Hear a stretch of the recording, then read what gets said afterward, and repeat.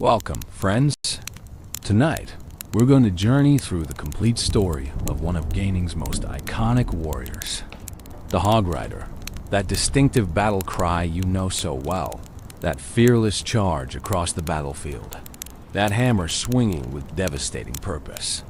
Tonight, we'll discover everything about this legendary character, from his very first appearance to his lasting impact on millions of players worldwide.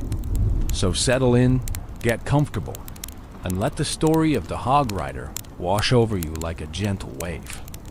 This is a tale of courage, of an unbreakable bond between warrior and beast, of a character who transcended his game to become a cultural phenomenon. Let's begin at the very beginning, with the echo that started it all. The calling. There's something magical about a battle cry. Not just any shout or yell, but that one perfect sound that captures the essence of a warrior spirit. For the Hog Rider, that sound is unmistakable. High-pitched, exuberant, almost joyful in its intensity. Hog Rider. It echoes across battlefields, through arena walls, and into the hearts of players everywhere. This isn't just noise. This is announcement. This is declaration. When you hear that cry, you know exactly what's coming. A muscular warrior astride his faithful hog, hammer raised high, charging toward your defenses with single-minded determination. No walls will stop him. No towers will deter him. He has one purpose, and that purpose drives him forward with relentless energy. The cry itself has become more than just a sound effect in a game. It's evolved into something larger, something that exists in the collective consciousness of the gaming community. Players can perfectly mimic it. They shout it in their own battles, use it as a greeting, turn it into countless memes and videos. The Hog Rider's battle cry transcends language barriers. Whether you play in English, Spanish, French, or any other language, that sound is universal. It means the same thing everywhere. Here comes the Hog Rider. But where did this distinctive voice come from? Interestingly, in the original Clash of Clans game, the Hog Rider had much deeper, more aggressive sounds, similar to the barbarians. It was only through commercials and in Clash Royale that he gained that high-pitched, memorable voice we all know today. Some fans theorize it might actually be the hog speaking rather than the rider, given that the hog has been shown to be remarkably intelligent in promotional materials. Imagine that. The battle cry that defines this character might be coming from his four-legged companion rather than the warrior himself. This ambiguity adds to the mystique. The relationship between rider and hog is so close, so symbiotic, that their voices blend together.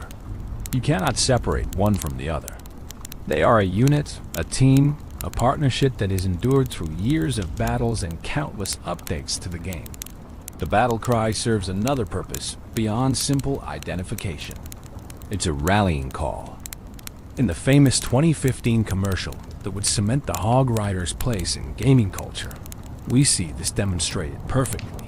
One Hog Rider calls out, and from across the landscape, other Hog Riders hear and respond. They drop what they're doing wherever they are, whatever they're engaged in, and they answer the call. It's a summons that cannot be ignored, a brotherhood's bond expressed through that signature sound. Think about the psychology of it. When an opponent hears that cry in their game, there's an instant reaction. A split second of recognition, then the mental calculation begins. Where is he? Can I stop him? Do I have the right cards? That sound triggers a cascade of strategic thinking, forcing players to respond immediately or suffer the consequences. It's a warning and a taunt all at once, delivered with that distinctive enthusiasm that makes the Hog Rider so memorable. The cry also represents something fundamental about the character's personality. This is not a grim, serious warrior marching stoically into battle. This is someone who genuinely enjoys what he does. There's joy in that sound, excitement, an almost childlike enthusiasm for the charge ahead. The Hog Rider loves riding into battle. He loves the rush of the charge, the thrill of leaping over walls, the satisfaction of his hammer connecting with enemy structures. That battle cry isn't forced or fearful. It's celebratory. And perhaps that's why it resonates so deeply with players. In a genre often dominated by serious, grim-faced warriors and dark fantasy themes, the Hog Rider brings something different. He brings energy. He brings fun. He reminds us that games are supposed to be enjoyable, that there's room for enthusiasm and joy, even in the heat of strategic combat. The technical aspects of the sound design deserve recognition too. Creating a battle cry that would be heard thousands of times by millions of players without becoming annoying is no small feat. It needed to be distinctive enough to be instantly recognizable, loud enough to command attention, but not so grating that it would become irritating with repetition. The sound designers at Supercell achieved something remarkable with that high-pitched Hog Rider. It's been part of players' lives since 2013, heard countless times, and yet it still brings a smile to faces when it rings out. In Clash Royale, the cry takes on additional significance because of the game's description of the card. He followed the echoing call of Hog Rider all the way through the arena doors. This single line of text creates an entire backstory. It suggests that the Hog Rider we deploy in our battles heard that call from somewhere, from someone, and he couldn't resist. He had to find its source. He had to join the battle. That cry literally drew him into the arena, pulled him through those doors into the world of Clash Royale. It's a beautiful piece of storytelling through sound. The battle cry isn't just what the Hog Rider does. It's what defines him. It's his essence distilled into a single perfect sound. And that sound has echoed through gaming culture for over a decade now, showing no signs of fading. If anything, it grows stronger with each passing year.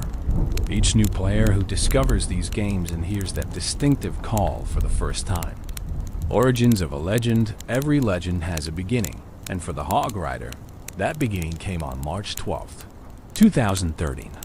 This was the day Supercell introduced him to Clash of Clans as part of a major update that added Dark Elixir troops to the game. Players had been eagerly awaiting new units, new strategies, new ways to approach their battles. What they got exceeded their expectations in ways they couldn't have imagined. The Hog Rider arrived as the second Dark Elixir troop, unlocked when players upgraded their Dark Barracks to level 2. This positioning was significant. Dark Elixir troops were meant to be special, powerful, worth the extra effort required to obtain the rare resource needed to train them. The Hog Rider lived up to that promise immediately. Here was a troop that could do something no other ground unit could do at the time. Jump over walls as if they weren't even there. Think about what walls meant in Clash of Clans. They were fundamental to base defense.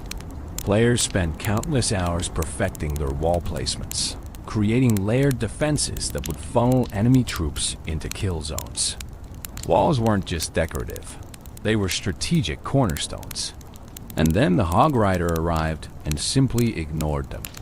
He leapt over them with ease, his hog bounding across barriers that stopped every other ground troop cold. This wasn't just a new unit. This was a paradigm shift. Suddenly, base designs had to account for troops that could penetrate deep into the core of your village without breaking through walls. Defenses that had seemed impregnable were now vulnerable. The meta changed overnight, and the Hog Rider was at the center of that change. The initial version of the Hog Rider was somewhat different from what players know today. At release, he didn't have a preferred target. He would attack whatever was nearest, which made him less focused but more unpredictable. He also required 6 housing spaces in your army camps, making him a significant investment. Training time was 5 minutes per unit, meaning you couldn't quickly rebuild your army after a raid. These were substantial commitments, and yet players embraced the Hog Rider enthusiastically because what he brought to the table was worth every bit of that investment. The character's visual design was striking from the start. A muscular, dark-skinned warrior with a distinctive mohawk, bare-chested, and wearing minimal armor. Just a brown leather loincloth, a red belt, leather sandals, and golden wristbands and earring. He wielded a massive warhammer, a weapon that spoke of raw power and straightforward violence. And he rode a large hog, about half his height, controlled by a leather bridle looped around the beast's tusks. This design was immediately iconic. Players could spot a hog rider at a glance, even in the chaos of a large-scale battle with dozens of units on screen simultaneously. The mohawk alone made him stand out, but combined with the unique mount and the hammer, the hog rider's silhouette was unmistakable. Good character design isn't just about looking cool, though the hog rider certainly achieved that. It's about instant recognition, about creating a visual that players can identify in a fraction of a second. Supercell's art team nailed it. The comparisons to Mr. T were immediate and obvious. The mohawk, the gold jewelry, the muscular physique, the tough guy attitude. Whether intentional or not, the hog rider carried echoes of the famous actor and his iconic roles. This gave the character a built-in cultural resonance, especially for players old enough to remember the A-Team or Mr. T's various other appearances in popular culture. Even players unfamiliar with Mr. T could appreciate the hog rider's distinct aesthetic, which drew from various cultural sources to create something that felt both familiar and fresh. The gameplay mechanics were refined over the following months. On August 27, 2013, Supercell made significant changes. Training time dropped from 5 minutes to 2, making hog riders much more practical for regular use. More importantly, they gained a preferred target: defensive structures. This change transformed the hog rider from an unpredictable unit into a precision instrument. He would bypass everything else on the battlefield, driving straight for enemy defenses with single-minded focus. Walls, buildings, even enemy troops attacking him couldn't distract him from his purpose. He had a job to do, and nothing would stop him until every defense was destroyed or he fell trying. This created the strategic framework that still defines hog rider usage today. He's not a general-purpose troop. He's a specialist, a surgical tool designed for one specific task: eliminating enemy defenses. This specialization made him incredibly powerful in the right hands and relatively useless if deployed carelessly. Skill mattered. Strategy mattered. Simply having hog riders wasn't enough. You needed to know when to deploy them, where to deploy them, what spells to bring to support them. The learning curve was steep, but players who mastered hog rider strategies found themselves winning battles they had no right to win. A well-executed hog rider attack could dismantle bases that seemed impenetrable. Players discovered synergies with healing spells, keeping their hogs alive as they charged through heavy fire.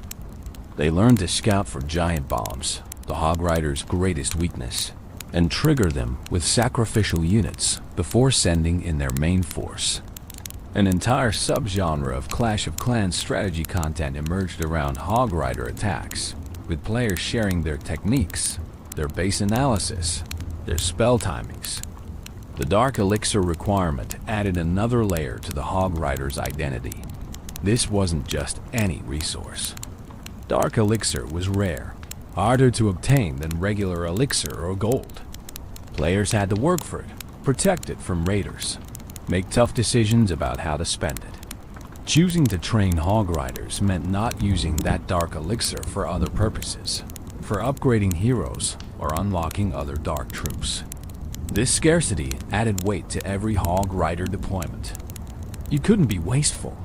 Every unit represented significant investment, and losing them carelessly hurt in a way that losing cheaper troops didn't. But the flavor text accompanying the hog rider added something special to his identity. Having tamed the fierce leaping hog, the hog rider punishes those who hide behind their puny walls. Fueled by dark elixir, these warriors have never known defeat. That last line is particularly significant. Never known defeat. It's a bold claim, establishing the hog rider not just as effective, but as dominant. Unbeatable. Every player who chose to train hog riders was buying into that identity. claiming for themselves a piece of that undefeated legacy. Of course, in practice, Hog Riders could be defeated. They were stopped by well-placed defenses, countered by smart base designs, eliminated by players who knew how to defend against them. But that flavor text wasn't really about mechanical gameplay. It was about spirit, about the attitude that defined this warrior. Hog Riders charged into battle believing they couldn't be beaten, and that confidence was infectious. Players felt it when they deployed their Hog Riders. That surge of excitement as their army leapt over walls and drove toward enemy defenses. The introduction of the Hog Rider in March 2013 was more than just adding another unit to Clash of Clans. It was the birth of a legend, the creation of a character who would transcend his original game to become one of mobile gaming's most recognizable icons. From those first moments when players unlocked their first Hog Rider and heard that battle cry for the very first time, something special was unleashed into the world of mobile gaming. A warrior astride his trusty hog, hammer in hand, ready to leap over any obstacle and charge toward victory with unshakable confidence. The warrior's appearance. Let's take a moment to really look at the Hog Rider. To understand him, we need to see him clearly, to appreciate the thoughtful design that went into aspect of his appearance. This is a character who has remained visually consistent across multiple games and years of updates, a testament to how perfectly his original design captured his essence. The Hog Rider is a powerful figure, muscular and imposing even while riding a mount barely half his height. His physique speaks of strength earned through constant battle, of a warrior who swings a massive hammer with ease. But there's also an agility to him, a quickness that comes through in his animations, the way he moves with his hog in perfect synchronization. This isn't a lumbering brute. This is a trained warrior at peak physical condition. His skin is dark and sun-weathered, the complexion of someone who spends their life outdoors, charging across battlefields under open skies. This isn't pale dungeon-dwelling darkness or mysterious magical shadow. This is natural human skin tone, dark and beautiful, representing a warrior from warm climates where the sun beats down relentlessly. The choice to make the Hog Rider dark-skinned was significant, adding diversity to the Clash game's roster and creating a character who would resonate with players from various backgrounds. The mohawk is perhaps his most distinctive feature. In his original appearance, it's jet black, standing straight up in that classic mohawk style that has symbolized rebellion and warrior culture across various real-world societies. This isn't some carefully styled modern mohawk with gel and precision cuts. This is rough, practical, the kind of hairstyle a warrior maintains between battles. It says, "I'm different, I'm fierce, I'm not bound by conventional appearance expectations." The mohawk became so iconic that as the Hog Rider evolved through different level upgrades, its color changes were major visual milestones. At level 5, it shifts to orange like a level 5 goblin's head. At level 7, it returns to black with added headband. Higher levels bring browns, lavenders, crimsons, each color marking progression and power. His facial hair consists of a full beard and mustache, dark brown and well-maintained despite his warrior lifestyle. Unlike the barbarian's wild, unkempt facial hair, the Hog Rider's is neater, suggesting someone who takes pride in his appearance even while living a life of constant battle. It frames his face, adds maturity and gravitas to his features. When he opens his mouth to let loose that signature battle cry, players have noted his teeth appear to be in perfect condition, surprisingly pristine for a warrior, with one notable exception. In the Clan Wars commercial, careful observers can spot a gold tooth glinting as he yells. The gold earring in his right ear is a statement piece, not small and subtle, but large and prominent, catching light as he moves. In some depictions, it's shown in his left ear instead, but the significance remains the same. This isn't decoration for decoration's sake. In many warrior cultures throughout history, earrings signified status, achievement, experience. They marked you as someone who had earned their place, who had proven themselves in battle. The Hog Rider's gold earring speaks to his status as an elite warrior, someone who has fought enough battles to have earned such adornment. His wristbands are equally impressive. 2 massive golden cuffs, one on each wrist, thick and substantial. These aren't delicate jewelry. They're almost armor in their own right. Heavy bands that add weight to his hammer swings while protecting his wrists from the shock of impact.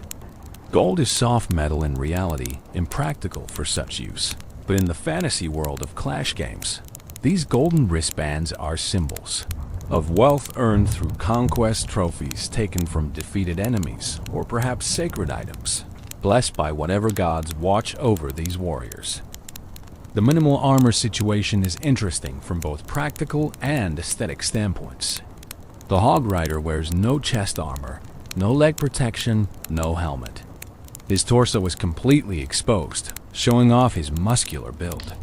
In realistic terms, this would be suicide on a medieval battlefield. But the Hog Rider exists in a world where magic and fantasy reign, where confidence and skill matter more than conventional protection.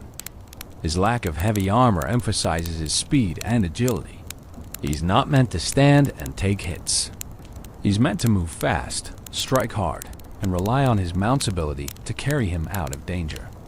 The brown leather loincloth is simple and functional, held in place by that distinctive red belt. The belt adds a splash of color to his otherwise minimal attire, drawing the eye and breaking up the brown and gold tones that dominate his appearance. It's practical clothing for riding, allowing freedom of movement that heavier pants or robes would restrict. The leather sandals complete the outfit, basic footwear that wouldn't interfere with his ability to grip his mount with his legs. These are warrior's clothes, practical and no nonsense, free of unnecessary embellishment beyond the gold jewelry that marks his status. His weapon deserves special attention. The Warhammer is massive, a 2-handed weapon that the Hog Rider swings one-handed because of his tremendous strength.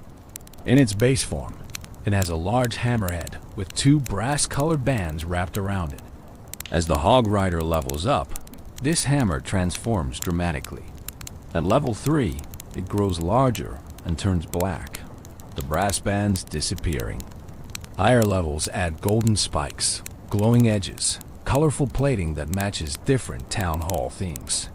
The hammer becomes increasingly elaborate and magical looking as it upgrades, transforming from simple tool of destruction into legendary weapon that practically radiates power. But the hammer isn't just for show. Its design is perfect for its purpose, smashing buildings. The broad, flat striking surface delivers maximum impact. The long handle provides leverage for devastating swings. When the Hog Rider connects with an enemy structure, you can practically feel the impact through the screen.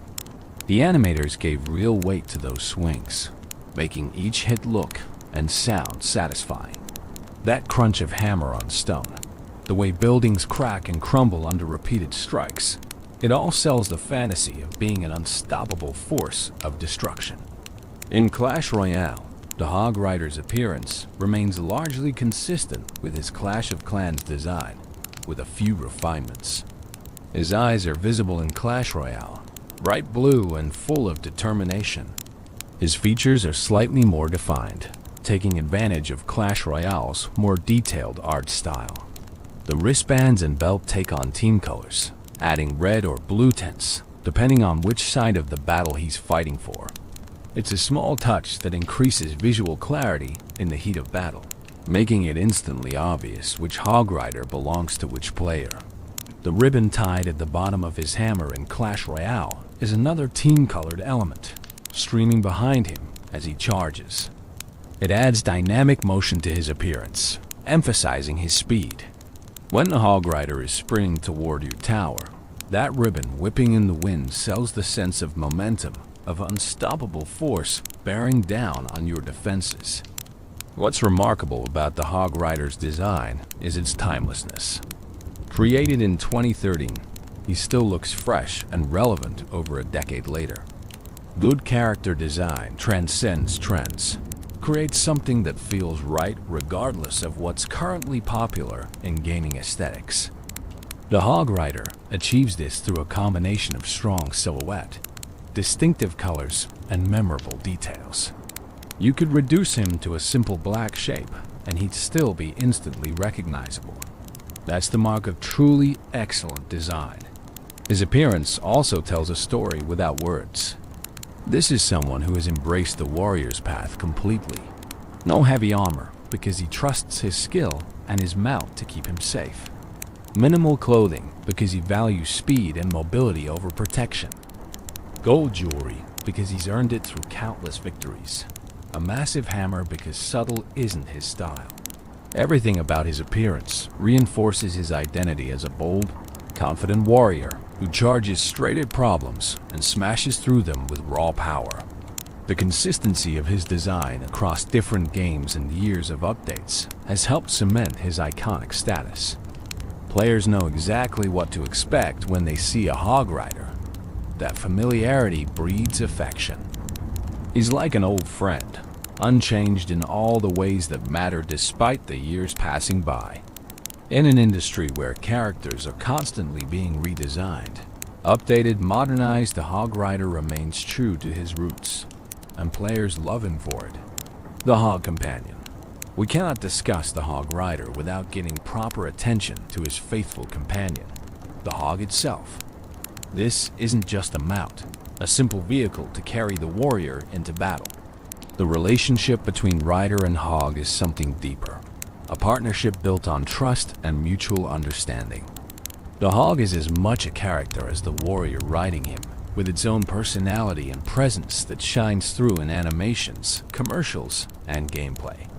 The species of hog the Hog Rider has tamed is believed to be Phacochurus africanus, the common warthog.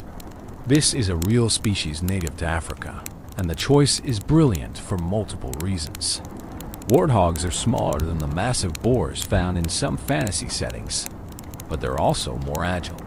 This explains the Hog Rider's impressive speed, his ability to move quickly across the battlefield while other mallet units lumber along. Warthogs are surprisingly fast animals in reality, capable of reaching speeds up to 30 miles per hour in short bursts.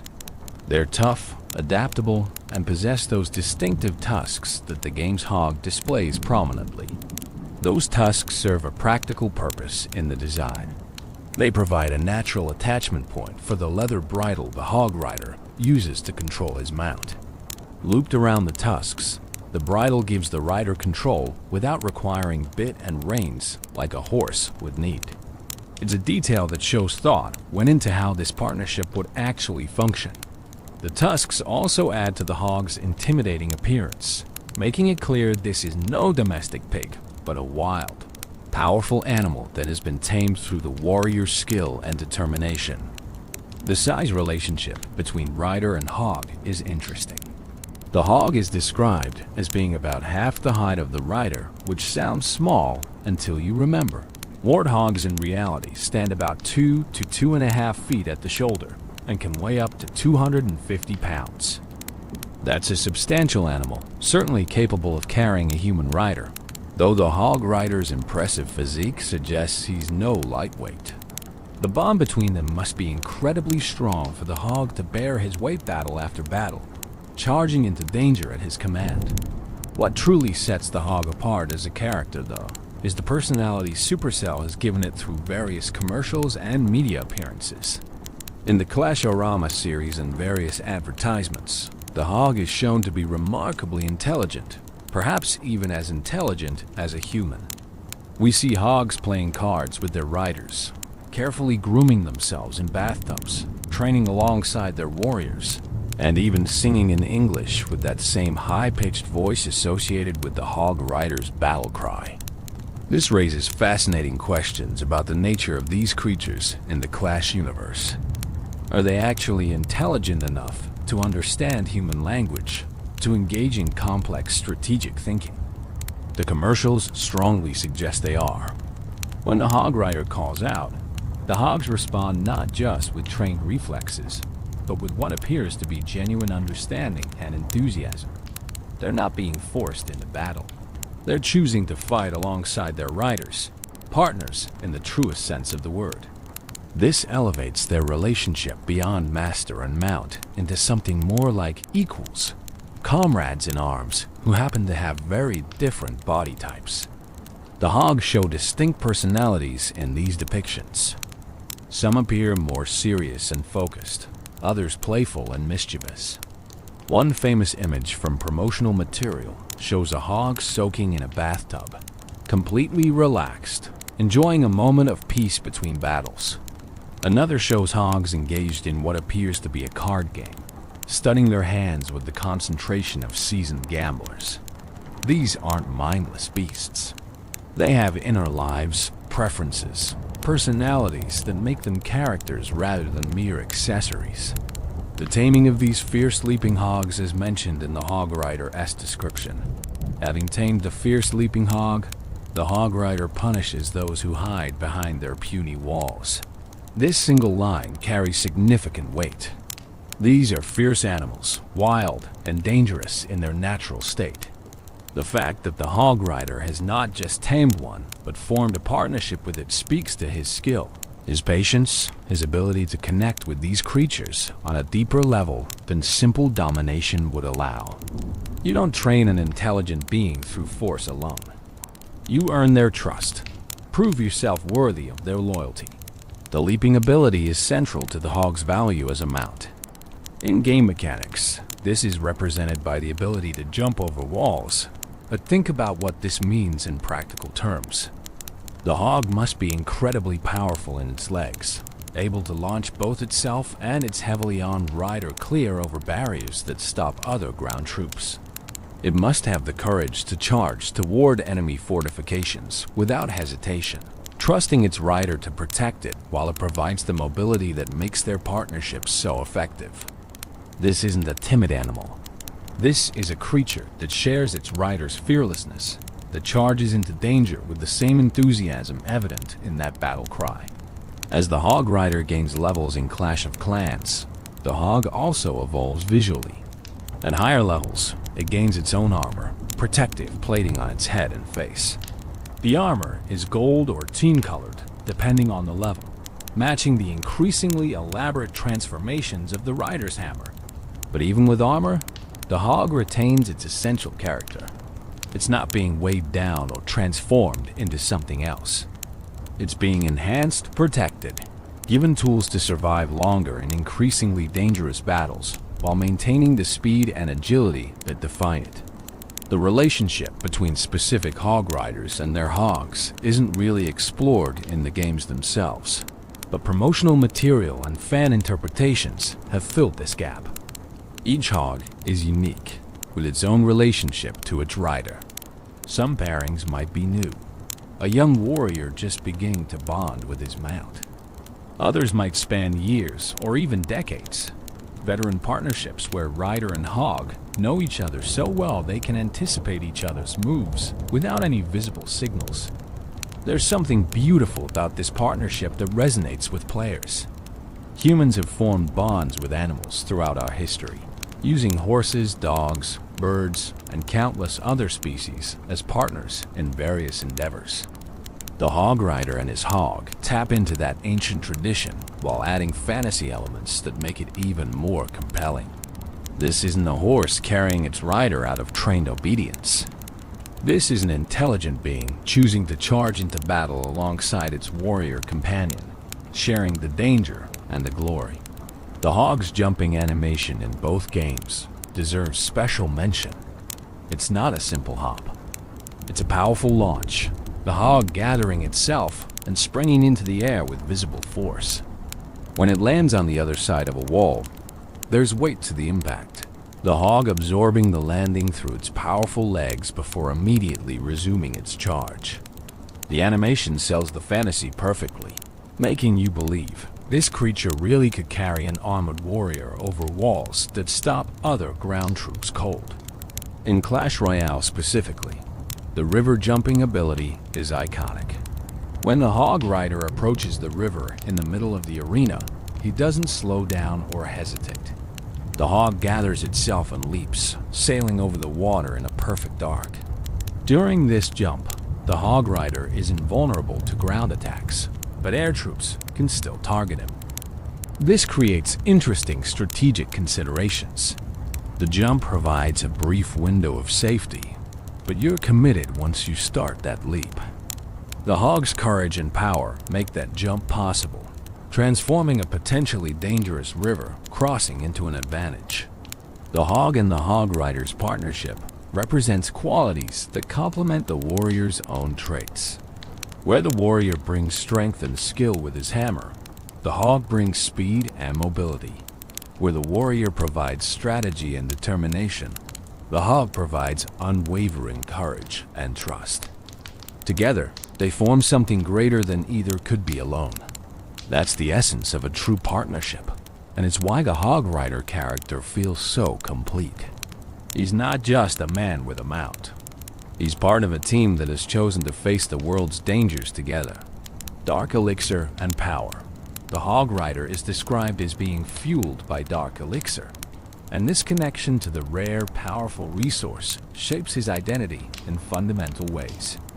To understand the hog rider fully, we need to understand what dark elixir represents in the Clash universe, and why being powered by it makes the hog rider special. Dark elixir was introduced to Clash of Clans as a new resource tier, rarer and more valuable than the standard elixir that powered most troops. Its very appearance is different, a deep purple-black substance that seems to shimmer with inner darkness. Unlike regular elixir, which could be obtained relatively easily through elixir collectors and raids, dark elixir required dark elixir drills and was much harder to accumulate. Players couldn't stockpile it as quickly, couldn't waste it carelessly. Every drop of dark elixir represented significant time investment and careful resource management. This scarcity made dark elixir troops inherently more valuable. Training a hog rider wasn't a casual decision. You were committing precious resources to this specific strategy, resources you wouldn't have available for other purposes. This economic cost added weight to every hog rider deployment. Losing them wasn't just a tactical setback. It was a waste of resources that would take time to replace. Players learned to deploy their dark elixir troops carefully, to support them properly, to maximize the value they got from each unit. But dark elixir isn't just mechanically valuable. It carries implications about the power it provides. The name itself suggests something beyond ordinary, something touched by darker forces or deeper magic. Dark doesn't necessarily mean evil in the Clash universe, but it implies power that comes from sources more mysterious and potent than the bright, clear regular elixir. The hog rider, fueled by this substance, draws strength from these deeper wells of power. What does it mean to be fueled by dark elixir? The description suggests it's not just payment for training, like hiring a mercenary. The dark elixir actively powers these warriors, provides them with capabilities beyond normal human limits. The hog rider's incredible strength, his ability to swing that massive hammer repeatedly without tiring, his seemingly endless stamina as he charges across battlefields. All of this comes from the dark elixir flowing through him. Consider the physical feats the hog rider regularly accomplishes. He swings a warhammer that should require 2 hands to wield effectively, and he does it one-handed while maintaining balance on a charging hog. He absorbs impacts from defensive structures, taking hits that would pulverize normal humans. He fights through conditions that would exhaust anyone else, continuing his assault until either he succeeds or falls. This isn't normal human endurance. This is enhanced capability. The dark elixir providing supernatural stamina and resilience. The connection between dark elixir and the hog rider's fearlessness might run deeper than simple courage. Dark elixir could be affecting his psychology, his emotional state, removing or suppressing the natural fear responses that would cause most warriors to hesitate. When the hog rider charges toward heavily fortified positions, he does so with absolute confidence. No second guessing, no moment of doubt. That could be training and experience, or it could be the dark elixir, burning away uncertainty, leaving only pure determination. The description states these warriors have never known defeat. This bold claim becomes more understandable when you consider the dark elixir factor. These aren't just skilled warriors with good mounts. They're enhanced individuals, their natural capabilities amplified by this mysterious dark substance. They've never known defeat because the dark elixir makes them effectively undefeatable in their mindset. Even when they fall in battle, they respawn and charge again, the dark elixir ensuring they never truly experience the psychological weight of defeat. Interestingly, the dark elixir connection also explains the Hog Rider's targeting behavior. His single-minded focus on defensive structures, his ability to ignore distractions even when taking damage from other sources, suggests the dark elixir might be programmatically directing his actions to some degree. It's enhanced his natural warrior instincts, sharpened them to laser focus, eliminating the confusion and chaos that normally clouds battlefield decision-making. He knows exactly what he needs to do, and the dark elixir ensures he has the clarity and drive to do it. The visual effects in Clash Royale subtly reinforce this connection. Though there's no obvious dark elixir glow around the Hog Rider during normal gameplay, his eyes in that game are remarkably bright and intense. That could be artistic choice, or it could represent the dark elixir's influence, providing an inner fire that manifests in his gaze. When he charges, there's an energy to his movements that seems almost supernatural, an intensity that goes beyond normal physical action. The cost structure of the Hog Rider in Clash of Clans reinforced the dark elixir connection mechanically. At lower levels, training a Hog Rider required 40 dark elixir per unit. At maximum level, that cost rose to 100 dark elixir. These weren't trivial amounts, especially in the earlier years of the game when dark elixir was even harder to accumulate than it is today. Every Hog Rider represented a significant investment, a conscious choice to channel your precious dark elixir into this specific unit, rather than saving it for hero upgrades or other dark troops. This created interesting strategic dynamics. Players had to manage their dark elixir carefully, balancing the desire to use Hog Riders in attacks with the need to save dark elixir for long-term progression. Successful Hog Rider attackers often targeted bases with dark elixir storages, using their Hog Riders to steal the very resource needed to train more Hog Riders. It was a self-sustaining cycle if you were skilled enough. Use your Hog Riders to steal dark elixir. Use that dark elixir to train more Hog Riders. Repeat. Players who mastered this loop could maintain large Hog Rider armies without depleting their reserves. The dark elixir connection also ties the Hog Rider into the broader lore of the Clash universe. Dark elixir powers other significant units: minions, Valkyries, golems, witches, lava hounds. These are all powerful, somewhat mysterious troops with capabilities that go beyond normal warriors. The Hog Rider belongs in this company, a dark elixir elite whose powers set him apart from ordinary troops. He's not just another soldier. He's a dark-powered champion, fueled by forces that most warriors never touch. In Clash Royale, the dark elixir connection becomes more metaphorical since that game doesn't use dark elixir as a resource. But the character carries that identity forward. The Hog Rider in the arena is still that same dark elixir-fueled warrior from Clash of Clans. He brings that intensity, that enhanced capability, that unbeatable spirit with him through the arena doors. The 4 elixir cost to deploy him in Clash Royale is a bargain compared to his capabilities. A reflection, perhaps, of the dark elixir enhancement, making him more cost-effective than normal troops. The relationship between the Hog Rider and his dark elixir fuel raises philosophical questions about identity and agency.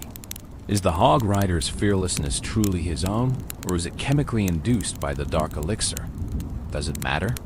If the dark elixir removes his ability to feel fear, is he still courageous for charging into battle? These are interesting questions without clear answers. adding depth to what could have been a simple, strong warrior on a hog character. One interpretation is that the Dark Elixir doesn't create the Hog Rider's qualities, but amplifies what was already there. The warrior was brave before the Dark Elixir. The enhancement just removes the physical and mental limitations that would normally restrict his courage. He was strong before, but Dark Elixir lets him express that strength fully. He was determined before, but Dark Elixir ensures nothing can shake that determination. In this reading, the Dark Elixir is revelatory rather than transformative. It shows who the Hog Rider truly is beneath human limitations. The never-known defeat line becomes particularly interesting through this lens. If Dark Elixir removes the psychological impact of defeat, then even when the Hog Rider falls in battle, he genuinely doesn't process it as defeat. He tried his best, he gave everything, and now he'll respawn and try again. There's no shame, no discouragement, no way to failure. Each battle is fresh, untainted by previous setbacks. That's a powerful advantage, perhaps more valuable than enhanced strength or speed. The ability to approach every battle with complete confidence, unweighed by past failures, makes the Hog Rider psychologically unbeatable, even when he's tactically defeated. This connects to the broader community experience with Hog Rider gameplay. Players who master Hog Rider strategies often talk about the mindset required. You can't play tentatively. You can't second guess. You have to commit fully to the attack, trust your skill and your supporting troops, and charge forward with confidence. It's almost as if using Hog Riders successfully requires players to channel that same Dark Elixir-enhanced mentality. You have to become fearless, at least within the context of the game, to truly succeed with this strategy. The Dark Elixir connection also explains why Hog Riders work so well together. In the commercials, and in mass Hog Rider attacks, we see groups of these warriors operating with perfect coordination. The Dark Elixir might provide a kind of shared consciousness, or at least enhanced mutual understanding. Warriors fueled by the same dark substance naturally work together, their movements synchronized, their purposes aligned. This makes large-scale Hog Rider attacks feel less like individual units and more like a unified force, a wave of Dark Elixir-enhanced warriors moving as one. The practical reality is that Dark Elixir, as a game mechanic, shaped the Hog Rider's identity in fundamental ways. It made him special, rare, powerful. It justified his incredible abilities and explained his fearless attitude. It created economic considerations that affected how players used him. And it connected him to the darker, more mysterious side of the Clash universe, making him more than just a strong troop but a champion touched by deeper powers. All of this combined to create a character who felt significant, who mattered in ways that ordinary troops didn't, who left an impact on players that went far beyond his mechanical effectiveness. The art of wall leaping, the ability to jump over walls, is the Hog Rider's defining mechanical characteristic, the feature that sets him apart from every other ground troop and shapes how he's used strategically. But beyond the simple game mechanics, wall leaping represents something profound about the Hog Rider's character and approach to obstacles. Where others see barriers, he sees minor inconveniences. Where others must go around or break through, he simply goes over. This mentality defines everything about how the Hog Rider engages with the world. Think about what walls represent in fortress design, both in games and throughout human history. Walls are the fundamental element of defense. They create separation between inside and outside, safe and dangerous, protected and vulnerable. Good walls mean safety. Strong walls mean security. For thousands of years of human warfare, walls were the primary means of protection for settled populations. Cities were defined by their walls. Castles were built around walls. Entire military strategies revolved around either defending walls or breaching them. In Clash of Clans, walls serve this same essential purpose. Players spend enormous amounts of resources upgrading their walls. progressing through multiple levels from basic wooden barriers to powerful gold, crystal, and even lava-themed walls at the highest levels. Wall placement is a fundamental skill in base design. Creating compartments, funneling enemy troops into kill zones, protecting key structures behind multiple wall layers. These are core defensive strategies. Walls matter. They're not just decorative. They're the foundation of base defense. And then the Hog Rider arrives and completely ignores them. He doesn't break them down like wall breakers. He doesn't slowly destroy them like other troops might. He simply leaps over them as if they aren't even there. The first time players experienced this mechanic, it was revelatory. Here was a completely different approach to the wall problem that had defined Clash of Clans strategy. You didn't need to bring wall breakers if you had Hog Riders. You didn't need to create a funnel to guide your troops through open wall sections. You just deployed your Hog Riders and let them find their own path, jumping over whatever barriers stood in their way. The animation of the wall jump is crucial to selling this mechanic. The hog gathers itself, crouches slightly, then launches into the air with visible power. The Hog Rider leans forward in the saddle, balancing himself as his mount sails over the wall. There's a brief moment of hang time, the pair suspended in the air, completely vulnerable, but also completely unstoppable. Then they land on the other side, the hog absorbing the impact through its powerful legs, and they immediately resume their charge without missing a beat. The whole sequence takes perhaps a second, but it's smooth and dynamic enough to feel epic every single time. This jumping ability isn't unlimited or without conditions. The Hog Rider only jumps walls when they're directly in his path to his target. He won't jump walls just for fun or to take shortcuts that don't lead toward defensive structures. This creates interesting pathing situations where the Hog Rider might take routes that seem inefficient to reach a wall he can jump, simply because his programming knows that jumping that wall will get him closer to his actual target.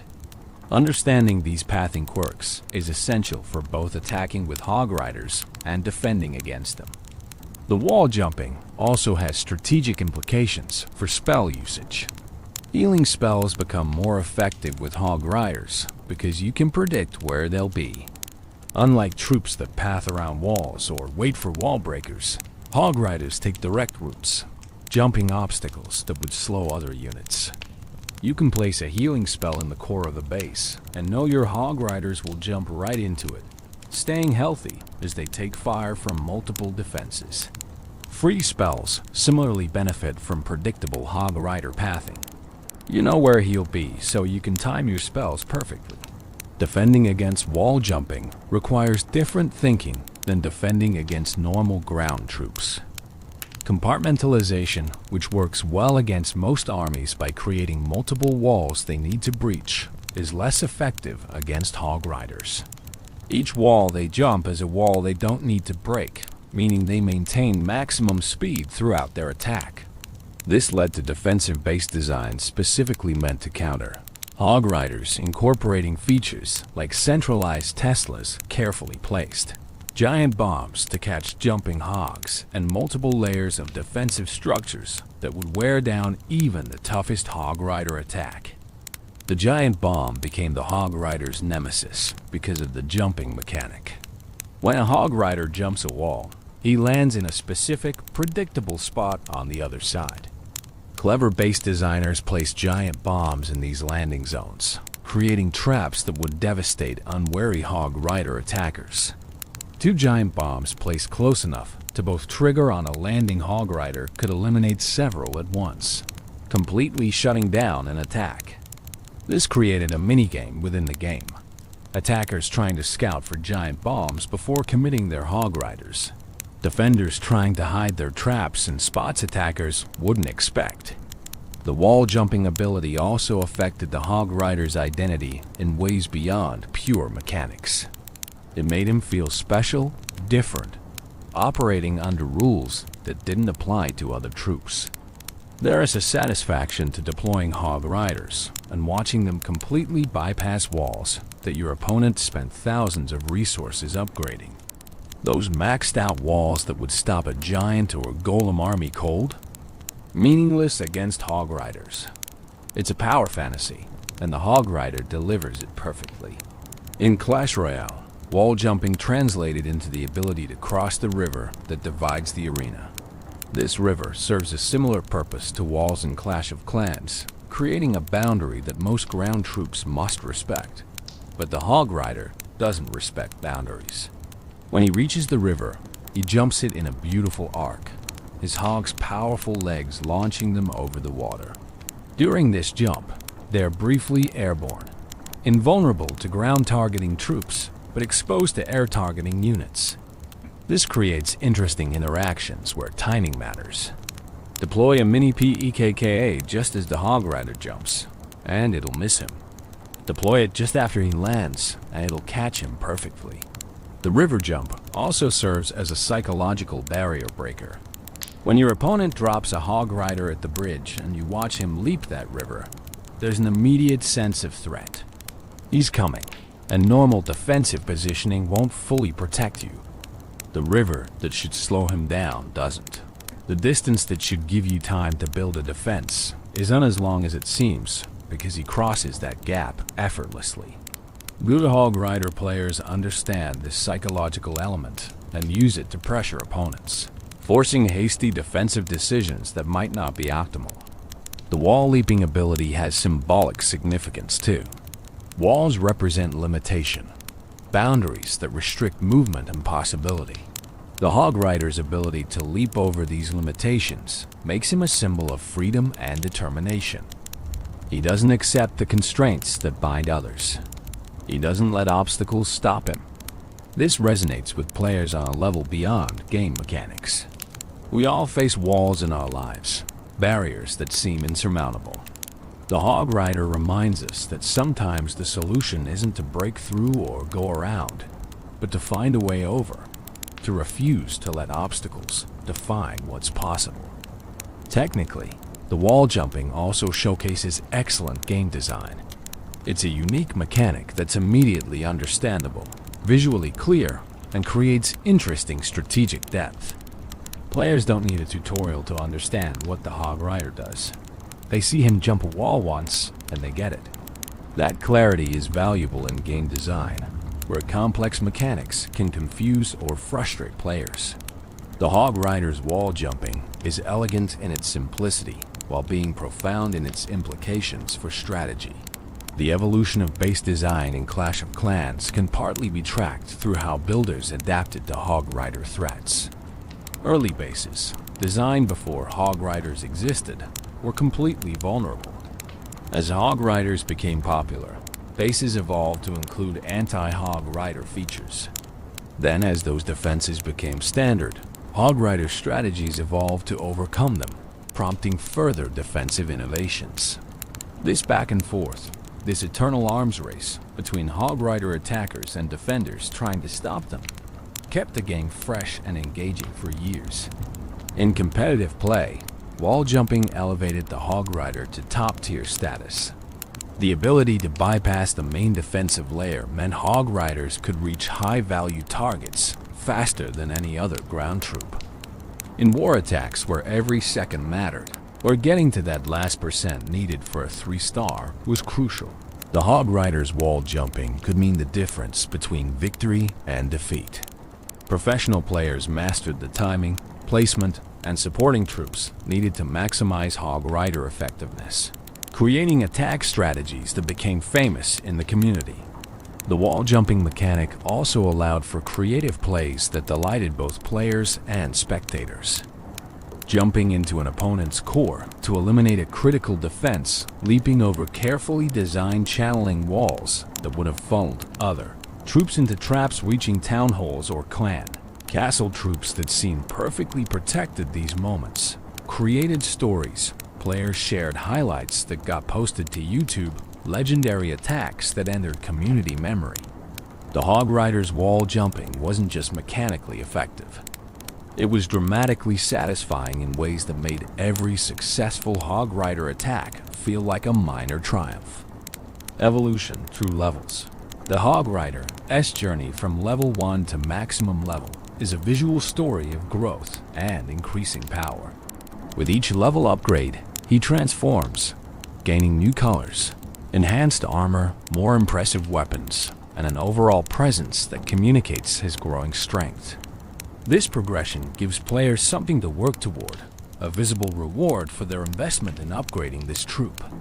Let's walk through this evolution, level by level, examining how the Hog Rider changes as he grows in power. At level 1, the Hog Rider appears in his most basic form. The warrior is bare-chested with his signature mohawk standing straight and black. His hammer is relatively simple, with those brass-colored bands wrapped around the head. The hog beneath him is unarmored, showing its natural hide. This is the Hog Rider at the start of his journey. Raw potential not yet refined. He's effective even at this level, capable of the wall jumping and building targeting that defines his role. But he's clearly just beginning. There's room for growth, room for improvement, room for this warrior to become something greater. Level 2 brings subtle refinements. The Hog Rider maintains his general appearance, but there's slightly more detail in his features, a bit more definition in his musculature. His equipment looks marginally better maintained. These changes are minor because level 2 represents early progression, the first step toward mastery, but still firmly in the beginner category. Players at this stage are still learning how to use Hog Riders effectively, still discovering optimal deployment strategies and support troop combinations. At level 4, the evolution continues. The Hog Rider's presence becomes more imposing. His equipment shows signs of serious use, the wear patterns of a warrior who has fought countless battles. But there's also careful maintenance visible, suggesting this isn't just a brawler, but a professional warrior who takes care of his gear. The hog might show the first hints of protective equipment, perhaps leather strapping or metal studs that presage the full armor coming at higher levels.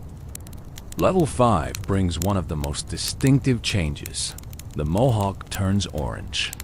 This color shift is significant, matching the orange hair of level 5 goblins and creating a visual connection between these dark elixir troops. It suggests that dark elixir enhancement at this level causes physical changes, affecting hair pigmentation in consistent ways across different troop types. The orange mohawk makes level 5 Hog Riders instantly identifiable, even in the chaos of a large-scale battle. The hammer at this level gains additional detailing, possibly metal bands or decorative elements that indicate this warrior has earned some prestige. Level 6 continues the orange mohawk theme while adding further refinements to equipment and armor. The Hog Rider's physical presence seems to increase, his muscles more defined, his stance more confident. This is a warrior who has survived countless battles and learned from each one. His hammer might gain spikes or bladed edges, transforming from a simple crushing weapon into something more versatile and deadly. The hog's armor becomes more substantial, better protecting the mount during its charges into enemy territory. At level 7, the mohawk returns to black, but now the Hog Rider gains a white headband. This accessory adds a touch of sophistication to his appearance, suggesting he's reached a level of mastery that goes beyond simple barbarian fury. The headband might represent rank or achievement within Hog Rider society, a visual marker that this warrior has proven himself worthy of special recognition. The hammer continues to evolve, possibly gaining golden accents or glowing elements that indicate magical enhancement beyond simple physical improvements. Level 8 maintains the black mohawk with white headband combination while pushing the visual enhancements further. The Hog Rider's armor becomes more elaborate, his weapons more ornate. There's a sense that he's moving beyond mere mortal warrior into legendary champion territory. The hog's armor now fully protects its head and vital areas, colored to match the Hog Rider's theme and creating a unified visual that emphasizes their partnership. Level 9 through 11 continue this progression, with the Mohawk cycling through various colors. Brown at level 9, lavender at level 10, dark cyan at level 11. Each color represents a different stage of dark elixir enhancement, the substance continuing to transform the warrior as he absorbs more of its power. The hammer at these levels becomes truly legendary, possibly glowing with energy, featuring elaborate decorative elements, clearly magical in nature. This is no longer just a weapon. It's an artifact of power, worthy of a champion. At level 12, the final form emerges with the Mohawk turning crimson. This red coloring matches Town Hall 15's theme, creating a visual link between the Hog Rider's maximum potential and the highest level of base development. The Crimson Mohawk, combined with his fully enhanced armor and glowing legendary hammer, creates an intimidating presence. This is the Hog Rider at his absolute peak, having absorbed maximum dark elixir enhancement, carrying the best equipment, representing the pinnacle of what this warrior can become. Throughout these transformations, certain elements remain constant. The Hog Rider's basic silhouette doesn't change. He's always recognizable as a Hog Rider regardless of level. The Mohawk, the hammer, the mounted posture, these signature elements persist through all variations. This consistency is important for gameplay clarity. Players need to be able to identify troops instantly, and the Hog Rider's core design ensures this is possible even as visual details change dramatically. The Hog's evolution parallels its rider's progression. Starting as a natural warthog, it gradually gains armor and protective equipment that matches the Hog Rider's aesthetic. By maximum level, the Hog is fully kitted out with golden armor plating on its head, face, and flanks, turning it from simple mount into armored warbeast. Yet even with all this armor, the Hog retains its essential character, its aggressive stance and powerful build clearly visible beneath the protective gear. These visual progressions serve multiple purposes in game design. They reward players for investing resources in upgrades, providing clear visual feedback that their investment has resulted in tangible improvement. They create aspirational goals, with lower-level players seeing high-level Hog Riders and wanting to upgrade their own troops to achieve those impressive appearances. They add variety to the battlefield, preventing visual monotony by ensuring Hog Riders from different players at different progression levels look distinctly different from each other. The color changes in the Mohawk also serve practical purposes. In clan wars or friendly battles where multiple players might be using Hog Riders, the different colors help distinguish whose troops are whose. A level 5 Hog Rider with orange Mohawk is clearly from a less developed player than a level 10 with lavender Mohawk, allowing observers to track battle developments more easily. From a lore perspective, these visual transformations suggest the Hog Rider is being fundamentally changed by dark elixir enhancement. The hair color changes indicate this isn't just external equipment improvement, but internal transformation. The dark elixir is altering him at a cellular level, changing his very biology as it enhances his capabilities. By maximum level, the Hog Rider might be more dark elixir enhanced being than baseline human, transformed into something greater through repeated exposure to this mysterious substance. The hammer's evolution from simple tool to legendary weapon mirrors classic hero's journey narratives. The young warrior starts with basic equipment, but through experience, achievement, and progression, he earns access to increasingly powerful weapons until finally wielding something that borders on mythical. That maximum level hammer, glowing with power and covered in ornate decoration, is fit for a legend. It's the weapon a Hog Rider earns through countless battles, countless walls jumped, countless defenses destroyed. In Clash Royale, the Hog Rider appears at what would essentially be his maximum level from Clash of Clans, representing the pinnacle version of this troop. This makes sense, given Clash Royale's setting as a legendary arena where only the best warriors compete. The hog rider who followed the echoing call through the arena doors would naturally be a fully realized version of this warrior, not a beginner still learning his craft. His appearance in Clash Royale, with all the bells and whistles of a max-level troop, reinforces his status as an elite warrior worthy of arena combat. The 2015 commercial phenomenon in February 2015, Supercell released a commercial that would fundamentally change the hog rider's place in gaming culture. What started as a simple advertisement for Clash of Clans became something much larger, transforming the hog rider from popular troop into cultural icon. That commercial, with its now legendary line, "Did somebody say hog rider?" would be viewed tens of millions of times, spawn countless memes, and cement the hog rider's place in gaming history. The commercial opens with a hog rider relaxing in a bathtub, fully submerged except for his head, completely at peace. It's a humorous juxtaposition. This fearsome warrior who charges into battle without hesitation, now utterly relaxed in domestic tranquility. He's soaking away the stress of countless battles, eyes closed, probably imagining his next charge. Then, in the distance, barely audible at first, comes the call, "Hog Rider." The effect is immediate. The hog rider's eyes snap open. He sits up straight in the tub. Water sloshes everywhere as he rises, dripping and alert, every muscle tensed. "Did somebody say hog rider?" he asks in that distinctive, high-pitched voice.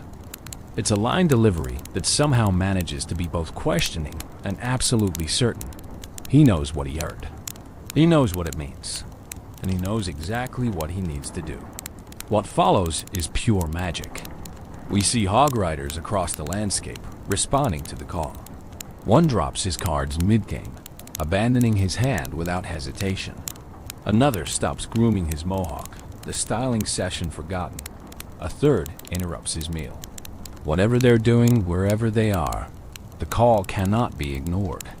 These warriors have heard the summons, and they will answer. The commercial shows them mounting up, hogs and riders coming together in practice synchronization. There's no fumbling, no awkward mounting process. These partnerships are so well established that the motion is fluid, natural, rider and hog moving as one from standby to full battle readiness in seconds. Then they ride, charging across the landscape toward the source of the call. Hammers raised, battle cries echoing, a brotherhood answering their summons. The genius of this commercial lies in multiple layers. On the surface, it's funny. The bathtub opening is inherently humorous. The idea of a fearsome warrior doing something as mundane as bathing. The high-pitched voice asking, "Did somebody say hog rider?" in that specific tone became instantly memorable. The over-enthusiastic response to what might just be someone mentioning hog riders in casual conversation plays on the warrior's supposed single-minded obsession. But deeper than the humor is the characterization. This commercial established personality for the hog rider beyond what the game itself provided. We see that these warriors have lives outside battle. They relax, play cards, groom themselves. They exist as complete beings with hobbies and downtime, not just soldiers waiting for deployment. Yet when the call comes, everything else becomes meaningless. The brotherhood bond is so strong that a single hog rider-esque call brings all others running without question. The commercial also showcased the intelligence and personality of the hogs themselves. We see them responding to their riders, moving with purpose and awareness. These aren't dumb beasts being directed. They're willing participants, partners who understand what the call means and are just as ready to answer it as their riders. The synchronization between rider and mount shown in the commercial reinforced the idea that this was a true partnership, not simple animal handling. The production values were impressive. The animation was smooth and dynamic, showing hog riders in motion across varied terrain. The sound design was perfect, with that signature battle cry cutting through all other noise, impossible to ignore. The pacing built from the quiet bathtub scene through the gathering momentum of multiple hog riders converging, creating genuine excitement about what these warriors would do once they assembled. The "Did somebody say Hog Rider?" line became instant meme material. The specific delivery, the questioning tone combined with unmistakable certainty, the high-pitched voice that was so distinctive, all of it combined to create a phrase that players couldn't stop repeating. It spread beyond Clash of Clans players to the broader gaming community, and even beyond gaming entirely. People who had never touched Clash of Clans knew that line, could mimic that delivery, understood the reference when they heard it. This phenomenon is rare in mobile gaming advertising. Most game commercials, even successful ones, don't create cultural moments that transcend their original purpose. They might drive installs, might increase engagement among existing players, but they don't become part of the broader cultural conversation. The Hog Rider commercial did exactly that. It broke out of the mobile gaming niche and became something people referenced in completely unrelated contexts. The commercial's impact on player engagement was substantial. Search interest in Hog Rider spiked dramatically after the commercial's release. Players who hadn't been using Hog Riders suddenly wanted to try them, inspired by the commercial's portrayal of these enthusiastic warriors. The commercial made Hog Riders feel fun in a way that pure gameplay couldn't quite capture. Yes, they were effective troops with unique mechanics, but the commercial made them cool, funny, memorable in ways that elevated them beyond simple game units. Supercell recognized what they had and leaned into it. The Hog Rider became a central figure in their advertising, appearing in subsequent commercials and promotional materials far more frequently than his in-game usage rates alone would justify. He became the face of Clash of Clans in many ways, the character they put forward when they wanted to represent their game. This was smart branding, building on the organic enthusiasm players had for this character. The commercial also influenced how players thought about their Hog Riders in-game. Deploying them wasn't just a strategic decision anymore.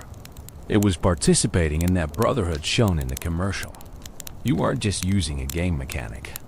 You were answering the call, joining the charge, becoming part of that Hog Rider army, thundering toward enemy defenses. The commercial added a layer of fantasy and role-playing to what had been purely mechanical gameplay. Fan content exploded after the commercial's release.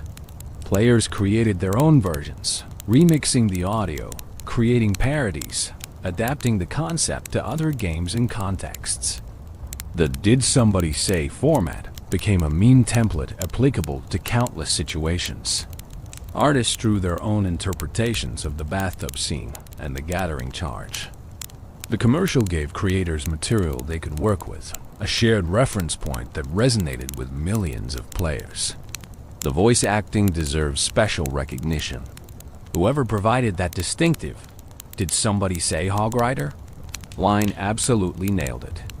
The delivery was perfect, walking the line between genuine questioning and unmistakable certainty. It was enthusiastic without being obnoxious, memorable without being irritating.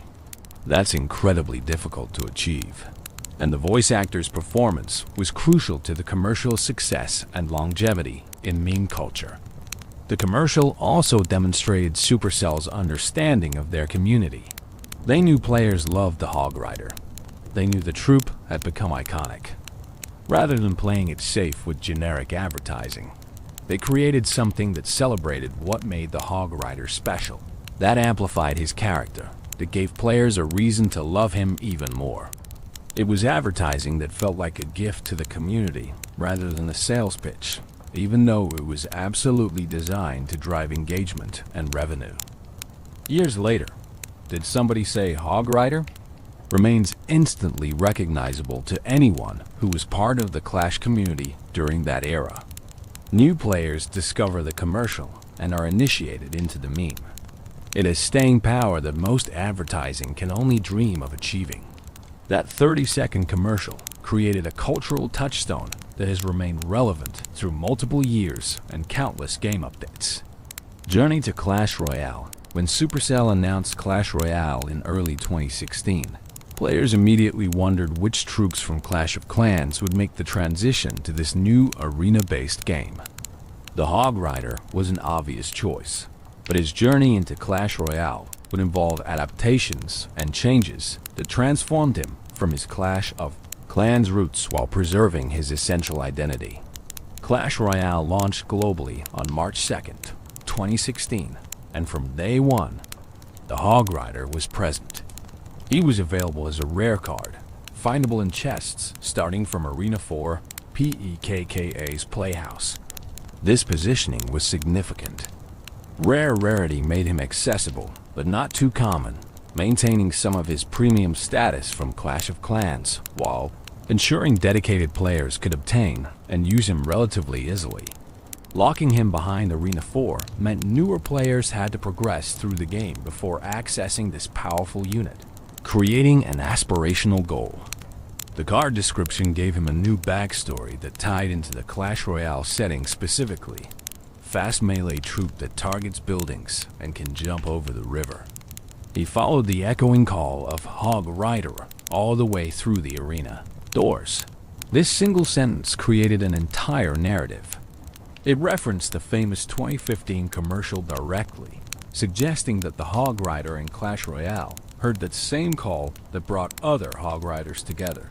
But for him, it led to something different. It led to the arena, to competitive combat, to a new form of battle entirely. This description implies choice and agency.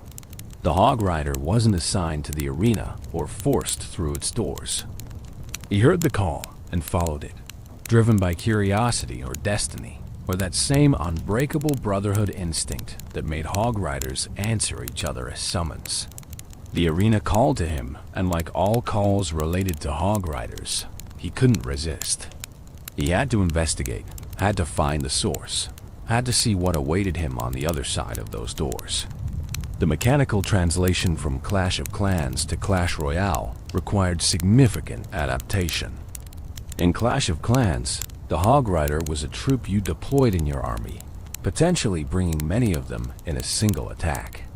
In Clash Royale, he became a single unit card, costing 4 elixir to deploy. This meant he needed to be individually powerful enough to justify that cost, while not being so overwhelming that he broke the game's balance. Supercell achieved this balance through careful stat design. The Hog Rider in Clash Royale has substantial hit points, allowing him to absorb damage while charging toward his target. His damage per second is significant enough to threaten towers if left unchecked, but not so high that he can destroy a tower alone before defenders can respond. His movement speed is very fast, maintaining the aggressive rushing playstyle that defined him in Clash of Clans. And crucially, he retained his signature ability to jump over the river, adapting his wall-jumping mechanic to Clash Royale's different battlefield layout. The river in Clash Royale serves a similar purpose to walls in Clash of Clans, creating a boundary between friendly and enemy territory. Most ground troops must cross the river by using the 2 bridges, creating predictable paths that defenders can prepare for. The Hog Rider's ability to jump the river anywhere means he can appear from unexpected angles, forcing defenders to maintain awareness of a wider area. This jump also provides a brief moment of invulnerability to ground attacks, though air-targeting troops can still hit him mid-leap. Visually, the Clash Royale Hog Rider receives some refinements compared to his Clash of Clans counterpart. The art style of Clash Royale is slightly more detailed and polished, and the Hog Rider benefited from this. His features are more defined, his armor and equipment more clearly rendered.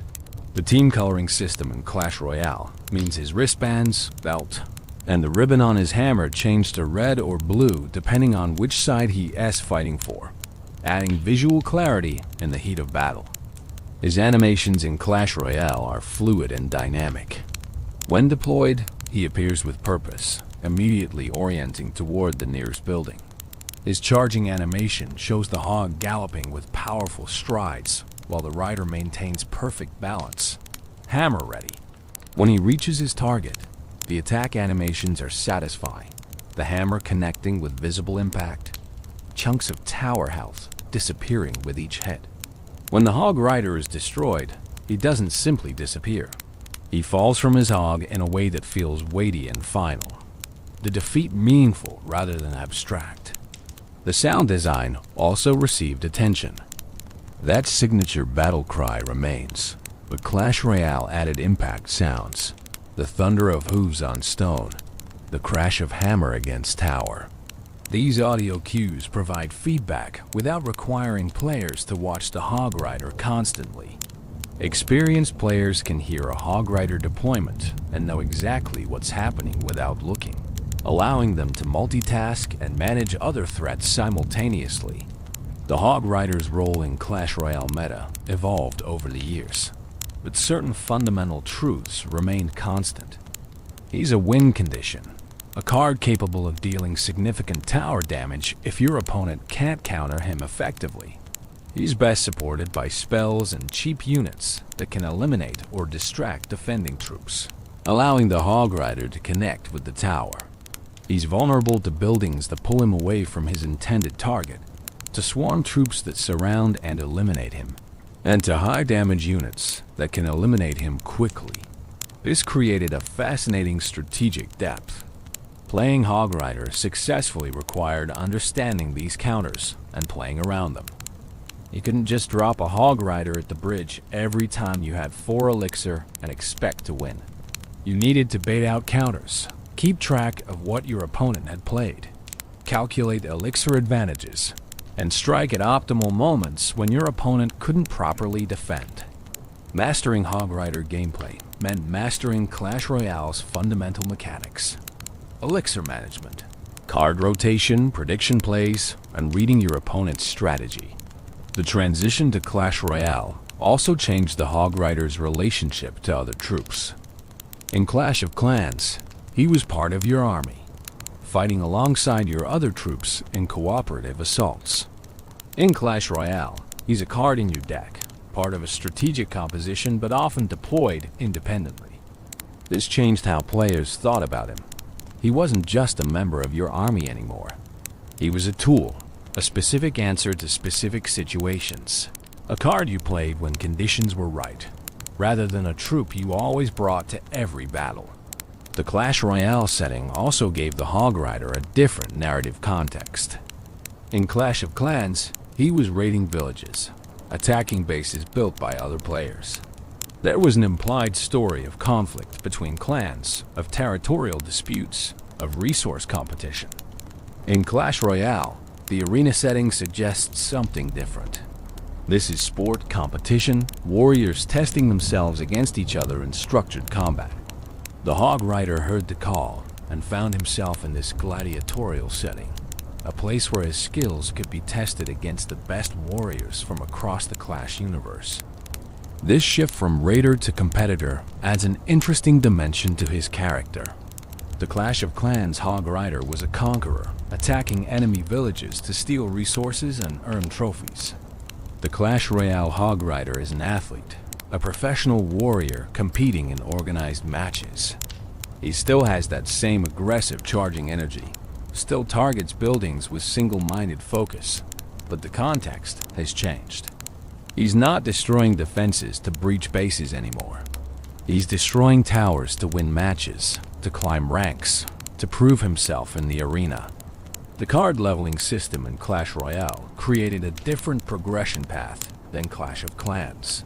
Instead of upgrading through laboratory research, the Hog Rider levels up through collecting cards and spending gold. This made progression feel more personal. Each Hog Rider card you collected brought you incrementally closer to the next level. Opening a chest and seeing multiple Hog Riders felt rewarding in immediate, tangible ways. And because Clash Royale uses a card collection system, the Hog Rider became something you accumulated, built up over time, invested in through dedicated play. Trading added another dimension to this. Players could request Hog Rider cards from clanmates or trade duplicates for the cards they needed. This created a social element around progression, with clans coordinating donations and trades to help members level up their preferred decks. The Hog Rider, Being a popular card, was frequently requested and traded, making him a currency of sorts within clan economics. The journey from Clash of Clans to Clash Royale represented both continuity and change for the Hog Rider.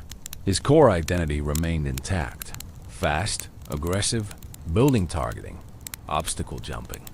But the new setting, new mechanics, and new strategic context transformed how players experienced and understood him. He wasn't just the same character in a different game. He was a character who had evolved, who had answered a call that led him to new challenges, new opponents, new ways of expressing his warrior spirit.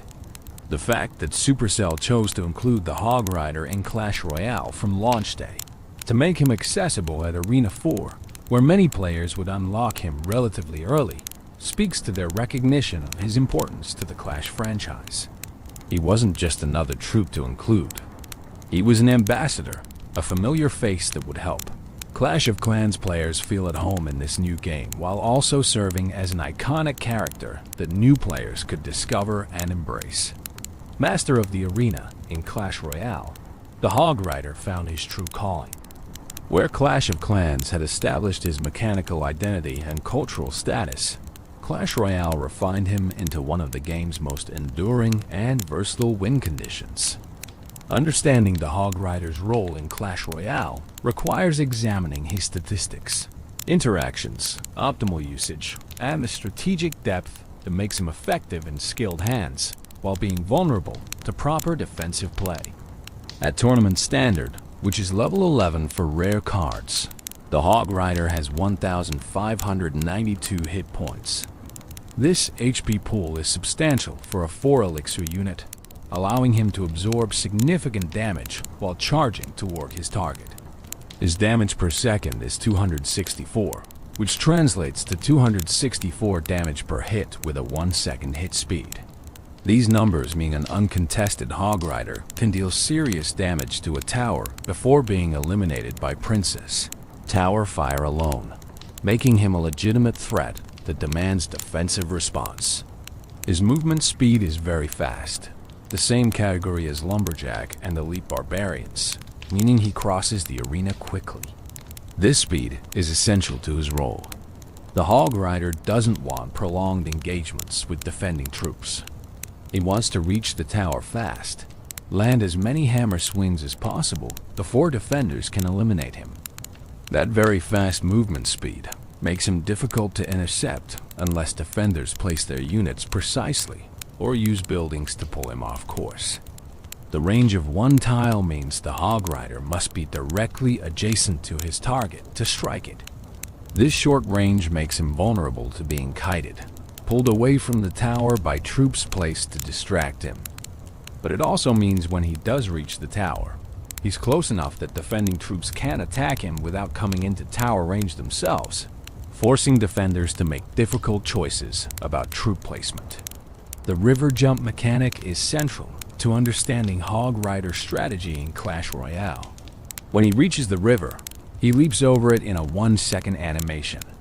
During this jump, he's airborne and thus immune to ground attacking troops. Units like Knight or Valkyrie can't hit him mid-leap. However, air targeting and ground and air targeting troops like archers or musketeer can still damage him. This creates interesting mind games around the river. Defenders need to time their placements carefully, ensuring their counters are positioned to catch the Hog Rider after he lands rather than whiffing their attacks while he is jumping. The building targeting mechanic means the Hog Rider ignores all troops and goes straight for structures. This focus is both his greatest strength and most significant weakness. The strength is obvious. He can't be distracted by troops positioned away from his path. You can't pull him toward your king tower with a troop placement like you can with some other win conditions. He's going to attack the nearest building, period. The weakness is equally clear. Any building played in the center of the arena will pull him, dragging him away from the tower and into the kill zone where both princess towers can fire on him. This building vulnerability created an entire subset of defensive strategies. Cannon, Tesla, and Inferno Tower all became popular, partly because they could completely shut down Hog Rider pushes if played correctly. The Hog Rider would cross the river, get pulled to the defensive building, take fire from both towers while attempting to destroy the building, and typically die before reaching the Princess Tower. For 1 to 4 elixir, defenders could stop a 4 elixir Hog Rider, generating positive elixir trades that gave them advantage in subsequent exchanges. Smart Hog Rider players developed techniques to play around buildings. Prediction plays became essential, where you deployed the Hog Rider and immediately follow with a spell in the spot where you expected the defensive building to appear. A well-timed earthquake or lightning could eliminate the building as it was placed, allowing the Hog Rider to retarget onto the tower. This prediction gameplay added a layer of skill expression, separating good Hog Rider players from great ones. Spell synergy is crucial for Hog Rider effectiveness. Zap and Log are common pairings, providing cheap removal for small troops like skeletons or goblins that could otherwise distract or damage the Hog Rider. Fireball offers higher damage, capable of eliminating troops like Musketeer or Wizard while dealing chip damage to the tower. Lightning can remove defensive buildings and supporting troops simultaneously.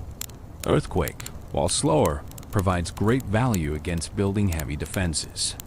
Freeze creates moments where the Hog Rider can attack unopposed. Though an 8 elixir total for Hog plus Freeze, this combo demands significant elixir advantage to use effectively.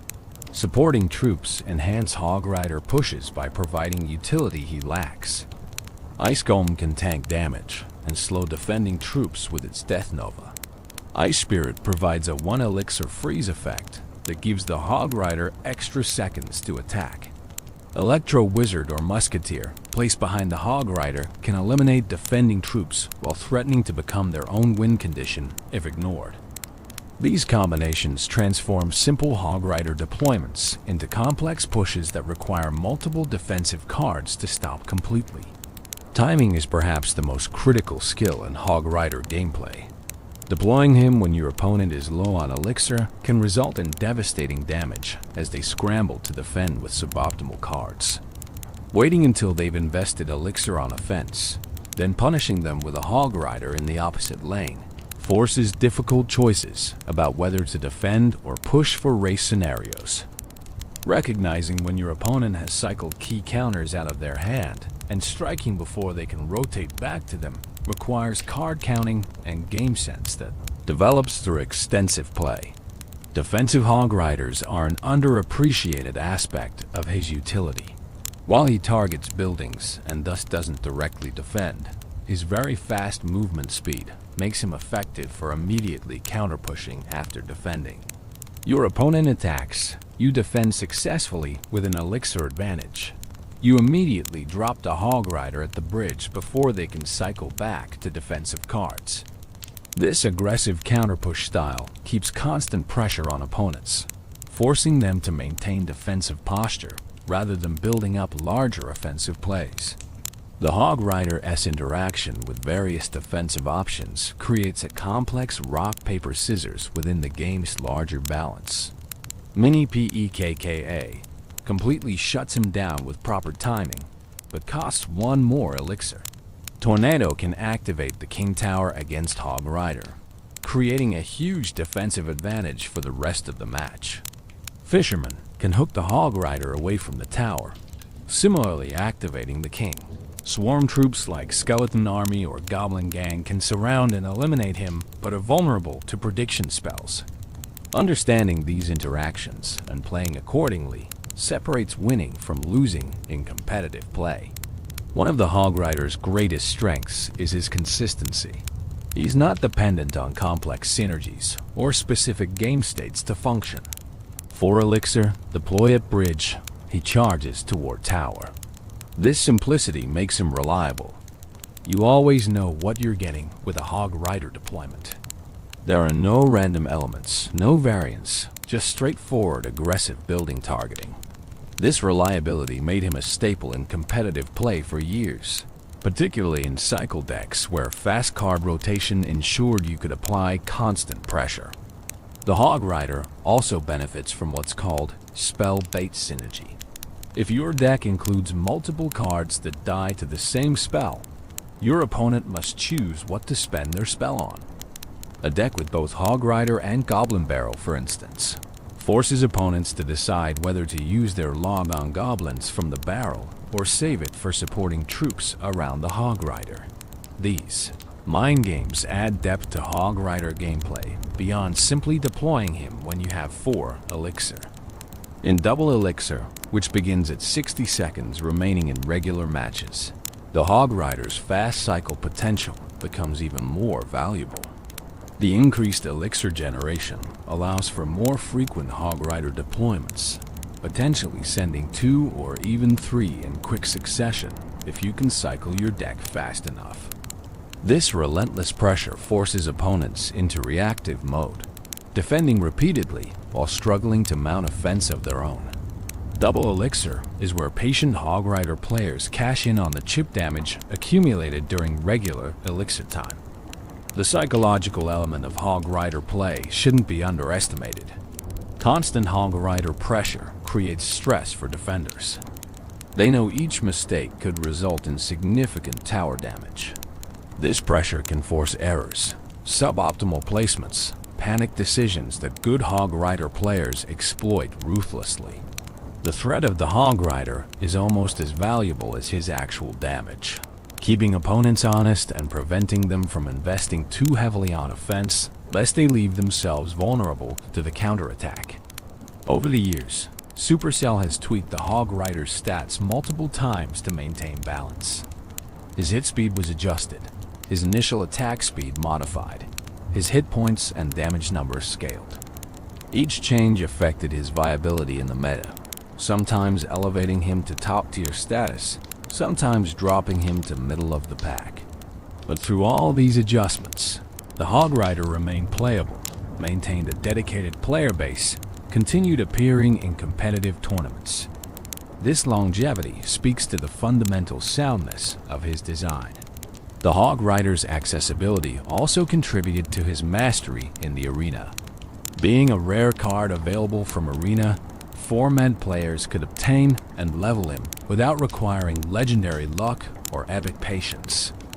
Free-to-play players could build competitive Hog Rider decks through dedication and time, making him a democratic win condition that didn't lock success behind rarity gates or paywalls. This accessibility helped cement his popularity and ensured a large player base continuously refined optimal Hog Rider strategies. The 2.6 Hog Cycle legend among all the decks in Clash Royale's history, few have achieved the legendary status of 2.6 Hog Cycle. This deck composition, featuring Hog Rider as the primary win condition supported by incredibly cheap cards, became one of the most famous and enduring deck archetypes in the game. Understanding 2.6 Hog Cycle means understanding not just the cards involved, but the philosophy behind the deck and the skill required to pilot it successfully. The name 2.6 Hog Cycle refers to the deck's average elixir cost, 2.6 elixir per card. This incredibly low average means the deck cycles faster than almost any other viable composition. You play through your 8 cards and get back to your Hog Rider more quickly than your opponent can rotate back to their best counters. This speed is the deck's fundamental advantage, applying constant pressure through sheer card rotation velocity. The classic 2.6 Hog Cycle composition includes Hog Rider as the win condition, Musketeer as versatile range support and defense, Ice Golem as a tank and slow effect provider, Cannon as a defensive building, Skeletons as the cheapest cycle card, Ice Spirit for low-cost freeze utility, Fireball for spell damage and medium troop removal, and Log for small troop elimination and knockback. Each card serves specific purposes, and the synergy between them creates a deck greater than the sum of its parts. The deck's philosophy centers on defense and counterattack. You don't build up large pushes like beatdown decks do. You defend efficiently using cheap cards and precise placements, then immediately counterpush with Hog Rider while your opponent is low on elixir. The fast cycle means you can apply pressure constantly, never giving opponents breathing room to build up their own offensive plays. It's death by 1,000 cuts, steady Hog Rider chip damage accumulating over time until towers fall. Piloting 2.6 Hog Cycle requires exceptional mechanical skill. Every placement matters.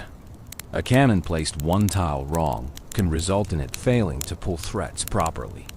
An ice golem deployed too early or too late can waste its value. Musketeer positioning determines whether she survives to provide counter-push support or gets eliminated by spells. The deck has no room for error because every card is essential, and wasting even one elixir can result in being overwhelmed on defense. The skill ceiling of 2.6 Hog Cycle is among the highest in Clash Royale. Mastering it requires learning countless interactions, how to defend against every major archetype, optimal placement patterns for different threats, spell timing to maximize value, when to cycle aggressively versus when to be patient. Professional players who specialized in 2.6 Hog Cycle became celebrities within the community. Their gameplay studied and emulated by aspiring players seeking to master this demanding deck. One famous 2.6 player was Oyasu, a Japanese competitor who demonstrated incredible skill with the archetype. His defensive abilities seemed almost superhuman, using skeletons and ice spirit to defend against threats that should have overwhelmed such cheap cards. His precise placements, split-second timing, and deep understanding of card interactions made him a joy to watch and a nightmare to face. He proved that in sufficiently skilled hands, 2.6 Hog Cycle could compete with any deck regardless of rarity or average elixir cost. The defensive capabilities of 2.6 Hog Cycle are remarkable considering the deck's low elixir commitment. Cannon serves as the primary building for pulling and tanking damage. Ice Golem kites threats while providing death damage and slow.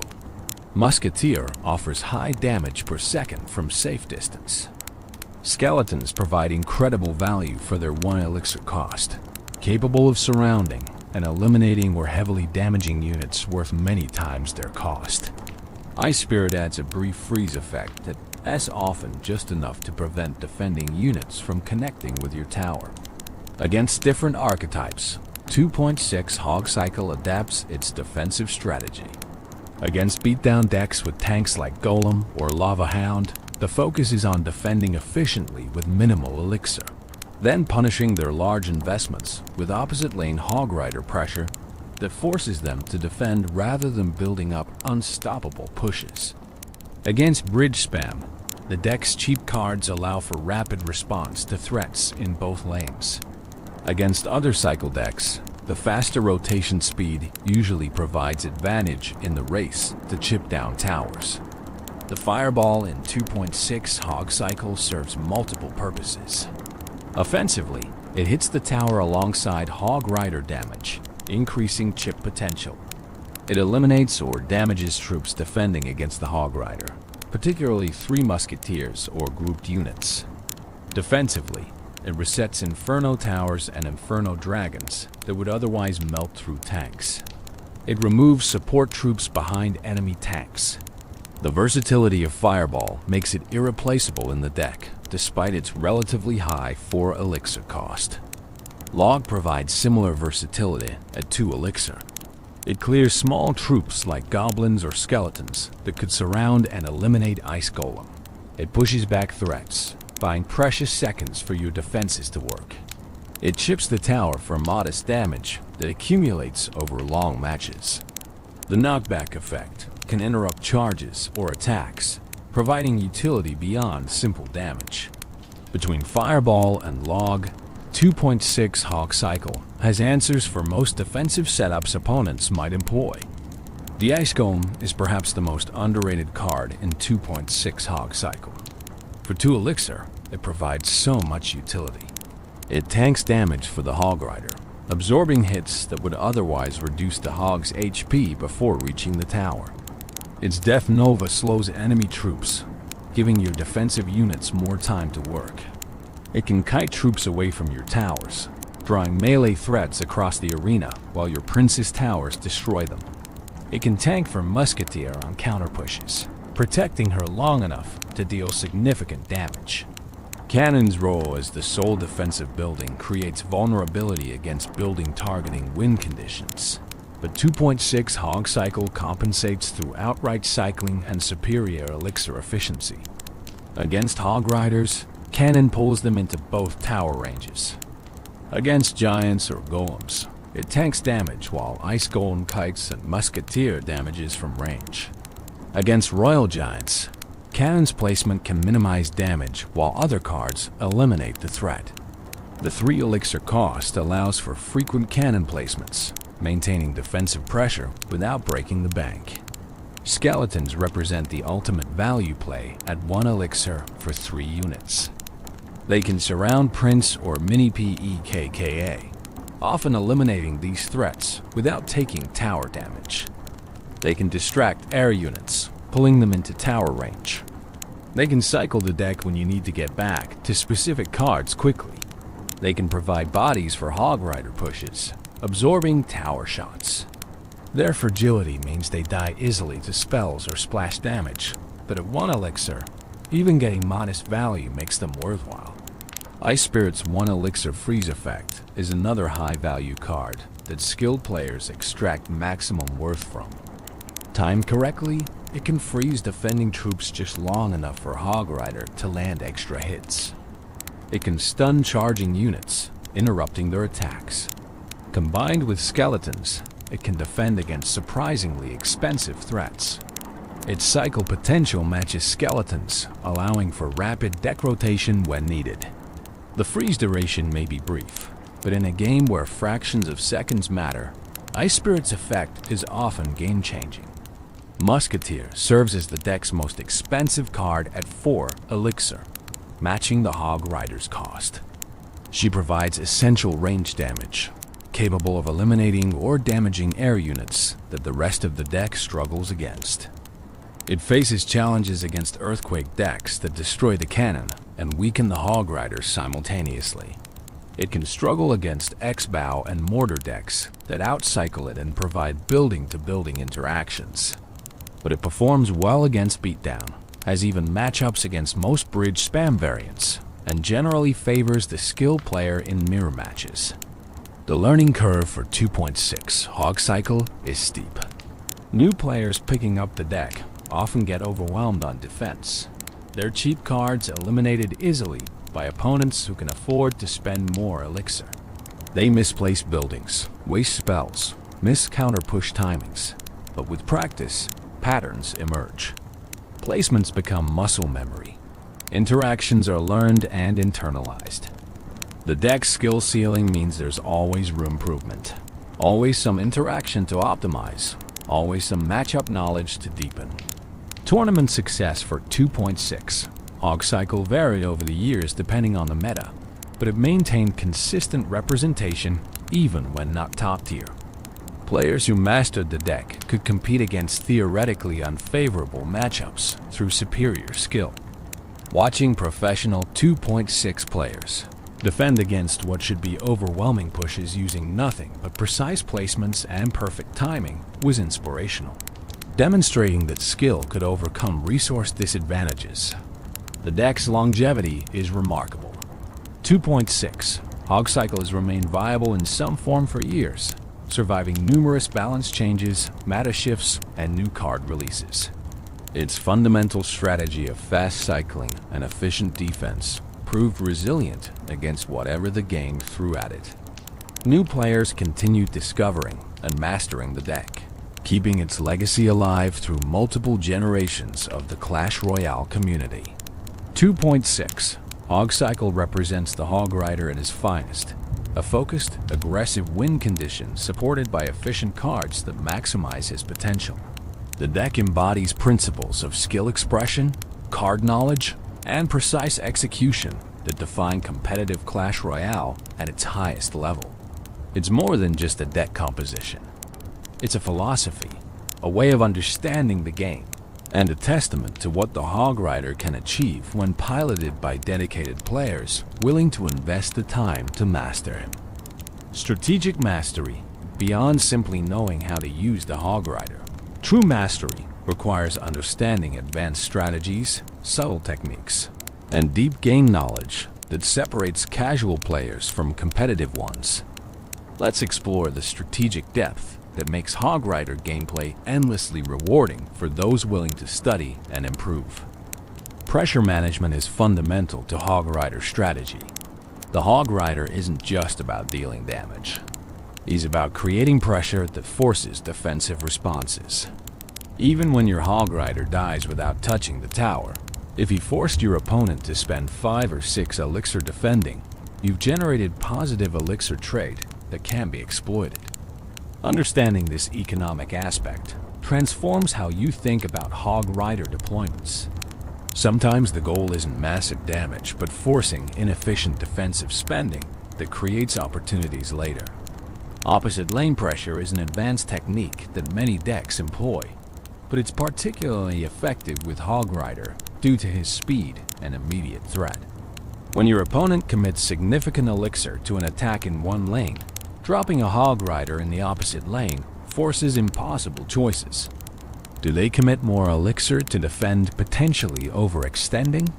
Do they ignore it and race for tower damage? Do they split their remaining elixir between both lanes, defending poorly in both? These decisions must be made in seconds, and the pressure often causes mistakes you can capitalize on. Spell prediction is where true Hog Rider mastery shines. Average players react to what opponents play.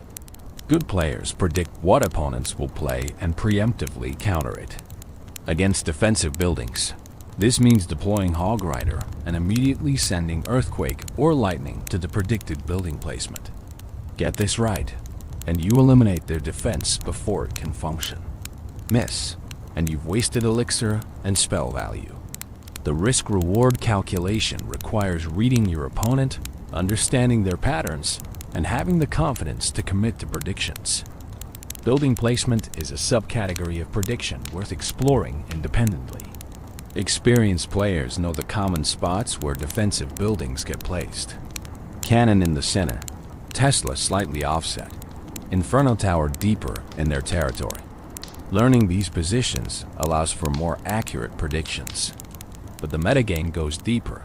Smart defenders vary their placements to avoid predictions, forcing you to adapt. Recognizing when an opponent is mixing up building positions and adjusting your predictions accordingly separates great players from good ones. King Tower activation is a consideration that affects all Hog Rider players. Certain defensive techniques allow opponents to activate their King Tower against Hog Rider pushes, creating a significant disadvantage for the rest of the match. Tornado and Fisherman are primary culprits. Hooking or pulling the Hog Rider into positions where he attacks the King Tower, activating it permanently.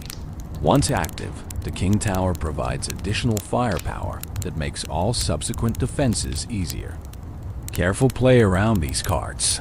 Using Ice Golem or other units to alter the Hog Rider's path can prevent King activation and maintain better matchup dynamics. Elixir counting is essential for competitive Hog Rider play. You need to track approximately how much elixir your opponent has at any given moment. They played Mega Knight? That's 7 elixir they don't have for defending your Hog Rider. They're at 2 elixir? Perfect time to pressure them while they can't mount full defense. This mental math happens continuously throughout matches, informing every deployment decision. Better elixir tracking leads to better timing, leads to more successful Hog Rider connections. Card rotation tracking takes elixir counting further. Not only do you need to know your opponent's elixir, you need to know what cards are in their hand versus cycled out. If they just use their best hog counter, that's your window to strike before they can rotate back to it. If they haven't played a certain card in a while, it's probably in their hand, so you need to play around it. This mental tracking is demanding, but absolutely crucial for high-level play. Understanding matchups goes beyond knowing which decks counter yours. It's about knowing specific win conditions within matchups. Against Golem decks, you typically want to pressure opposite lane when they commit to Golem, forcing them to defend instead of building unstoppable pushes. Against X-Bow, you need to pressure constantly, preventing them from establishing their siege position comfortably. Against Graveyard, saving your cheap troops to counter the graveyard while using Hog Rider for counter pressure creates favorable dynamics. Each matchup has optimal strategies that experience teaches you. Chip damage accumulation is often more important than attempting high damage pushes. A Hog Rider that lands 2 hits on a tower has dealt over 500 damage at tournament standard. Do that 5 times over a match, and you've destroyed the tower without ever landing a massive push.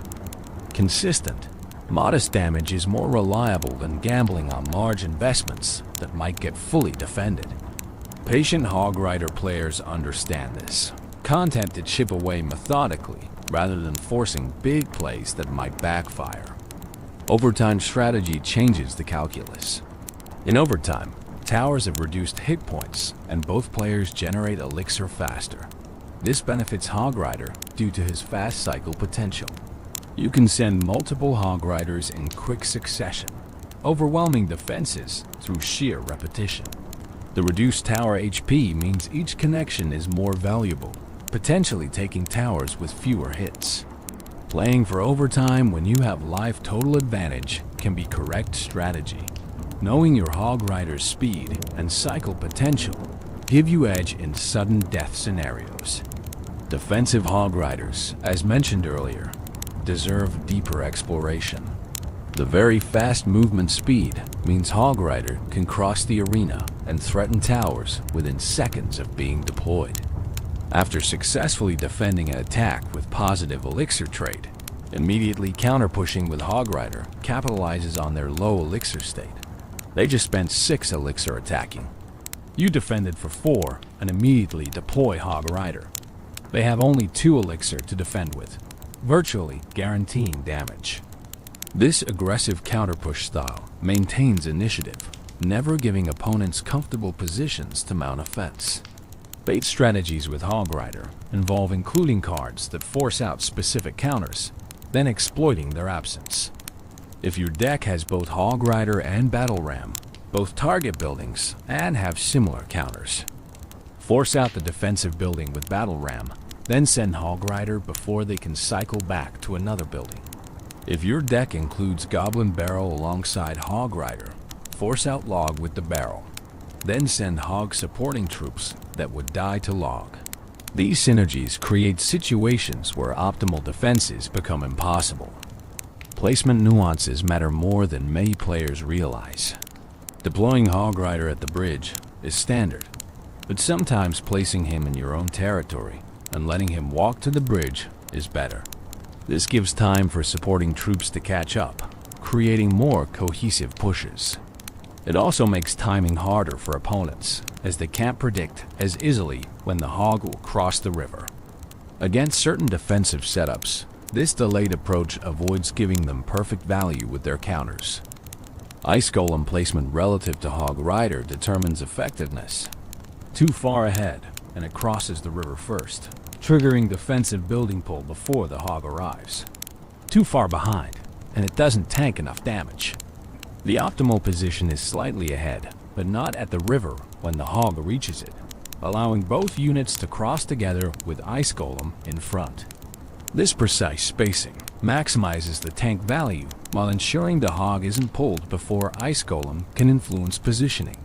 Musketeer positioning behind Hog Rider creates dilemmas for defenders. They need to address both threats, but eliminating Musketeer requires committing troops or spells that might be needed for the Hog. If they focus on stopping the Hog and ignore Musketeer, she deals significant tower damage. If they commit to killing Musketeer, the Hog connects for multiple hits.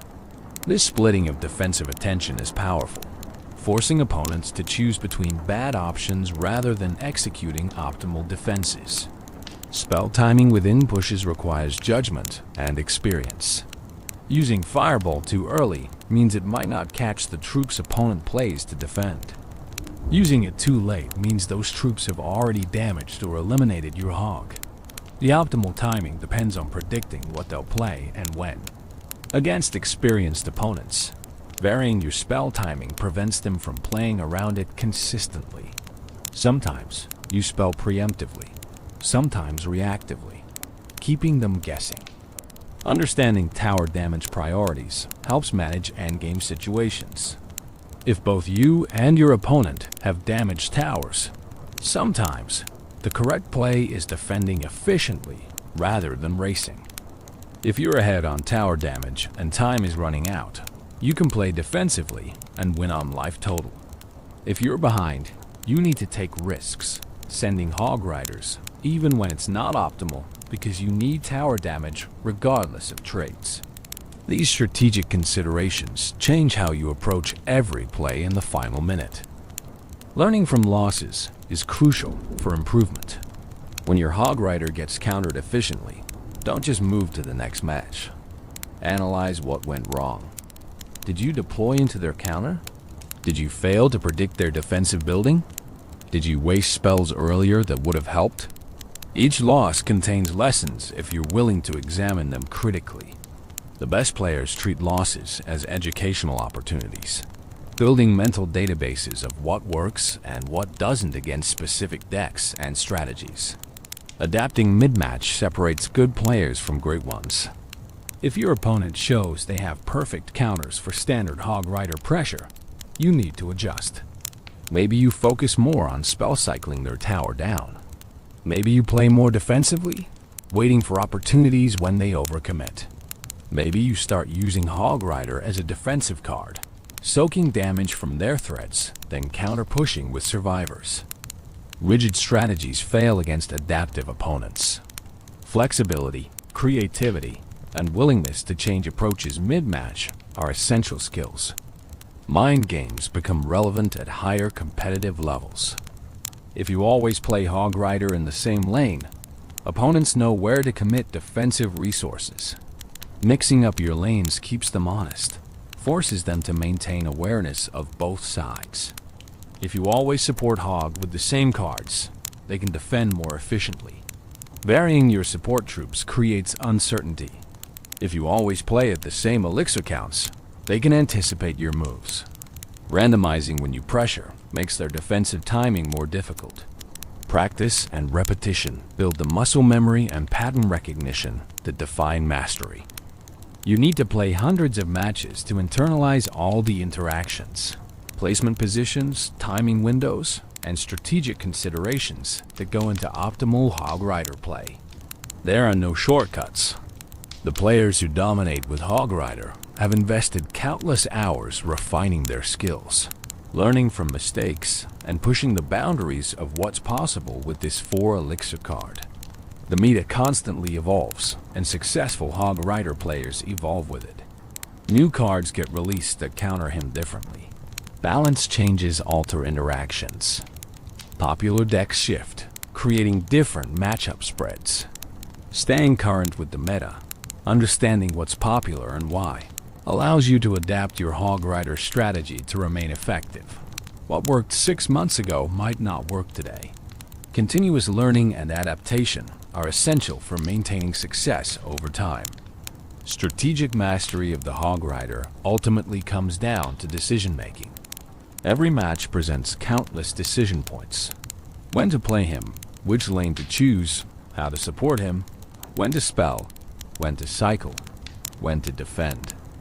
Making the correct decision consistently, under pressure, while tracking multiple variables simultaneously, is what defines mastery. It's not about mechanical skill or reaction time, though those help. It's about game knowledge, experience, and judgment refined through dedicated practice and thoughtful analysis. Cultural impact. The Hog Rider's influence extends far beyond Clash of Clans and Clash Royale. He became a cultural phenomenon, a character recognized by people who've never played Supercell's games, a meme that transcended his original context to become part of broader internet culture. Understanding this impact helps explain why the Hog Rider matters beyond his mechanical effectiveness in games. The meme status began with that 2015 commercial, but expanded dramatically from there. The phrase Hog Rider itself became a cultural touchstone, something people would yell in completely unrelated contexts. Gamers streaming different games would randomly shout Hog Rider, and their audiences would immediately understand the reference. It became a greeting, an exclamation, a way of expressing enthusiasm or announcing your presence. The specific cadence and pronunciation from the commercial was what made it work. It wasn't just saying the words. It was the delivery, the high-pitched enthusiasm, the specific rhythm that made it memorable. Copypasta, those long text blocks that get copied and shared repeatedly across internet forums and chat rooms, featured the Hog Rider prominently. The most famous one describes the Hog Rider in exhaustive detail. Starting with the Hog Rider card is unlocked from the Spell Valley, Arena 5, and continuing through multiple paragraphs of game mechanics, statistics, and strategic considerations. This copypasta spread across Reddit, Discord servers, YouTube comments, and countless other platforms. People would post it randomly, completely unrelated to the discussion at hand, as a form of internet humor. The length and specificity of the copypasta made it perfect for this purpose. It was absurd to post such detailed game information in random contexts, and that absurdity was the joke. The copypasta evolved over time, with variations adding to or modifying the original text. Some versions included exaggerated statistics, turning the Hog Rider into an impossibly powerful character. Others added narrative elements, creating stories about the Hog Rider's adventures. The flexibility of the format allowed for endless creativity while maintaining the core recognition factor. People knew what you were doing when you posted Hog Rider copypasta, and that shared understanding created community and connection. YouTube became a major platform for Hog Rider content. Countless videos featured Hog Rider strategies, gameplay, montages, and memes. Some creators specialized in Hog Rider content, building entire channels around this single card. Others included Hog Rider segments as part of broader Clash Royale coverage. The view counts on popular Hog Rider videos reached millions, demonstrating the character's drawing power. People wanted to watch Hog Rider content, whether it was educational, entertaining, or pure meme material. Twitch streamers embraced the Hog Rider as well. The character's aggressive playstyle created exciting moments that translated well to streaming. A successful Hog Rider connection on the opponent's tower, especially in close matches, generated the kind of emotional high that made for great streaming content. Chat reactions, streamer celebrations, the tension of watching whether the hog would connect or get countered. All of this created engagement that benefited streamers and promoted the Hog Rider's cultural presence. Fan art flourished around the Hog Rider. Artists drew him in countless styles: realistic, cartoonish, anime-inspired, pixel art, 3D renders. Some art stayed faithful to his in-game appearance. Others reimagined him in different settings, different time periods, different artistic traditions. The creative community embraced the Hog Rider as a subject worthy of their attention, producing artwork that ranged from humorous to beautiful to thought-provoking. This artistic engagement demonstrated the character's inspirational power beyond his functional role in gameplay. Cosplay, while less common for mobile game characters than for console or PC games, did include some impressive Hog Rider interpretations. Creating a convincing Hog Rider cosplay presents significant challenges. You need the mohawk, the physique, the hammer, and ideally some representation of the hog itself. Despite these difficulties, dedicated cosplayers brought the character to life at gaming conventions and community events.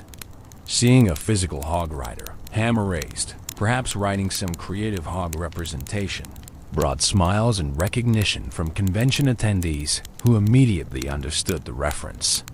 The character's cultural impact extended into mainstream awareness in ways few mobile game characters achieve. Articles in gaming media and even general interest publications referenced the Hog Rider when discussing mobile gaming's cultural influence. He became a representative character, embodying mobile gaming's reach and impact on popular culture.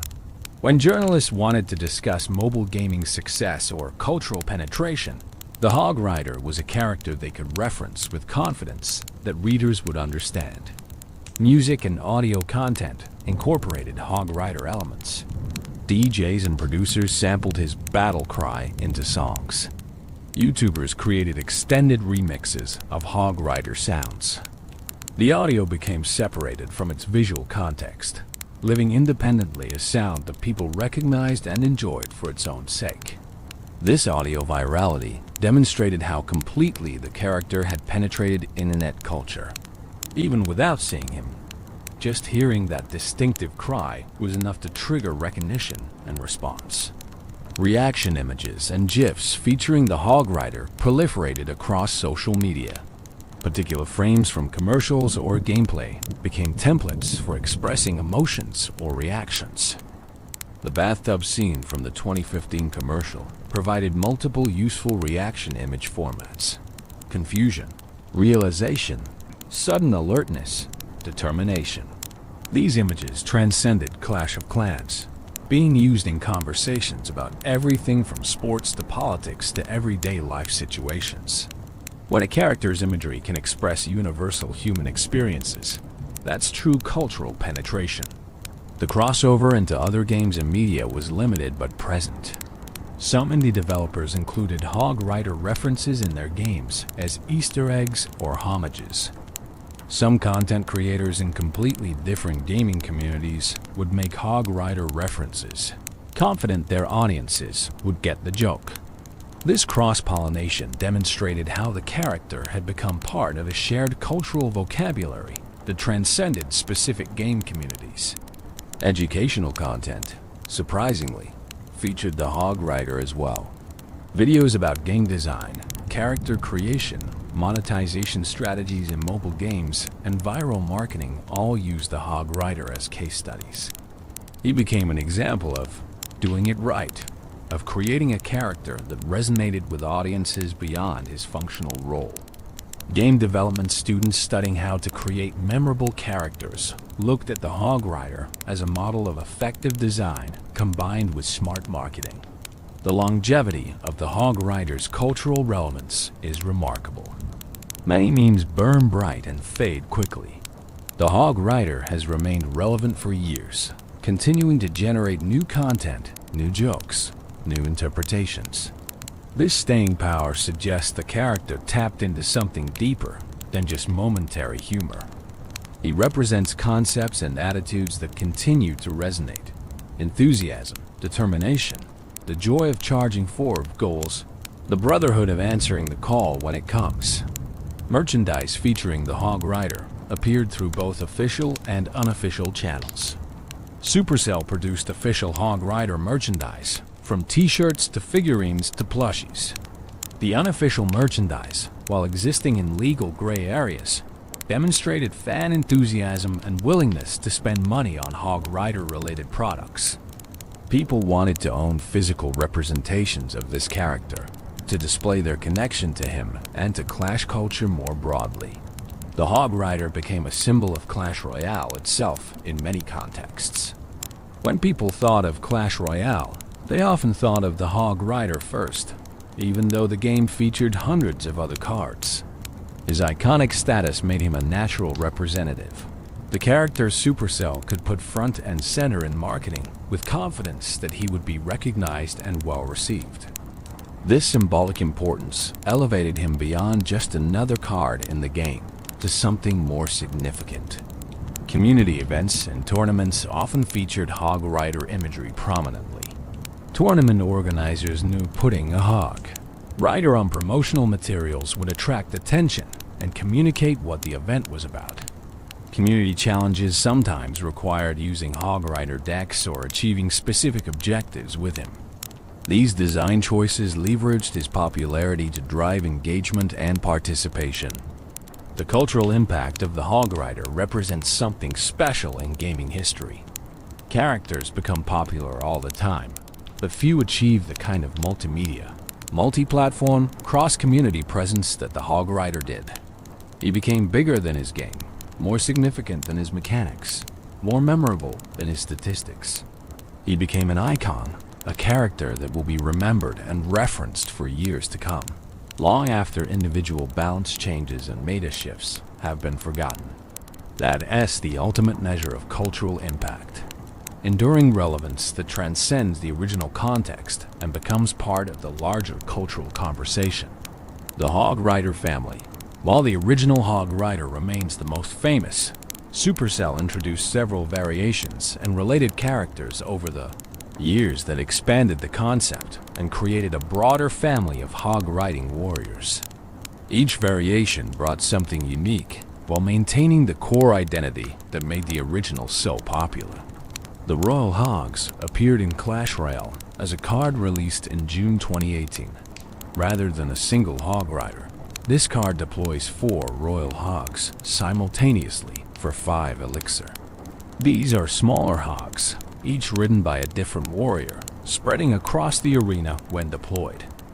The concept took the single target pressure of the original Hog Rider and transformed it into multi-lane pressure that forced defenders to address multiple threats simultaneously.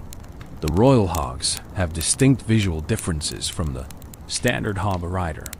They wear blue and red team-colored clothing and armor rather than the brown and gold of the original. Their riders appear younger, perhaps squires or apprentices rather than the veteran warrior status of the classic Hog Rider. The Hogs themselves have similar builds, but slightly different proportions, emphasizing their role as a unit group rather than an individual hero. Mechanically, Royal Hogs function differently from their single counterpart. They split when deployed, with 2 heading to each lane. This forces defenders to defend both lanes or accept damage somewhere. Unlike the single Hog Rider, who provides focused pressure on one tower, Royal Hogs create distributed pressure that's harder to fully shut down.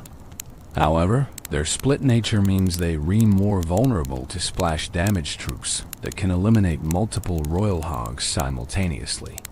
The strategic applications of Royal Hogs differ from traditional Hog Rider play. They work well in bridge spam strategies, where overwhelming opponents with multiple threats across both lanes is the goal. They benefit from support troops that can protect multiple lanes simultaneously, like Princess or Magic Archer. They're more effective in some matchups than single Hog Rider, particularly against decks that defend one lane excellently, but struggle with dual lane pressure. Royal Hogs never achieved quite the same cultural status as the original Hog Rider. They were seen as the newer, different version rather than replacements or equals. The community generally viewed them as their own thing rather than true members of the Hog Rider legacy, though they maintained consistent usage in certain deck archetypes and meta environments. The Hog Rider skin variations within Clash Royale added cosmetic diversity without changing gameplay. Different seasons and events introduced alternate Hog Rider appearances, holiday themes, special color schemes, unique visual effects. These skins allowed players to customize their Hog Rider's appearance while maintaining his familiar mechanics. The existence of skins demonstrated Supercell's recognition that players wanted ways to personalize this popular character. The Super Hog Rider, while not officially in Clash Royale, appeared in fan concepts and discussions frequently. Players imagined what a super version would look like. Perhaps a massive hog with extra armor, a hammer that struck multiple times per swing, or enhanced stats that made him a true champion tier card. While these remain theoretical, the enthusiasm for the concept showed players' desire for evolved or enhanced versions of their favorite character. In Clash of Clans, the Super Troop system introduced Super Barbarian, Super Archer, and other enhanced versions of standard troops, but notably never included a Super Hog Rider. This absence was interesting, possibly because the standard Hog Rider was already considered sufficiently unique and powerful, or perhaps because Supercell wanted to preserve his specific identity without muddying it with variations. The lack of Super Hog Rider became something players noted and occasionally requested. The builder base in Clash of Clans, a separate game mode within the game, included its own version of the Hog Rider called the Hog Glider. This variation replaced the ground-based hog with a flying contraption, creating a completely different unit that happened to be operated by a similar warrior. The Hog Glider represented an interesting alternate evolution. What if the Hog Rider tradition adapted to different combat needs? While not technically part of the Hog Rider family, the design similarities created connections in players' minds. The Hog Rider also appeared in promotional crossovers and limited events. Special game modes would sometimes feature enhanced or modified Hog Riders with unusual stats or abilities. Draft modes and special challenges sometimes showcased Hog Riders with modified mechanics as part of the event's unique rule set.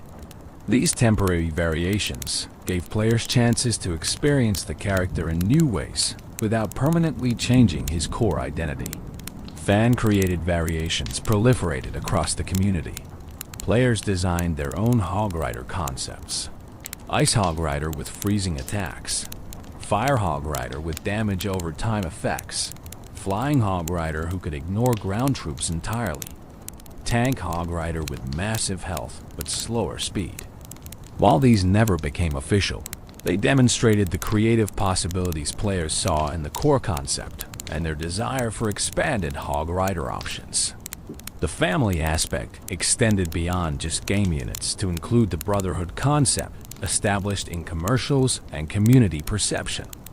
All Hog Riders are brothers, answering each other's calls, supporting each other, existing as a unified warrior culture rather than isolated individuals. This brotherhood transcends individual variations or mechanical differences. Whether you're the classic Hog Rider, a Royal Hog, or any other variation, you're part of the larger Hog Rider family united by shared values and fighting style. This family concept added depth to the character that purely mechanical cards lack. The Hog Rider isn't just a unit you deploy. He's part of a tradition, a culture, a brotherhood with its own history and values. When you play a Hog Rider, you're invoking that entire legacy, becoming part of something larger than a single match or deployment. This narrative richness elevated the character beyond his stats and abilities into something more meaningful. The visual consistency across variations helped maintain family identity while allowing individual character. All Hog Rider variants share certain design elements: the riding posture, the hammer weapon type, the aggressive charging animation, the distinctive battle cry. These consistent elements create immediate recognition, while variations in color, armor, exact appearance, and slight mechanical differences create variety within the family structure.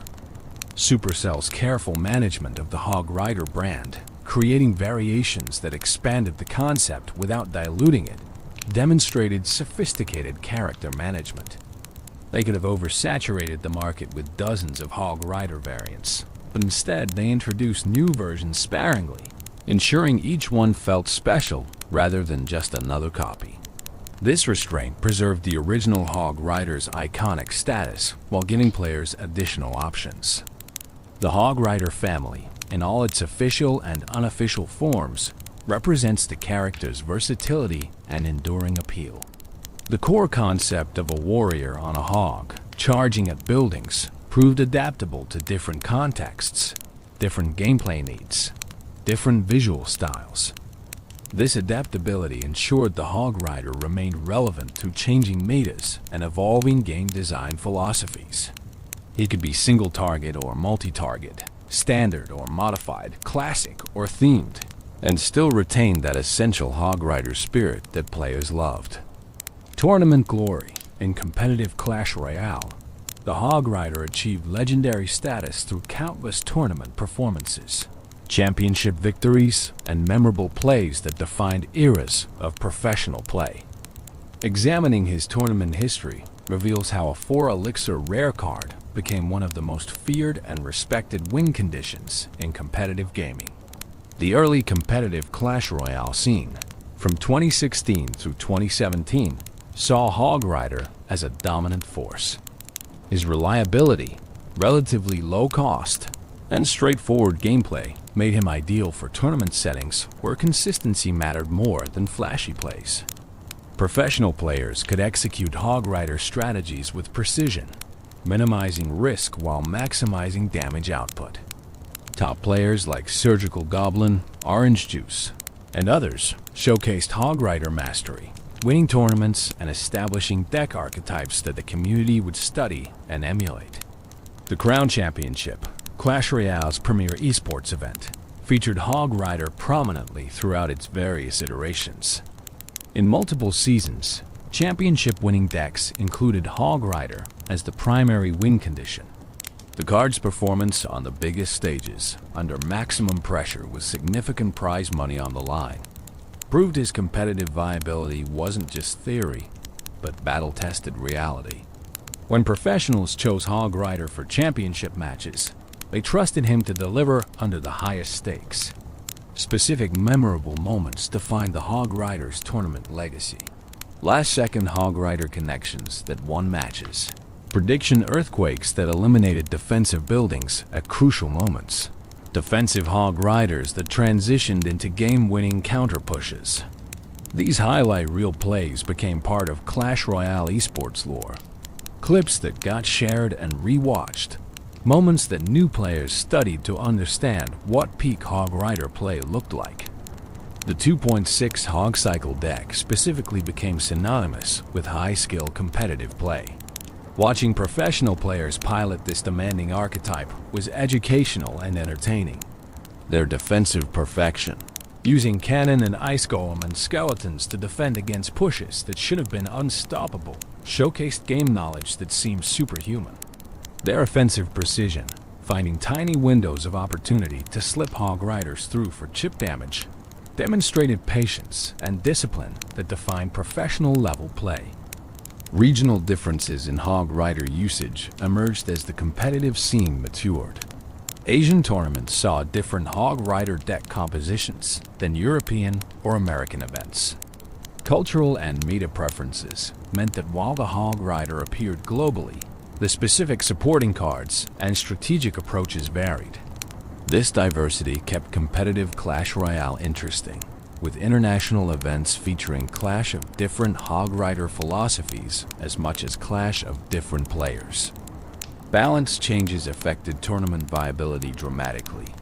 When Supercell adjusted Hog Rider stats, professionals had to adapt immediately. Tournament players couldn't wait weeks to adjust like casual players could. They needed to immediately recalculate matchups, adjust placements and timings, sometimes completely rebuild decks. The top players distinguished themselves through their adaptation speed, continuing to succeed with Hog Rider even when balance changes made it more difficult. Team tournaments added another dimension to Hog Rider's competitive presence. In formats where teams drafted decks or where multiple players on a team needed different win conditions, Hog Rider's versatility made him valuable. He could be the aggressive option on a team with defensive players or the cycle option on a team with beatdown specialists. His flexibility ensured he remained relevant across different team compositions and strategic approaches. The prize money earned by Hog Rider players ran into hundreds of thousands of dollars across all competitive Clash Royale history. Top professionals who specialized in Hog Rider strategies earned significant portions of the millions. Supercell distributed through their esports program. This financial success validated the character's competitive viability and provided real-world evidence that mastering the Hog Rider could be literally lucrative. Coaching and educational content around competitive Hog Rider play became its own industry. Professional players created courses, guides, and coaching services teaching optimal Hog Rider gameplay. Students paid for this education, hoping to improve their own tournament results. The existence of this educational ecosystem around a single card demonstrated his complexity and the value players placed on mastering him. Learning from champions who had won with Hog Rider provided aspirational pathways for competitive-minded players. Tournament statistics revealed interesting patterns. Hog Rider's win rate at the highest competitive levels sometimes differed significantly from his ladder win rate. Professional play emphasized different skills than ladder grinding did. The predictive, precise play that defined top-tier competition suited Hog Rider's strategic depth. He rewarded game knowledge and disciplined execution in ways that benefited professionals more than casual players. The decline and resurgence cycles in Hog Rider's tournament presence created narratives within the competitive scene. When new cards or balance changes pushed him out of the meta, analysts would declare him dead. Then a creative player would find a new deck composition or strategy that brought him back. These comeback stories became part of competitive Clash Royale mythology, with the Hog Rider repeatedly proving that counting him out was premature. Qualifier tournaments, where players competed for spots in major events, saw even higher Hog Rider usage than championships themselves. Players trusted his consistency for the pressure-filled matches where a single loss could end their championship dreams. The psychological comfort of playing with a familiar, reliable win condition mattered immensely in these high-stakes situations. Better to play your practiced Hog Rider deck than try something theoretically better but less comfortable. Spectator appeal was another factor in Hog Rider's tournament success. He created exciting moments that translated well to streaming and broadcasts. Casters could build drama around whether a Hog Rider would connect, making each deployment a moment of tension. The fast pace of Hog Rider matches kept viewers engaged. Long, slow matches could bore spectators, but Hog Rider's aggressive tempo created constant action that made for good viewing. The legacy of tournament Hog Rider play influenced the broader community significantly. Ladder players watched tournament games and tried to replicate professional strategies. Meta shifts often started at the tournament level before trickling down to casual play. When a professional won a major tournament with a specific Hog Rider deck, you could track the spread of that deck through the ladder over subsequent weeks as players copied the championship winning formula. Analysis content breaking down tournament matches featuring Hog Rider educated the community about high-level play. YouTubers and analysts would review championship games play-by-play, explaining the decision-making behind each Hog Rider deployment, each spell usage, each defensive sequence. This content made professional play accessible to average players, teaching strategic concepts through practical examples from the highest level of competition. The Hog Rider's tournament glory ultimately stemmed from the perfect intersection of accessibility, skill ceiling, and reliability. He was easy enough to learn that professionals could master him completely, complex enough that mastery separated good from great, and consistent enough that tournament players could trust him when everything was on the line. This combination is rare in competitive gaming, and the Hog Rider embodied it perfectly, earning his place in Clash Royale esports history through performance when it mattered most.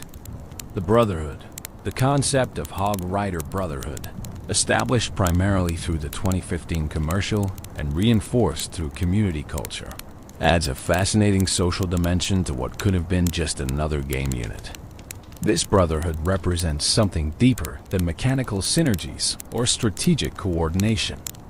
It speaks to themes of loyalty, shared purpose, and unbreakable bonds that resonate emotionally with players. The commercial established the foundational brotherhood narrative. When one Hog Rider calls, others answer without question or hesitation. Whatever they're doing becomes immediately irrelevant compared to the summons. This absolute response creates a powerful image of commitment and unity. In a world where individualism often dominates, the Hog Rider Brotherhood represents something different. Identity defined through collective membership, rather than personal achievement alone. What drives this brotherhood? The commercials never explicitly explain it, leaving room for interpretation and imagination. Perhaps it's a warrior culture passed down through generations, where becoming a Hog Rider means joining an ancient tradition.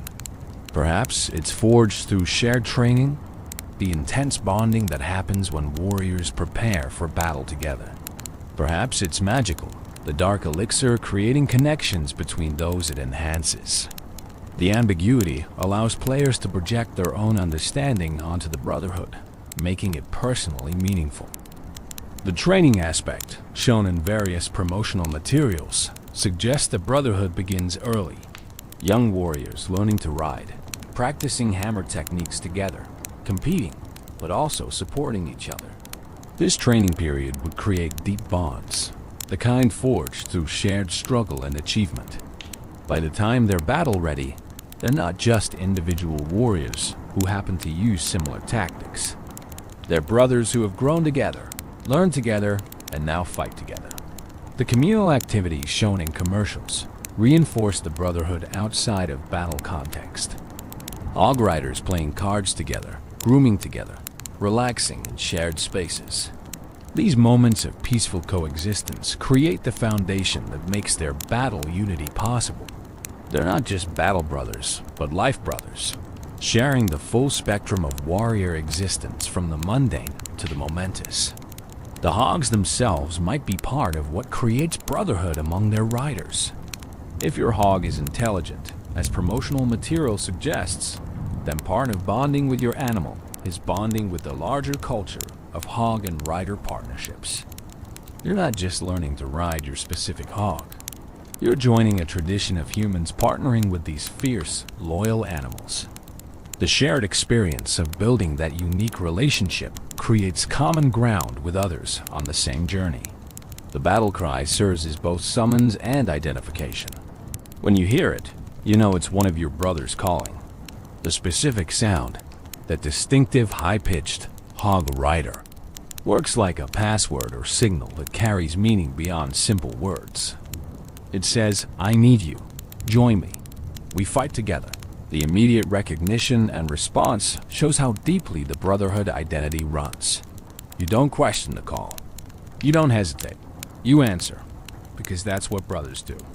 The geographic spread of hog riders, implied by how they converge from different locations in the commercial, suggests the brotherhood transcends individual clans or villages. You might be stationed in different locations, serving different tactical purposes, living separate daily lives. But when the call comes, distance becomes meaningless. The brotherhood pulls you together regardless of physical separation, creating a network of warriors connected by something stronger than geography.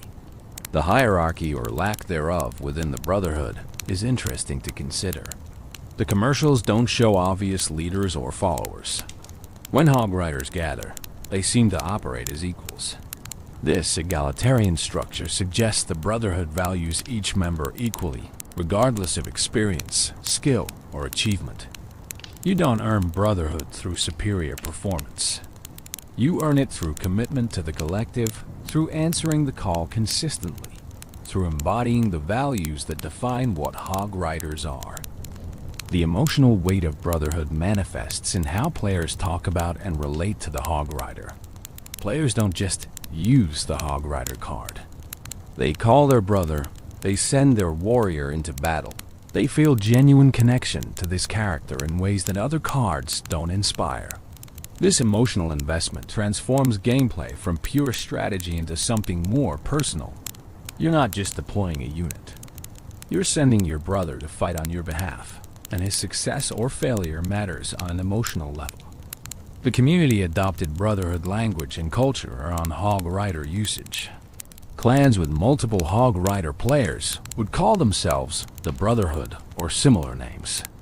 Players would coordinate hog rider strategies in war attacks, supporting each other's approaches. The in-game mechanics didn't explicitly support this, but players created brotherhood experiences through their own choices and social organization around the character. The brotherhood ideal extends beyond just other hog riders to include the players themselves. When you play hog rider, you're joining a brotherhood of players who've chosen this warrior.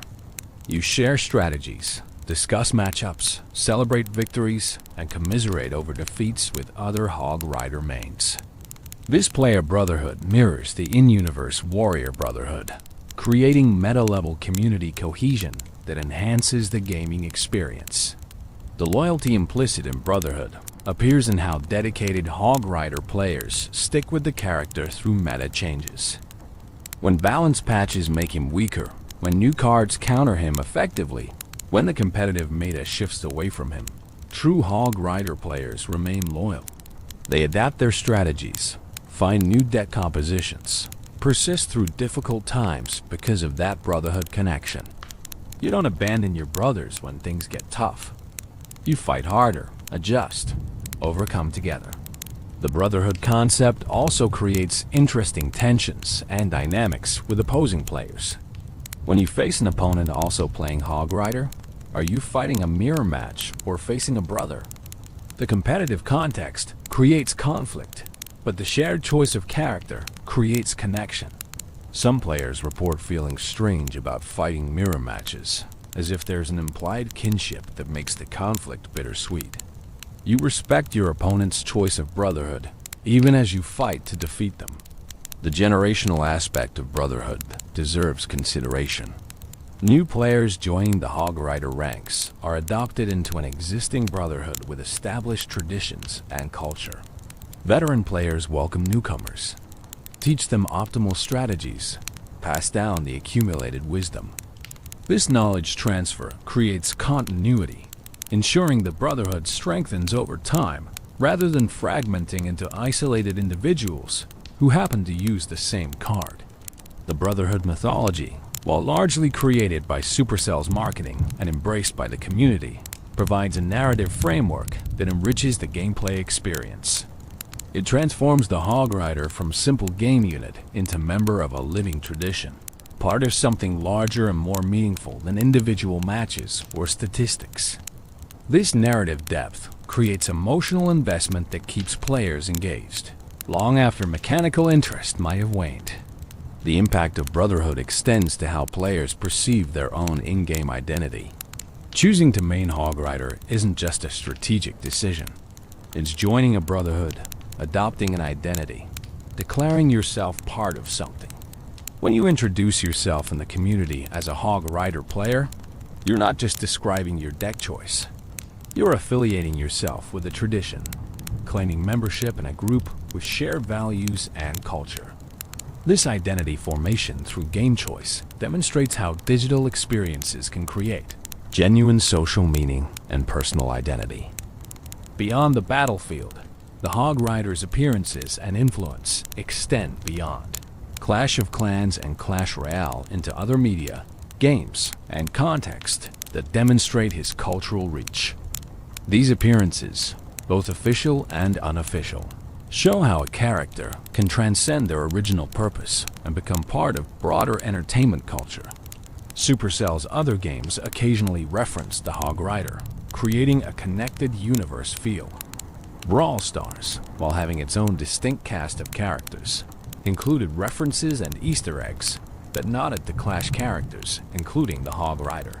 These weren't direct appearances, but subtle acknowledgments that players familiar with the Clash universe would recognize and appreciate. Such cross-game references rewarded longtime Supercell fans while creating narrative cohesion across their portfolio. The Clash-orama animated series, produced by Supercell in partnership with animation studios, featured the Hog Rider prominently across multiple episodes. These short animated segments explored the Clash universe with humor and personality, giving characters depth and relationships beyond what the games themselves provided. The Hog Rider appeared as both protagonist and supporting character. His personality expanded through dialogue, expressions, and situations that revealed him as more than just a charging warrior. In Clash-orama, we saw domestic Hog Rider life.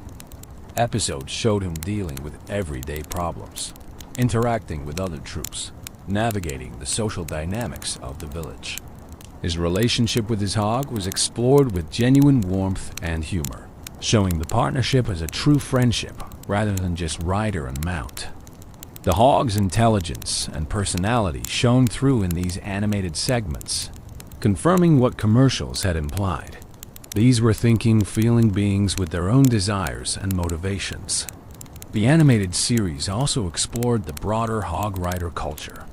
We saw groups of Hog Riders training together, competing in riding contests, celebrating victories, and supporting each other through defeats. These episodes built out the brotherhood concept, showing how it functioned in daily life rather than just battle situations. Young viewers especially connected with these characterizations, seeing the Hog Rider not just as a game piece, but as a relatable character with personality and depth. Fan-created content expanded the Hog Rider's presence into countless contexts. Animation, comics, fan fiction all explored different aspects of the character. Some creators imagined backstories, origin tales explaining how particular Hog Riders joined the Brotherhood.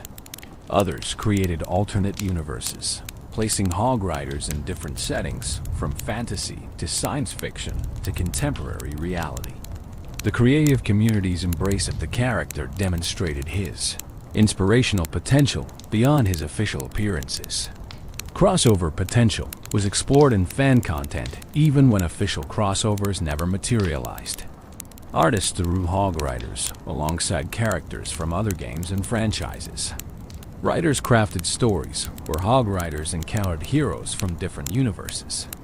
While these remained unofficial, they showed how the character could theoretically integrate into other fictional worlds, his basic concept adaptable enough to work in varied contexts. Educational contexts occasionally featured the Hog Rider as well. Teachers using games to engage students sometimes incorporated Clash Royale, and the Hog Rider's straightforward mechanics made him useful for teaching concepts about strategy, resource management, and decision-making. While unconventional, these educational applications demonstrated the character's versatility and the engaging power of his design. Marketing and advertising beyond gaming sometimes referenced the Hog Rider in contexts where his recognition value could be leveraged. Companies targeting gaming demographics might use Hog Rider imagery, knowing their audience would immediately understand the reference. While Supercell controlled official usage, the character's cultural penetration meant even subtle references could effectively communicate with the right audiences. The Hog Rider appeared in gaming conventions and esports events as physical representations beyond just gameplay. Giant Hog Rider statues, promotional displays, photo opportunities where attendees could pose with Hog Rider imagery, all reinforced his physical presence in gaming culture. These three-dimensional representations transformed him from pixels on a screen into tangible objects that people could interact with and photograph, creating memories and social media content that further spread his cultural presence.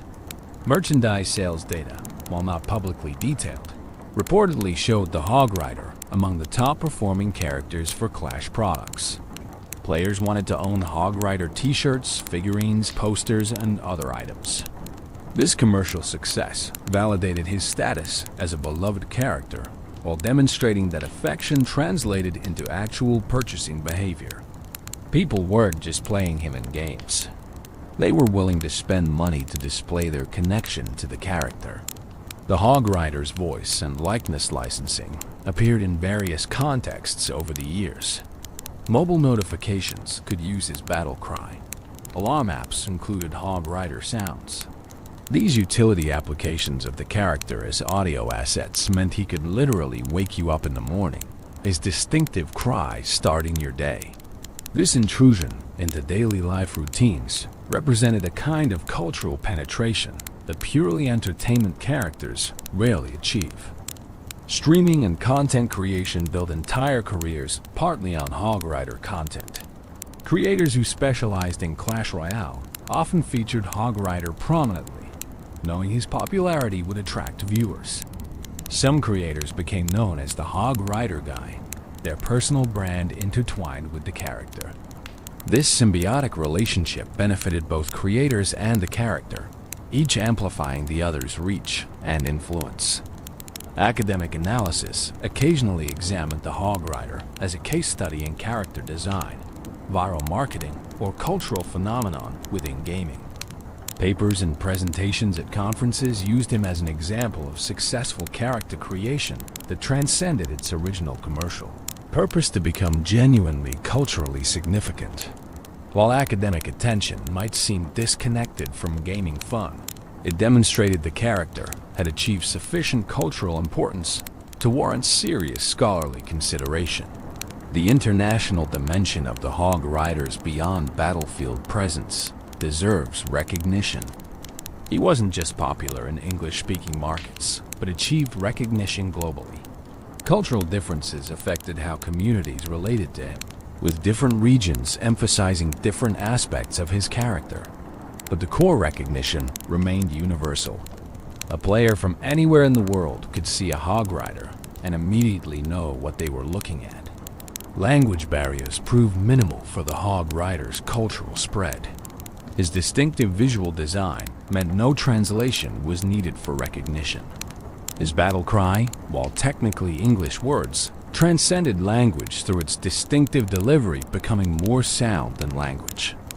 This universal accessibility contributed to his global success, making him as recognizable in Asia as in America or Europe. The Hog Rider's presence in gaming discourse extended to discussions about representation and diversity in games. As a character with dark skin as his primary design rather than an alternate skin or variant, it represented positive diversity in mobile gaming character design. While some discussions around representation can be contentious, the Hog Rider generally received positive recognition for being a prominent, popular character whose racial identity was simply part of who he was, rather than being tokenized or made into an issue. Fan communities dedicated specifically to the Hog Rider emerged across platforms. Reddit communities, Discord servers, Facebook groups all focused specifically on this character. These communities shared strategies, celebrated victories, created content, and built social connections around their shared affection for the Hog Rider. The existence of character-specific communities demonstrated depth of engagement that went beyond casual enjoyment into genuine fandom. The Hog Rider's evolution from game unit to cultural icon represents a journey that few characters complete successfully. Most game characters, even popular ones, remain confined to their games and immediate fan communities.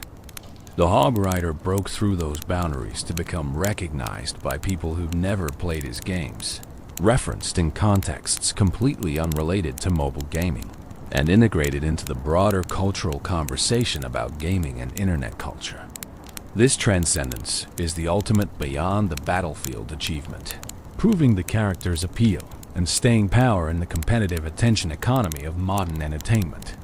The legacy continues as we approach the present day and look toward the future. The Hog Rider's legacy remains strong and continually evolving. More than a decade after his introduction, he maintains relevance in ways that demonstrate genuine lasting power rather than momentary popularity. Understanding his continued legacy means examining both his current status and the potential paths forward. In current Clash Royale meta, as of the most recent balance changes, the Hog Rider remains viable, though his exact tier placement fluctuates.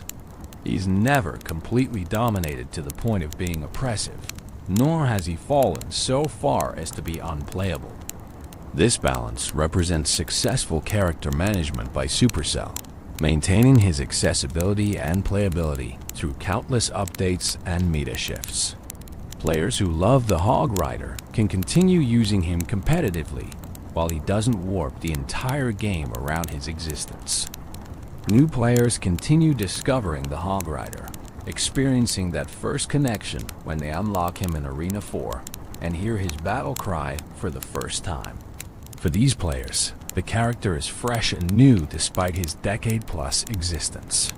The constant influx of new players ensures the Hog Rider's fanbase continuously renews itself, preventing stagnation and keeping community discourse active and engaged. Content creators maintain steady Hog Rider coverage, producing strategy guides, gameplay videos, and entertainment content featuring him. The view counts on this content demonstrate ongoing interest. Players still want to learn Hog Rider strategies, still enjoy watching high-level Hog Rider play, still engage with content about this character. This sustained content creation and consumption cycle ensures the Hog Rider remains visible and relevant in gaming spaces. The competitive scene continues featuring Hog Rider in tournaments and championships. While he's not always the most popular choice, his consistent presence across multiple competitive seasons demonstrates enduring viability. Professional players continue discovering new strategies, deck compositions, and techniques with the Hog Rider, proving the character's strategic depth hasn't been fully exhausted even after years of high-level play. Community celebrations around Hog Rider milestones keep his legacy fresh. Anniversaries of his release, major updates affecting him, or community challenges featuring him create moments of collective remembrance and engagement. These milestone events acknowledge his history while creating new memories and content that add to his ongoing story. The meme culture surrounding the Hog Rider continues evolving with new generations of internet humor. While the original "Did Somebody Say Hog Rider?" remains iconic, new memes and jokes emerge regularly, keeping the character relevant to current humor trends. This ability to adapt to changing internet culture while maintaining core recognition demonstrates flexible legacy rather than rigid nostalgia. Supercell's continued investment in the character through updates, balance changes, and promotional material signals their recognition of his ongoing value. They haven't abandoned him for newer characters, but continue treating him as a cornerstone of their games. This official support ensures the Hog Rider receives the attention needed to remain competitive and relevant, rather than slowly fading into obsolescence. The potential for new Hog Rider variations or related content remains strong. Supercell could introduce new cards that interact specifically with the Hog Rider, create new game modes that emphasize his playstyle, or develop new variations that expand the Hog Rider family. The character's proven popularity makes him a safe bet for development resources, meaning future Hog Rider content is likely and potentially substantial. Cross-media expansion possibilities exist for the Hog Rider beyond what's currently been explored. A dedicated animated series, a comic book line, perhaps even larger-scale media adaptations could feature him prominently. While such projects require significant investment and carry risk, the character has established popularity and recognition make them more viable than they would be for lesser-known game characters. The educational and inspirational value of the Hog Rider's legacy shouldn't be underestimated. His story demonstrates how character design, smart marketing, and community engagement can create something greater than the sum of its parts. Game developers studying successful character creation look at the Hog Rider as a model, learning lessons they apply to their own work. His influence thus extends beyond his own games into the broader industry. New technology could enable new Hog Rider experiences. Augmented reality applications could let players see Hog Riders in real-world environments. Virtual reality could provide immersive experiences of being the Hog Rider, feeling the charge from first-person perspective. Voice assistants could use his distinctive sounds. As technology evolves, opportunities emerge for the character to inhabit new spaces and provide new experiences. The social bonds created through shared Hog Rider appreciation continue strengthening. Players who connected over their mutual love of the character years ago maintain those friendships, their shared history creating lasting connections. New players join these communities, continuing the cycle. The Hog Rider thus facilitates genuine human connection that transcends the game itself, creating social value that ensures his legacy matters beyond entertainment.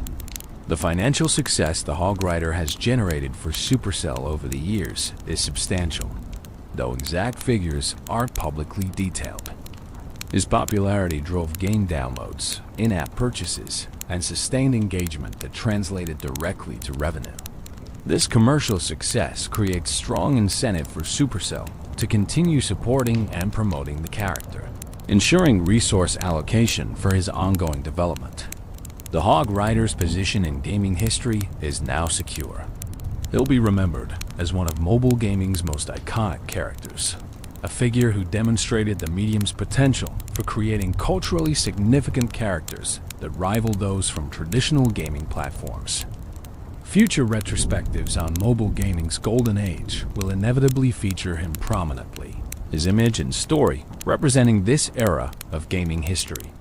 Preservation efforts by the community ensure that even if official support someday wanes, the Hog Rider's legacy will persist. Fan sites archive his history, preserve old commercials and content, document strategies and memorable plays. This community-driven preservation creates redundancy that protects his cultural legacy from being lost if official sources ever disappear. The emotional connections players have formed with the Hog Rider over the years represent perhaps his most important legacy. For many players, he was their first favorite character in mobile gaming, their introduction to competitive strategy games, or simply a source of joy during difficult times. These personal meanings cannot be measured in statistics or revenue, but represent genuine impact on individual lives that makes the character significant beyond commercial or cultural metrics. As we look toward the future, the Hog Rider's legacy seems secure and continually evolving. He's not a relic of the past, but a living character whose story continues being written through every match played, every tournament won, every new player who hears his battle cry and feels that surge of excitement. His legacy isn't something that happened. It's something that's happening, continuously. As long as players continue choosing him, communities continue celebrating him, and his distinctive cry continues echoing across digital arenas worldwide. The Hog Rider represents something special in gaming, a character who achieved iconic status through a combination of excellent design, smart marketing, mechanical effectiveness, and genuine connection with players. His legacy teaches us that success in character creation isn't just about graphics or mechanics or marketing budget, though those help. It's about creating something that resonates emotionally, that players can connect with, that transcends its original purpose to become meaningful in broader contexts. As this script draws toward its conclusion, we can say with confidence that the Hog Rider's legacy will continue far into the future. New players will discover him, existing players will continue mastering him, and the community will continue celebrating him. His battle cry will continue echoing, his hammer will continue swinging, and his legend will continue growing. Because the Hog Rider isn't just a character in a game.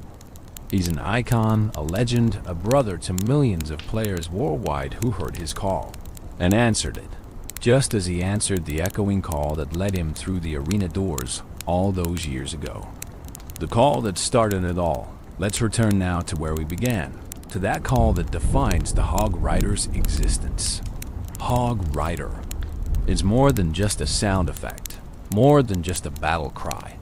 It's a summons, an identity, a declaration of purpose that has resonated across the gaming world for over a decade. When players first unlock the Hog Rider in their games, they're not just adding another card to their collection or another unit to their army. They're answering a call themselves, joining that brotherhood, becoming part of a tradition that extends back to 2013 and forward into an unlimited future. Every player who chooses the Hog Rider, who learns his strategies, who feels that satisfaction when his hammer connects with an enemy tower, becomes part of his story. The original commercial's narrative, where Hog Riders across the landscape hear the call and immediately respond, mirrors the player experience. You hear about the Hog Rider through friends, videos, or community discussion. You unlock him and try him out. That first successful push, that first tower destruction, that first victory where your Hog Rider made the difference, and suddenly you understand the call. You get it, you feel it, and you want to answer it again and again. The card description in Clash Royale captures this perfectly. It followed the echoing call of Hog Rider all the way through the arena doors. This isn't just flavor text. It's the fundamental truth of the character. He couldn't resist the call, and neither can players. Something about that cry, that character, that playstyle draws you in and keeps you engaged. The psychological hooks are subtle but powerful. The aggression satisfies our desire for action and impact. The speed provides immediate gratification. The signature ability of wall jumping or river crossing makes us feel clever, like we're outsmarting opponents. The iconic status gives us cultural connection, making us part of something larger. All of these elements combine to create a character experience that transcends simple gameplay mechanics. The Hog Rider has taught us that games can create genuine cultural moments. A 30-second commercial can become a lasting meme. A 4-elixir card can inspire thousands of hours of strategic discussion. A simple character design can resonate across cultures and languages. These lessons inform how we understand gaming's place in broader entertainment and culture. He's shown us that skill expression matters to players.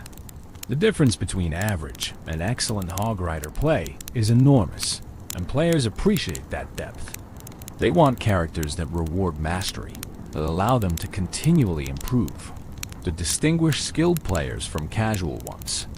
The Hog Rider delivers this in ways that remain engaging even after years of play.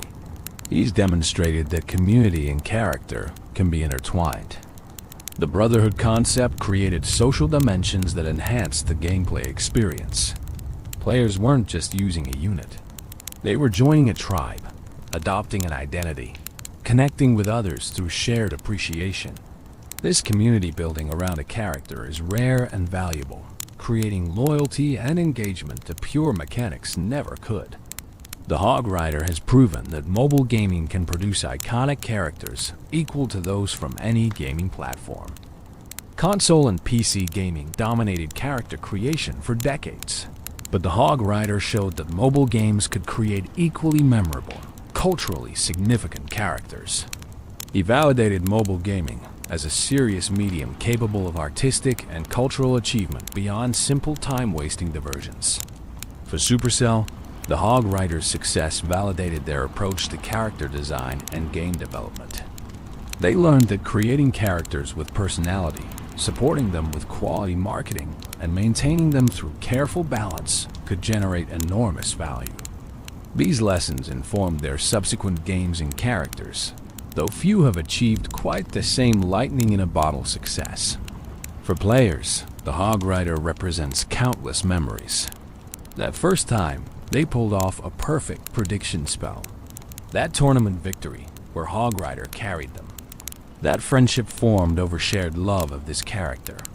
That moment of joy hearing his cry after a long day. These individual memories, multiplied across millions of players, represent the true measure of his impact. The emotional journey many players have with the Hog Rider mirrors the hero's journey. Discovery, when you first encounter him. Initiation, when you learn to use him effectively. Mastery, when you truly understand his depths. Teaching, when you help others learn. And appreciation, when you step back and recognize what this character has meant to your gaming experience. Each player travels this path at their own pace, but the destination is the same. Genuine connection with a character who started as pixels and code, but became something more meaningful. As gaming continues evolving, as new technologies emerge, as new generations of players discover these games, the Hog Rider will remain. His battle cry will continue echoing. New players will hear it for the first time and feel that spark of interest. Veteran players will hear it and smile with recognition, remembering their own journey with this character. The call continues, and so does the answering. The beauty of the Hog Rider story is that it's never truly complete. Each new player adds their chapter. Each match creates new moments. Each update brings new possibilities. The story we've explored in this script isn't the definitive final word on the Hog Rider, but rather a snapshot of his ongoing legend. Years from now, players will look back on this era as part of his history, one period in a longer story that continues as long as players keep answering the call. So, when you hear that cry, whether in a match, in a video, or just echoing in your memory, remember what it represents. It's not just announcing a troop deployment or signaling an attack. It's calling you to be part of something larger, to join a brotherhood of players worldwide who found joy, challenge, community, and meaning in this character. It's inviting you to charge forward with confidence, to leap over obstacles, to pursue your objectives with single-minded determination. The Hog Rider's legacy is ultimately about that charge, that forward momentum, that refusal to let barriers stop you. In games and in life, we all face walls that seem insurmountable. The Hog Rider reminds us to find ways over them, to maintain our speed and purpose, to keep swinging our hammers until those barriers fall. It's a simple metaphor, perhaps, but powerful in its simplicity and universality. And so the call continues to echo, across arenas, across time, across the gaming world. Hog Rider! It's a greeting and a challenge, a summons and a celebration, a beginning and a continuation. It's the sound of a character who transcended his original purpose to become a legend, an icon, a brother to millions. And as long as there are players who hear that call and feel that surge of excitement, the Hog Rider's story will continue, his legacy growing, his impact deepening with each passing year. Closing thoughts. We've journeyed through more than a decade of Hog Rider history, from his 2013 debut in Clash of Clans through his evolution into a cultural icon. We've explored his mechanics, his strategies, his cultural impact, his brotherhood, and his enduring legacy. Through it all, one truth remains constant. The Hog Rider represents something special in gaming history. He's more than stats and mechanics, though his design is excellent. He's more than marketing success, though his commercial impact is undeniable. He's more than a meme, though his cultural penetration is remarkable. The Hog Rider is a character who connected with players on a level that transcends all these individual elements, creating something meaningful that has enriched the gaming experiences of millions worldwide. For those who've been with the Hog Rider from the beginning, his story is part of your own story. You remember unlocking him for the first time, learning his intricacies, celebrating victories, and learning from defeats. You've watched the meta evolve, strategies develop, communities grow. The Hog Rider has been a constant presence through years of gaming, a familiar friend in an ever-changing landscape. For those discovering him now, you're joining a tradition with deep roots and vibrant present. The strategies and communities and culture built around this character await your participation. You have the opportunity to make the Hog Rider your own, to find your unique playstyle, to add your voice to the ongoing conversation, to become part of the Brotherhood. The lessons the Hog Rider teaches extend beyond gaming. Persistence in the face of obstacles, the value of skill and practice, the importance of community and shared experience, the joy of charging forward with purpose and confidence. These aren't just gaming lessons. They're life lessons, applicable to challenges far beyond digital arenas. As you drift off to sleep tonight, perhaps you'll dream of charging across battlefields atop a powerful hog, hammer raised high, leaping over walls that can't contain you, striking targets with devastating precision. Perhaps you'll dream of brotherhood and camaraderie, of answering calls and joining charges. Perhaps you'll simply rest peacefully, the story of the Hog Rider having entertained and relaxed you through these hours together. Whatever dreams come, know that the Hog Rider's story continues. Somewhere right now, a player is deploying him for the first time, hearing that distinctive cry with fresh ears, feeling that spark of excitement at something new and special. Somewhere a tournament is being decided by a perfectly timed Hog Rider connection. Somewhere friends are laughing over a Hog Rider meme, their bond strengthened by shared humor and gaming culture. The call echoes eternally across the gaming world. Hog Rider. It's a sound that has defined an era, created communities, inspired strategies, and brought joy to countless players. It's a sound that will continue echoing long into the future, as new generations discover this character and make him their own, adding their chapters to his never-ending story. Thank you for joining me on this journey through Hog Rider lore. Whether you came here as a longtime fan seeking to reminisce, a curious player wanting to learn more, or simply someone looking for interesting gaming stories to help you relax and sleep, I hope you found value in these hours together. The Hog Rider's story is worth telling, worth remembering, worth celebrating. Sleep well, friends. And when you wake, perhaps you'll hear that call with new appreciation, understanding the depth and richness behind those simple words. Perhaps you'll deploy your Hog Rider with renewed purpose, feeling connected to the millions of players worldwide who've made the same choice. Perhaps you'll simply smile, remembering the hours spent exploring the legend of one of gaming's most iconic characters. The Hog Rider charges on, unstoppable and eternal, his legacy secure, his story ongoing, his call forever echoing across the arenas of the world.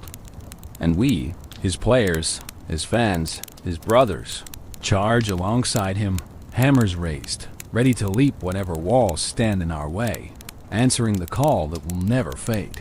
Hog Rider. If you enjoyed this deep dive into Hog Rider lore, please consider liking this video and subscribing to the channel for more Clash Royale character stories and gaming lore content. Your support helps create more content like this, exploring the rich histories and cultural impact of the characters we love. Until next time, keep charging forward, keep leaping those walls, and keep answering the call. Good night, and happy gaming. Welcome to a journey through the rattling bones and hollow laughter of Clash Royale's most enduring warriors. Tonight, we delve deep into the realm where death is merely a beginning, where bones march eternal across arenas bathed in moonlight and magic. This is the complete story of skeletons, those fragile yet fierce fighters who have captured hearts worldwide, despite having none themselves. Close your eyes if you wish. Let the gentle rhythm of their skeletal footsteps lull you into dreams. For in the arena, the skeletons never truly rest, and neither does their legend. The Legacy of Bones, an introduction to skeleton lore in the beginning. When Clash Royale first emerged from the creative minds at Supercell on January 4th, 2016, the skeletons were already there, waiting. They had existed before in Clash of Clans, those tiny undead servants of the witch, but in this new arena, they would become so much more. They would become icons, memes, champions, and above all, beloved by millions of players who saw in their fragile forms a reflection of underdog determination. The skeleton, scientifically speaking, takes its name from the Greek word skeletos, meaning dried up or withered. But there's nothing withered about the spirit of these warriors. From the moment the first skeleton spawned onto an arena battlefield, clattering its tiny sword against shields 10 times its size, players recognized something special. Here was a troop that cost merely 1 elixir, the smallest investment possible, yet could shift the entire tide of battle with perfect placement and timing. Consider for a moment the philosophy embodied by these warriors. They are already dead, having crossed that threshold from which most fear to return. Yet they march on, driven by forces we can only imagine. Are they animated by dark magic? By ancient curses? By the will of the witch who birthed them? Or perhaps, as the lore quietly suggests, by something deeper, something that resonates with every player who has felt outmatched yet chose to fight anyway. The skeleton units in Clash Royale appear as small undead creatures with skulls that lack a lower jaw. Their purple eyes glow with an ethereal light that suggests awareness beyond mere animation. They wield short swords, crude but effective weapons in their bony hands. Their appearance is deceptively simple, almost comical, with their bobbing heads and scrambling movements. But any seasoned player knows the truth. Underestimate a skeleton at your peril. From the very first day of Clash Royale soft launch, skeletons have been present in multiple forms. The 3-skeleton card, the skeleton army with its overwhelming numbers, the giant skeleton carrying its devastating bomb, the witch perpetually summoning more, and later additions like the Skeleton Barrel, evolved variations, and ultimately the Skeleton King himself. Each represents a different facet of skeleton lore, a different chapter in their ongoing story. What makes skeletons so captivating is their duality. They are simultaneously the weakest and most versatile troops in the entire game. A single zap can erase them from existence. A well-placed log can sweep them away like autumn leaves. Yet properly deployed, these same fragile warriors can demolish a prince's charge, overwhelm a P.E.K.K.A., or deliver devastating damage to a tower. They embody the strategic heart of Clash Royale itself, where positioning and timing matter more than raw power, where intelligence defeats brute force, where the smallest investment can yield the greatest returns. Throughout the years since 2016, skeletons have undergone numerous balance changes, each one documented and analyzed by the community. They've been 4 skeletons, then 3, then 4 again, then back to 3. The skeleton army has swelled and shrunk, costing 4 elixir, then 3. Every change sparked discussion, debate, and adaptation. Yet through it all, the essential nature of skeletons remained unchanged.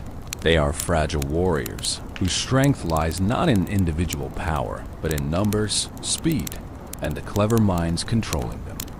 But beyond the statistics and balance changes, beyond the strategic discussions and deck compositions, there exists a deeper narrative. The skeletons have names. They have personalities implied through animations and community interpretations. They have a culture that has evolved through official Supercell content, fan creations, animations, and the collective imagination of millions of players worldwide. They are not merely game pieces, but characters in an ongoing story, one that begins with a single skeleton named Larry. Larry, the original skeleton legend. If there is one skeleton whose name echoes through the halls of Clash Royale history louder than all others, it is Larry. To understand skeleton lore, we must understand Larry, for he is both beginning and symbol, everyman and legend. The ordinary made extraordinary through circumstance and community affection. Larry's story begins not in Clash Royale, but in Clash of Clans, in a commercial that would become legendary in the Supercell community. In this advertisement, a witch spawns a skeleton to assist in raiding an enemy village. The skeleton, small and seemingly insignificant, approaches an archer tower. The witch, seeing potential disaster, repeatedly warns the skeleton. "Don't touch that, Larry." "Larry, no, Larry." But Larry, driven by curiosity, or perhaps destiny, touches the archer tower anyway. The result is catastrophic chaos. The tower begins firing, the arrows missing their intended target but striking a balloon passing overhead. The balloon, now damaged and descending, crashes directly into the enemy village's elixir storage. Purple elixir spills everywhere, flooding the battlefield in a tide of magical energy. The entire raid dissolves into pandemonium, all because one small skeleton couldn't resist touching what he shouldn't. This commercial, simple in concept but perfect in execution, achieved something remarkable. It gave personality to a previously nameless unit. Larry became real in that moment. Not just a game piece, but a character with agency, curiosity, and the kind of innocent mischief that endears rather than annoys. The name Larry itself, so ordinary and unassuming, perfectly captured the essence of this every skeleton. This representative of all the little warriors who march into battle knowing they're outmatched. The Clash Royale community embraced Larry immediately and completely. Memes flourished. Fan art proliferated. Discussions about strategy often personified the skeletons, referring to sending in Larry and his friends, rather than merely deploying skeletons. The name appeared in official Supercell content, cementing its place in the canon. When Skeleton Army received an updated description, it read, "Spawns an army of skeletons. Meet Larry and his friends Harry, Gary, Terry, Mary, etc." Each of these names carries its own small personality in the community imagination. Harry, perhaps the brave one. Gary, later to become the general in evolved form. Terry, the troublemaker. Mary, breaking skeleton gender norms and showing the bones are bones regardless. And the etc. that follows acknowledges the countless other skeletons, each potentially having their own untold stories, their own moments of glory or comedy in the arena. But Larry's legend grew beyond simple name recognition. The animated short film Lost and Crowned elevated him to protagonist status. In this beautifully crafted piece of storytelling, Larry and his brother Peter work for the Red King in the Clash Royale arena. The plot revolves around Larry's fascination with the Red King's crown, his curiosity, that same trait that led him to touch the Archer Tower in the commercial, draws him to steal the crown. What follows is an adventure through trap-filled chambers, encounters with fire spirits that lead to explosive consequences, a tense journey into a dragon's lair, and ultimately the crown's return, though damaged beyond repair. Larry and Peter face punishment, reduced to washing dishes, but they survive their ordeal together. The short film does something crucial for skeleton lore. It shows skeletons having relationships, making choices, experiencing emotions like curiosity, fear, and brotherly bond. The theory that Larry eventually becomes the Skeleton King adds another layer to his legend. When the champion cards were introduced to Clash Royale in October 2021, the Skeleton King emerged as one of the first 3 champions, alongside the Golden Knight and Archer Queen. This massive skeleton warrior, wearing a crown and wielding a club, possesses the power to collect souls and raise fallen troops as skeletons. The visual connection between the Skeleton King's crown and the crown Larry stole in Lost and Crowned sparked immediate speculation among fans. Could Larry, the small skeleton who touched things he shouldn't and stole a crown, have somehow ascended to become the king of all skeletons? The timeline fits if you squint. The crown was damaged but not destroyed. Magic saturates the Clash universe. Transformation and evolution are core game mechanics. The idea that a simple skeleton might rise to royalty through circumstances both comic and tragic appeals to the underdog narrative that makes Larry so beloved. Whether the theory is officially canon or not, the Clash Royale community has largely embraced it. Fan animations, edits, and artwork frequently depict Larry's transformation into the Skeleton King. The narrative resonates because it follows a classic story arc. The smallest among us, through curiosity and adventure, becomes something greater.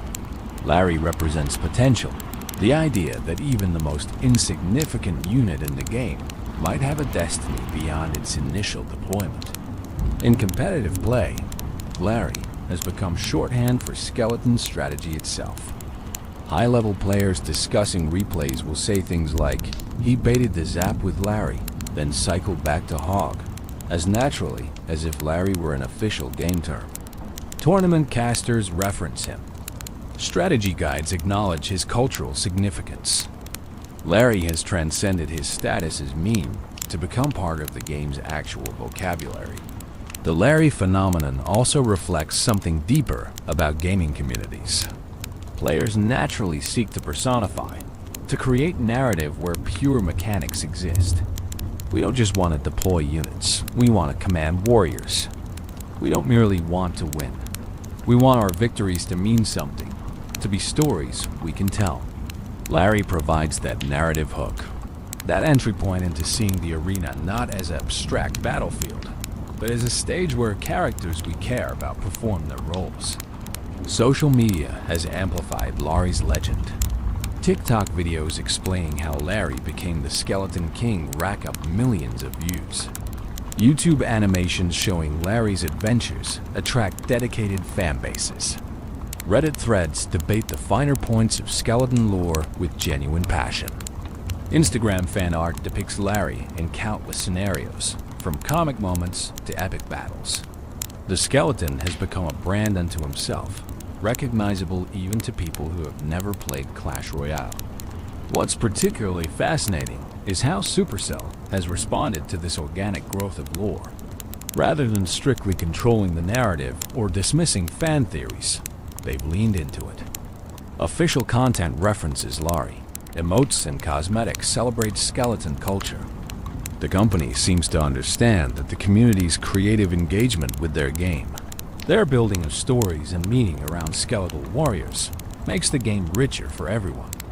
Larry's story, from commercial to icon, demonstrates the power of character in game design. You don't need complex backstories or cutscenes to create memorable characters. Sometimes all it takes is a name, a moment of personality, and the imagination of millions of players who want to believe that yes, this tiny skeleton matters. Larry matters. Every skeleton matters. And when you deploy them onto the arena, you're not just using a one elixir distraction. You're sending brave warriors into battle. Warriors with names and stories. Warriors who chose to fight despite knowing they're made of fragile bones. In the quiet of night, when you're falling asleep to tales of Clash Royale, remember Larry. Remember the skeleton who couldn't resist curiosity, who caused chaos, who stole a crown, who became a king. His story reminds us that even the smallest among us might be destined for greatness. Even when we feel fragile, brittle, easily broken, we can still charge forward with sword raised, ready to face whatever towers and troops await. And perhaps that's why Larry resonates so deeply. Because we've all felt like that one elixir skeleton, small and vulnerable in a world of giants and wizards. Yet we march on anyway, hoping our timing is right, our placement perfect, our contribution meaningful. We are all Larry, in the end. And Larry is eternal. The Skeleton's card. 3 warriors, infinite possibilities. Let us now turn our attention to the card itself. The humble Skeleton's card that has been part of Clash Royale since its very first day of existence. This common card, unlocked from the Bone Pit, which is Arena 2, costs just 1 elixir to deploy. For that minimal investment, you receive 3 fast, single target, ground targeting melee troops with very low hit points and very low damage. On paper, they sound almost worthless. In practice, they are one of the most versatile and valuable cards in the entire game. The visual design of the skeletons is deceptively simple, yet perfectly executed. They appear as small undead creatures, their skulls distinctively lacking a lower jaw, giving them a permanent appearance of surprise or perhaps a skeletal grin. Their purple eyes glow with otherworldly energy, marking them as beings animated by magic rather than natural life. Each skeleton wields a short sword, a weapon proportional to their size, perfect for their quick, stabbing attacks. They wear no armor, no protection, nothing but bones held together by dark sorcery. When you deploy the Skeleton's card, they spawn in a triangle formation, appearing simultaneously in an arrangement that allows them to quickly surround and attack from multiple angles. This formation is crucial to their effectiveness. Against single-target troops, the skeletons can attack from 3 directions at once, maximizing their collective damage output. Against area-damaged troops, the triangle formation at least ensures they don't all die to a single hit, though many area damage attacks can still eliminate all 3 with proper timing. The historical evolution of the Skeleton's card tells its own story of balance and community response. When Clash Royale launched on January 4th, 2016, the card originally spawned 4 skeletons. For months, players learned to utilize this 4-skeleton swarm, developing strategies around their numerical advantage. Then on June 21st, 2016, a balance update decreased the count to 3, fundamentally changing how the card functioned. The description shifted from 4 fast, very weak melee fighters to 3 fast, very weak melee fighters, and the word swarm became surround to reflect their diminished numbers. The community adapted, as communities do, finding new ways to leverage 3 skeletons instead of 4. But the story didn't end there. On February 13th, 2017, another balance update increased the count back to 4 skeletons. Players celebrated the return of the 4th warrior, adjusting their strategies once again. This lasted until November 2nd, 2017, when yet another balance update reduced them back to 3 skeletons, where they have remained since. These changes might seem arbitrary to casual observers, but they represented careful attempts by Supercell to balance one of the game's most fundamental cards. 4 skeletons for 1 elixir proved too strong, providing too much defensive value and cycle speed. 3 skeletons hit a sweet spot where they remained useful, but required more skill to extract maximum value. The back-and-forth nature of these changes also demonstrates how difficult game balance is, how even seemingly small adjustments can ripple through the entire meta. Beyond these count changes, the skeletons received numerous other adjustments over the years. February 19th, 2016 saw their hit points and damage increased by 11%. May 18th, 2016 brought another 5% increase. The March 2016 update decreased their sight range from 6 tiles to 5.5 tiles. The May 2016 update fixed the infamous range bug that had given troops slightly more range than intended, decreasing skeleton range from 0.75 tiles to 0.5 tiles, though their effective range remained unchanged due to how the bug worked. Most recently, on October 6th, 2025, a balance update increased the skeleton's attack time interval to 1.1 seconds from 1 second, making them attack slightly slower. Each of these changes affected how skeletons performed in battle, how players deployed them, what matchups they excelled or struggled in. The competitive community analyzed every adjustment, theory-crafted new deck compositions, and gradually discovered optimal usage patterns. High-level play evolved alongside the skeletons themselves, with professional players pioneering techniques that would filter down through the ranks to casual players. The strategic applications of the skeleton's card are wonderfully diverse. Their most obvious use is a distraction for medium to high hit point units. Against troops like Prince, Inferno Dragon, Peke, Mighty Miner, Sparky, or Mini Peke, the skeletons can surround and distract, buying precious seconds for your towers to deal damage while preventing or resetting charge abilities. A perfectly timed skeleton deployment can stop a Prince mid-charge, negating thousands of damage for a 1 elixir investment. Against building targeting troops that cannot fight back effectively, like Hog Rider or Ram Rider, skeletons provide substantial damage per second relative to their cost. While the skeletons alone won't fully counter such troops, they slow them down significantly, often securing the difference between the tower taking 1 hit or 2, between winning and losing close matches. 3 small skeletons stabbing away at a hog's flanks might look comical, but those tiny swords add up. In offensive scenarios, skeletons serve multiple purposes. They can tank tower shots from more valuable units, sacrificing themselves so your musketeer or wizard stays alive longer. They can support a tank push, adding their modest damage to the death ball rolling toward enemy towers. They can split push, drawing defensive attention to one lane while your main attack develops in another. At just 1 elixir, you can afford to throw skeletons at problems speculatively, testing opponent responses or cycle through your deck quickly. The psychological dimension of skeleton deployment shouldn't be underestimated either. Experienced players learn to predict skeleton placements, holding spells or timing area damage specifically to counter them. This creates mind games where you might fake a skeleton deployment, causing opponents to waste spells preemptively.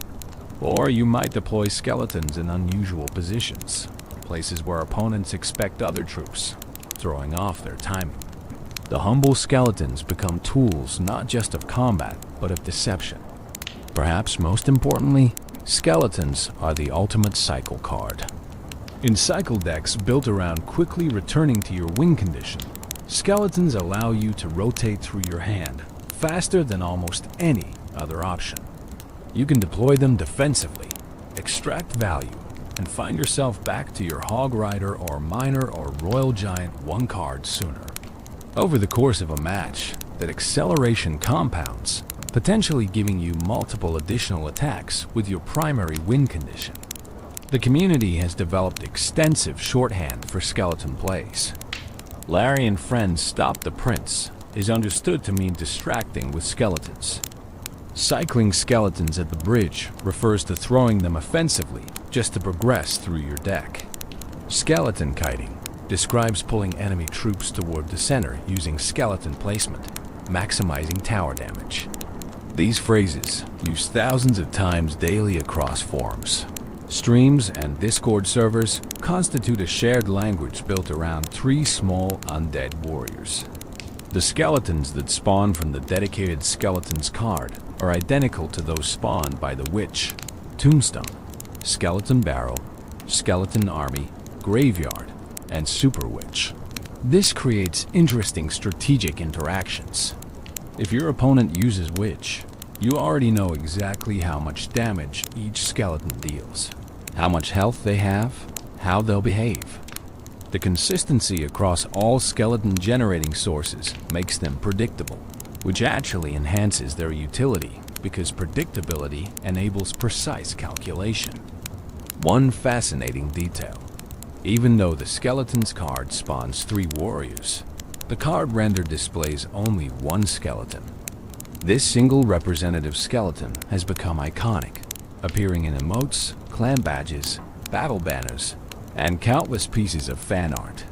That one skeleton depicted mid-stride with sword raised somehow captures the essence of all skeletons everywhere. It is Larry and Harry and Gary and Terry and Mary. It is every skeleton that ever charged courageously into battle despite knowing that a strong sneeze could disperse them back to the netherworld. The skeletons have been featured in numerous special game modes beyond standard battles. They've appeared in Troop Rush, where their speed and cost made them particularly valuable. They've been part of special challenge formats. They've been buffed in temporary modes, receiving crazy bonuses like rage or damage multipliers that transform them from fragile distractions into actual threats. Each mode offered new perspectives on these familiar warriors, showing what they might be capable of under different rules. In the grand narrative of Clash Royale, the basic skeletons card represents something essential. These are the common soldiers, the unnamed masses. The ones who fight not because they're legendary or epic, but because fighting is their purpose. They are the proof that rarity doesn't determine worth, that common can be extraordinary with proper application. Every legendary card in your deck might grab attention, but those 3 skeletons costing 1 elixir might be the difference between victory and defeat. As you drift towards sleep, imagine the skeletons marshalling in formation. 3 warriors, bones clicking softly as they ready their swords. They know they're fragile. They know powerful enemies await. They know a single spell could erase them from existence. Yet when you deploy them, they charge forward without hesitation, doing their duty, playing their role, proving that even the smallest contribution matters in the grand scheme of battle. They are soldiers, eternal. The skeleton swarm reduced to its essential triangle, and they are magnificent precisely because they ask for so little, yet give so much. The skeleton's card is simplicity itself. 3 warriors for 1 elixir, but within that simplicity lies infinite complexity. Every match, every deployment, every interaction is unique. The same 3 skeletons, yet different every time. Constant, yet ever-changing. Small, yet significant. Dead, yet more alive in community imagination than many games' most elaborate characters. And so they march on, these 3 warriors. Larry, probably, and 2 of his many friends. Into the arena, into legend, into dreams where bones rattle like wind chimes and purple eyes glow in darkness.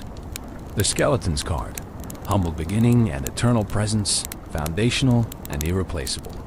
Sleep now and let them stand watch. They've defended towers for years. They can certainly guard your dreams. Skeleton Army. Meet Larry's extended family when 3 skeletons aren't enough. When the situation demands overwhelming force rather than surgical precision. When you need not a squad but an army, there exists a card that answers that call. The Skeleton Army, unlocked from PEKK's Playhouse, which is Arena 6, spawns 15 skeletons in a scattered formation for 3 elixir. This is where Larry truly brings the family reunion, where names like Harry, Gary, Terry, and Mary are joined by Barry, Cherry, Carrie, Fairy, Scary, Sherry, Gary, McClory, Huckleberry, and the legendary Doot, sometimes called Ledoot. The official card description says it all with wonderful character. Spawns an army of skeletons.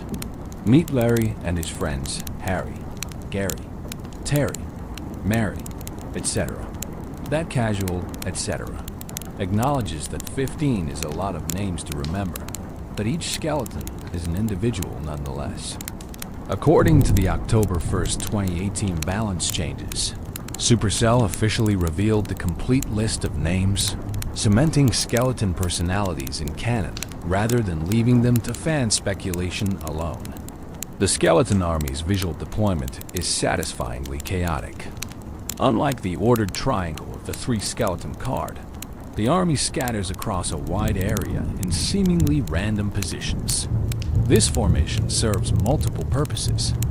It makes the army more resistant to single-area damage hits, as skeletons are spread too far for many spells to catch them all. It allows them to surround enemies from every direction simultaneously, creating a skeletal tide that engulfs rather than merely attacks. It looks appropriately overwhelming, a genuine army rather than a small squad. Each skeleton in the army is identical to those from the basic Skeletons card, having the same hit points, damage, speed, and appearance. They spawn with the same lack of lower jaw, the same purple eyes, the same short swords. What changes is quantity and formation. Where 3 skeletons provide precision, 15 provide overwhelming force. Where 3 can distract, 15 can destroy. The difference between a squad and an army is more than numerical. It's philosophical. The historical evolution of Skeleton Army parallels the broader Skeleton story in Clash Royale. When the game launched on January 4th, 2016, Skeleton Army spawned 20 skeletons and cost 4 elixir. This massive horde could overwhelm nearly any ground troop, creating swarms so dense that enemies simply vanished beneath the clicking, slashing chaos. But the 4 elixir cost made it a significant investment, vulnerable to spell counters that could generate positive elixir traits for opponents. The April 4th, 2016 tournament update increased the count from 20 to 21 skeletons and compressed their spawning pattern when deployed near the river, fixing an issue where some would spawn in enemy territory before others. The description was also changed to add Ledoot, a reference to skeleton memes that had proliferated through the community. The October 20th, 2016 balance update made the most significant change, decreasing the cost to 3 elixir, but reducing the skeleton count to 15 and adjusting their levels to compensate. This transformation from a 4 elixir swarm of 21 to a 3 elixir swarm of 15 fundamentally altered how players use Skeleton Army.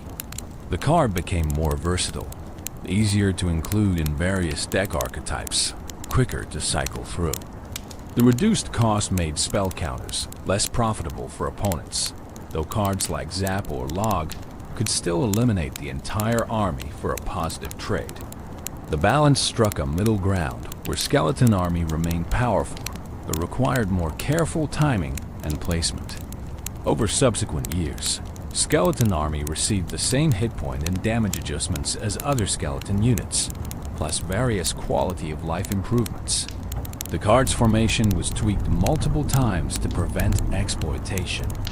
Eventually, with the October 26, 2022 update, its unlock arena was moved from Bone Pit to Pekka's Playhouse, changing when new players could access this powerful card. Each adjustment reflected ongoing efforts to keep Skeleton Army relevant without making it oppressive. The strategic applications of Skeleton Army are distinct from the basic Skeletons card, despite using identical units. The army excels at shutting down single-target threats with overwhelming numbers. Against troops like P.E.K.K.A., Prince, Giant, Golem, or any building targeting unit, the 15 skeletons swarm and destroy before the target can eliminate them all. The damage per second from 15 tiny swords is substantial, capable of melting through even the most heavily armored foes given time. On defense, Skeleton Army serves as an emergency button against pushes that threaten to break through. When your opponent commits heavily to an attack, dropping Skeleton Army in their path can halt momentum completely. The skeletons surround, distract, and defeat, buying precious seconds for your towers and other defenses to respond. Even if spells counter the army, you forced opponents to spend resources, potentially leaving them vulnerable to counterattacks. The army also functions as bait in spell-bait strategies. If opponents hold Zap or Log specifically to counter your Skeleton Army, they can't use those spells on your Goblin Barrel, Goblin Gang, or other swarm threats. You create rock, paper, scissors scenarios where opponents must choose which threat to spell and which to accept. Sometimes, just having Skeleton Army in hand influences opponent behavior, making them play more conservatively or hold spells defensively rather than using them offensively. The vulnerability to spells represents Skeleton Army's greatest weakness. Zap, Log, Arrows, Bar Barrel, Snowball, and numerous other cards can completely eliminate the entire army for neutral or positive elixir traits. This makes timing crucial. Deploy Skeleton Army when opponents have already used their spell, when they're low on elixir, or when baiting will create opportunities elsewhere. Deploy it carelessly, and you've essentially donated 3 elixir to your opponent. Against area-damaged troops like Wizard, Witch, Valkyrie, or Bomber, Skeleton Army can still work if deployed directly on top of the enemy unit. The skeletons spawn surrounding the threat, attacking from all angles simultaneously. While the area damage will eliminate skeletons continuously, the combined damage from the entire army can defeat the threat before all skeletons die, especially with tower assistance. This requires precise placement, deploying right on top of the target rather than in front of it.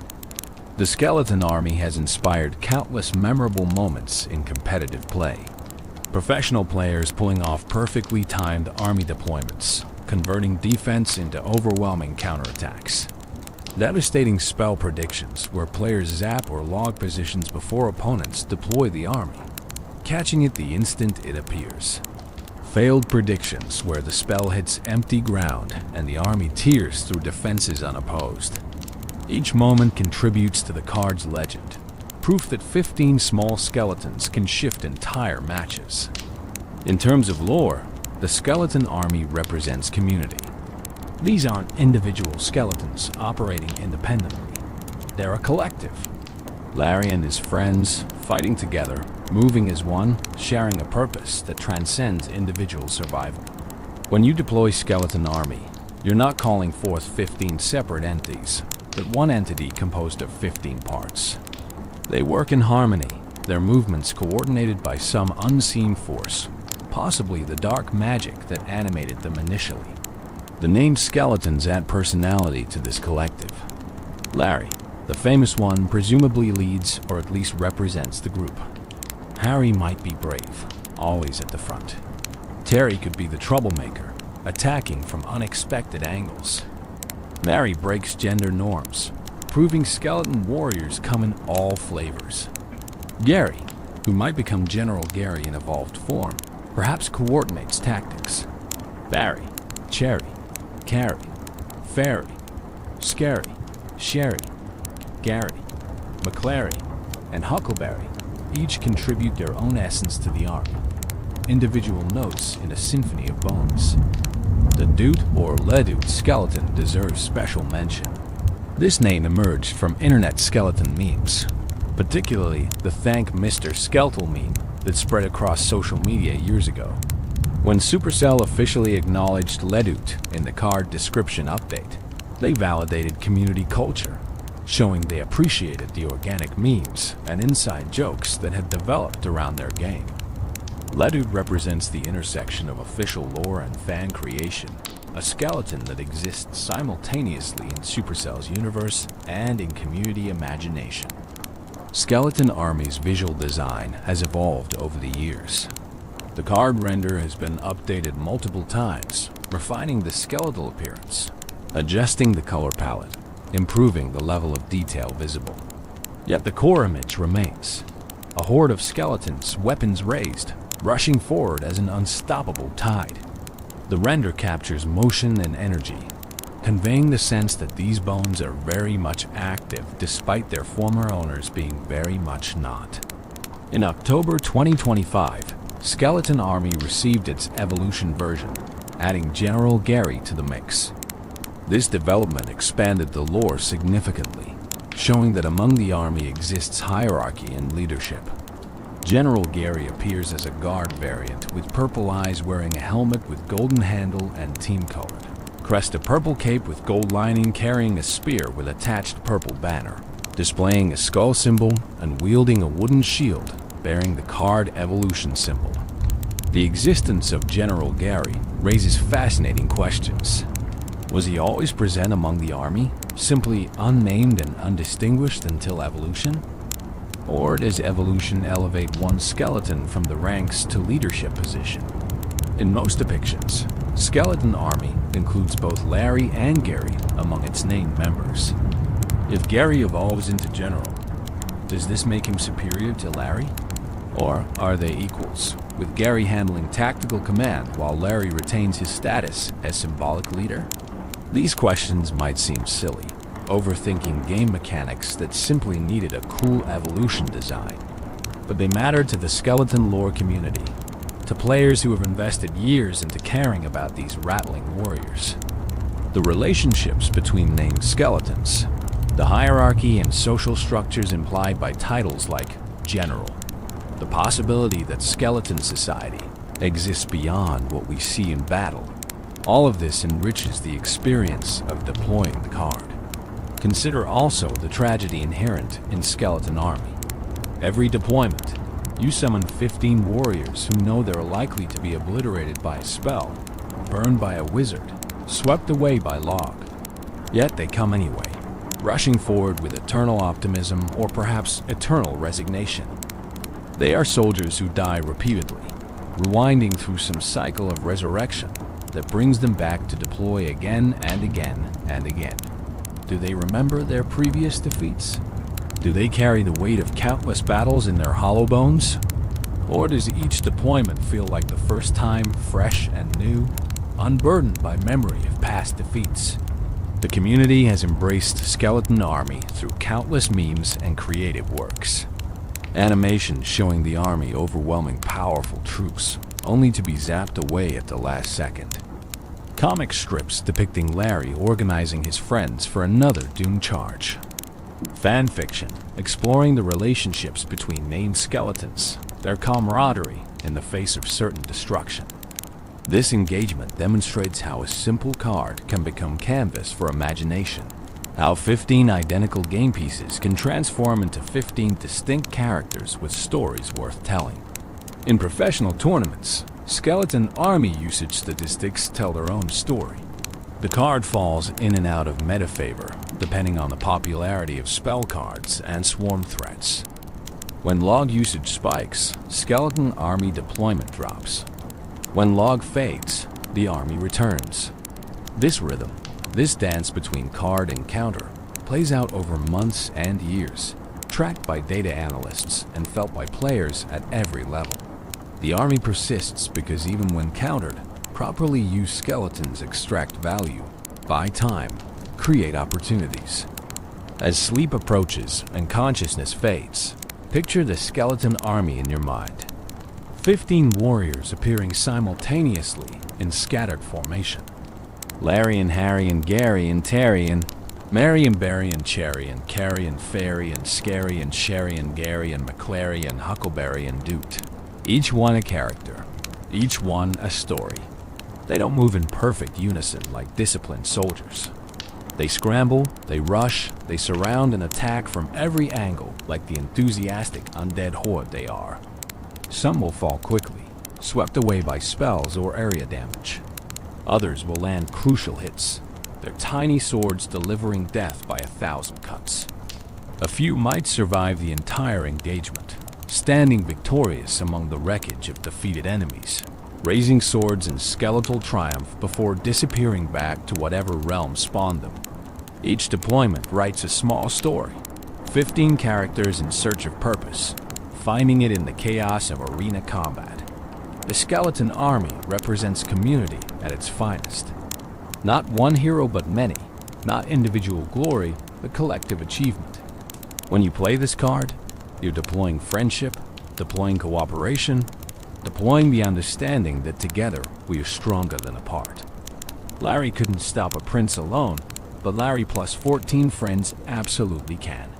That's the magic of the army, the transformation of individual weakness into collective strength. And so they wait, these 15 skeletons ready to be summoned at a moment's notice. Ready to charge once more into battle, weapons raised, bones rattling with anticipation, or perhaps just wind passing through their rib cages. They are the skeleton army, fierce despite fragility, powerful through numbers, beloved by millions. Let them march through your dreams tonight, clicking their way to victory or glorious defeat, laughing that hollow laugh that sounds like wind through empty halls, living their best undead lives in service to the arena. The giant skeleton. When Larry grew up and found a bomb, while regular skeletons embody speed and numbers, one skeleton took a different evolutionary path. The giant skeleton, that hulking bomb-carrying behemoth, represents what happens when skeletons embrace size, strength, and explosive consequences. This epic card, unlocked from PEKK's Playhouse, which is Arena 4, costs 6 elixir and deploys a single massive skeleton that doesn't just fight. It transforms death itself into a weapon. The giant skeleton's appearance immediately sets it apart from its smaller brethren. This is no fragile warrior held together by wispy magic. This skeleton stands tall, its bones thick and sturdy, its frame imposing. It wears a tattered purple cape that flows behind it as it moves, adding an air of dark nobility. Most distinctively, it carries an enormous bomb on its back, a black sphere with a glowing red fuse that promises devastation. The bomb is almost as large as the giant skeleton itself, yet it carries this burden with apparent ease, suggesting supernatural strength befitting its undead nature. The giant skeleton's skull follows the familiar jawless design, but scaled up dramatically. Its purple eyes glow with the same ethereal energy as regular skeletons, but brighter, more intense, as if more magic was required to animate this larger frame. Unlike regular skeletons that wield tiny swords, the giant skeleton carries an absolutely massive bomb as its primary weapon, though it can also deliver devastating melee attacks with its bare, bony hands when enemies get close. The card's description is simple but evocative. The bigger the skeleton, the bigger the bomb. Carries a bomb that blows up when the giant skeleton dies. This mechanic defines the card's entire identity. The giant skeleton isn't primarily about the damage it deals while alive, though that damage is respectable. It's about what happens when it falls, the moment when death becomes offensive capability, when defeat transforms into delayed victory. When the giant skeleton dies, its bomb drops to the ground and begins a 3-second countdown, marked by increasingly frantic ticking and glowing. After 3 seconds, the bomb detonates in a massive explosion that deals tremendous area damage to all ground units and structures within its radius. The damage is enough to eliminate most troops instantly and deal significant damage to buildings, including towers. This death damage makes the giant skeleton uniquely threatening, forcing opponents to carefully manage not just the living skeleton, but its posthumous revenge. The historical evolution of giant skeleton reveals constant struggle with balance. Since Clash Royale's launch on January 4th, 2016, this card has received more adjustments than almost any other, as Supercell tried to find the sweet spot where it felt powerful without being oppressive. The original giant skeleton dealt 1100 death damage at tournament standard, enough to destroy most troops and deal devastating damage to towers. This made it both terrifying and frustrating, depending which side of the deployment you found yourself on. The May 3, 2016 balance update decreased death damage by 20%, from 1100 to 880, reducing its tower-threatening capability while maintaining its defensive strength. The October 20, 2016 update decreased death damage again, from 880 to 720, a further 18% reduction. Players adapted, using Giant Skeleton more defensively than offensively, leveraging the death bomb to clear enemy pushes rather than threatening towers directly. The November 1, 2016 update increased the bomb timer from 3 seconds to 4 seconds, giving opponents more time to escape the blast radius. This significantly weakened the card, as skilled players could now kite units away from the bomb or retreat their troops before detonation. The December 12, 2016 update then decreased the timer back to 3 seconds, acknowledging the 4-second timer had overcorrected. Balance changes continued over the years. February 2, 2018 decreased bomb damage by 8%. The March 5, 2018 update decreased hit points by 4%. July 2, 2018 increased bomb timer to 4 seconds again. August 6, 2018 decreased hit points by 6%. September 3, 2018 decreased hit points by 4% more and reduced bomb radius by 1 tile.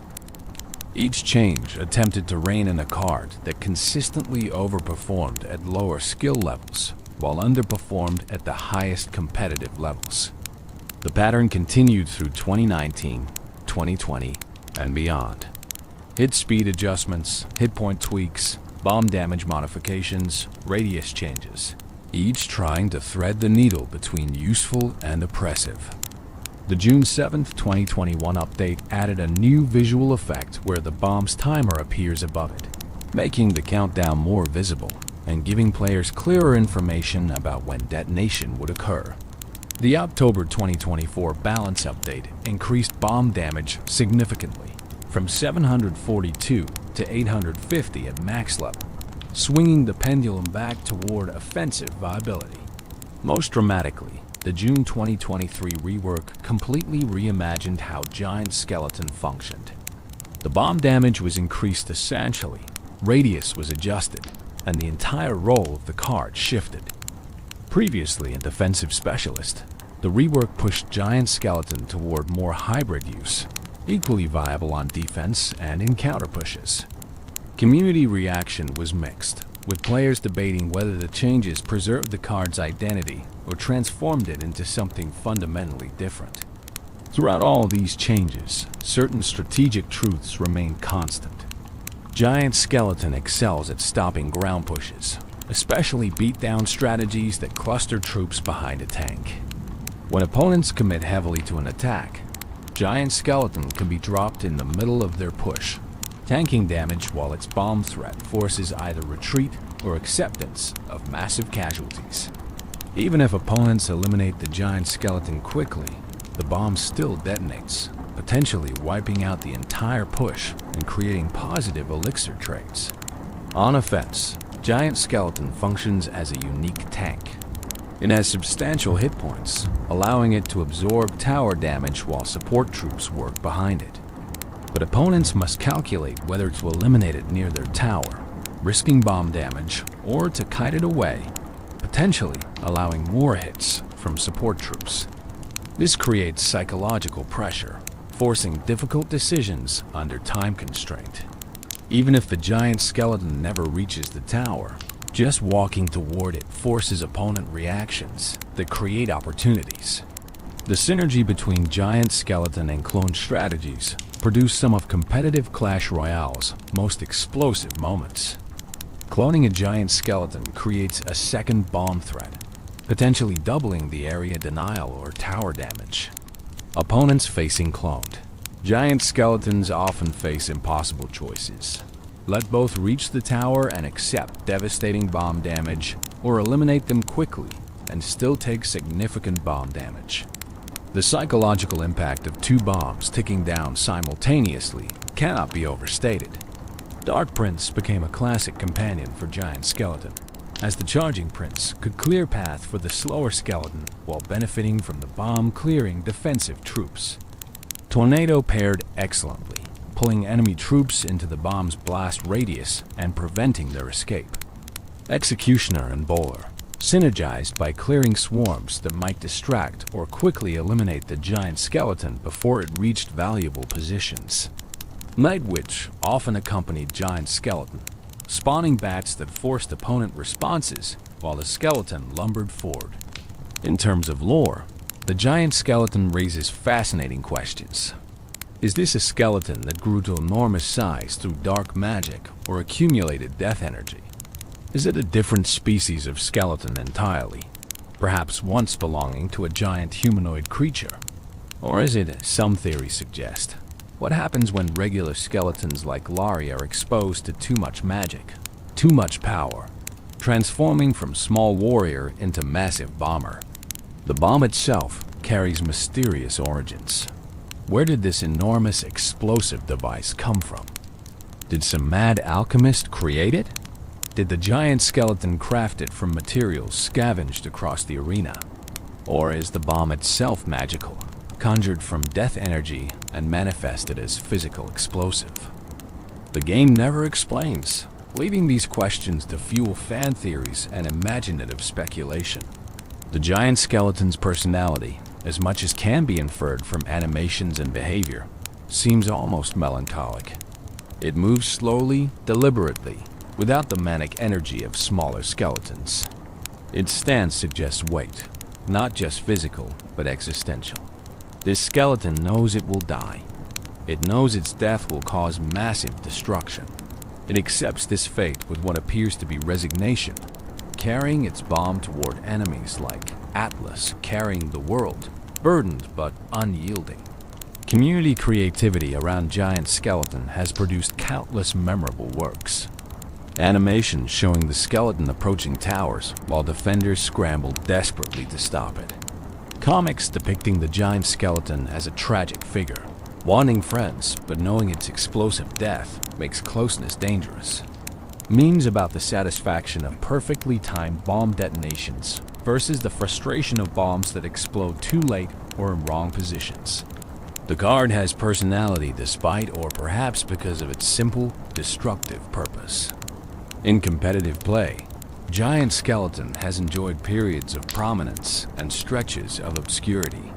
During metas favoring beatdown strategies, Giant Skeleton emerges as counter, punishing players who cluster troops together. During spell-heavy metas where players hold splash damage specifically to counter swarms, Giant Skeleton struggles to find value.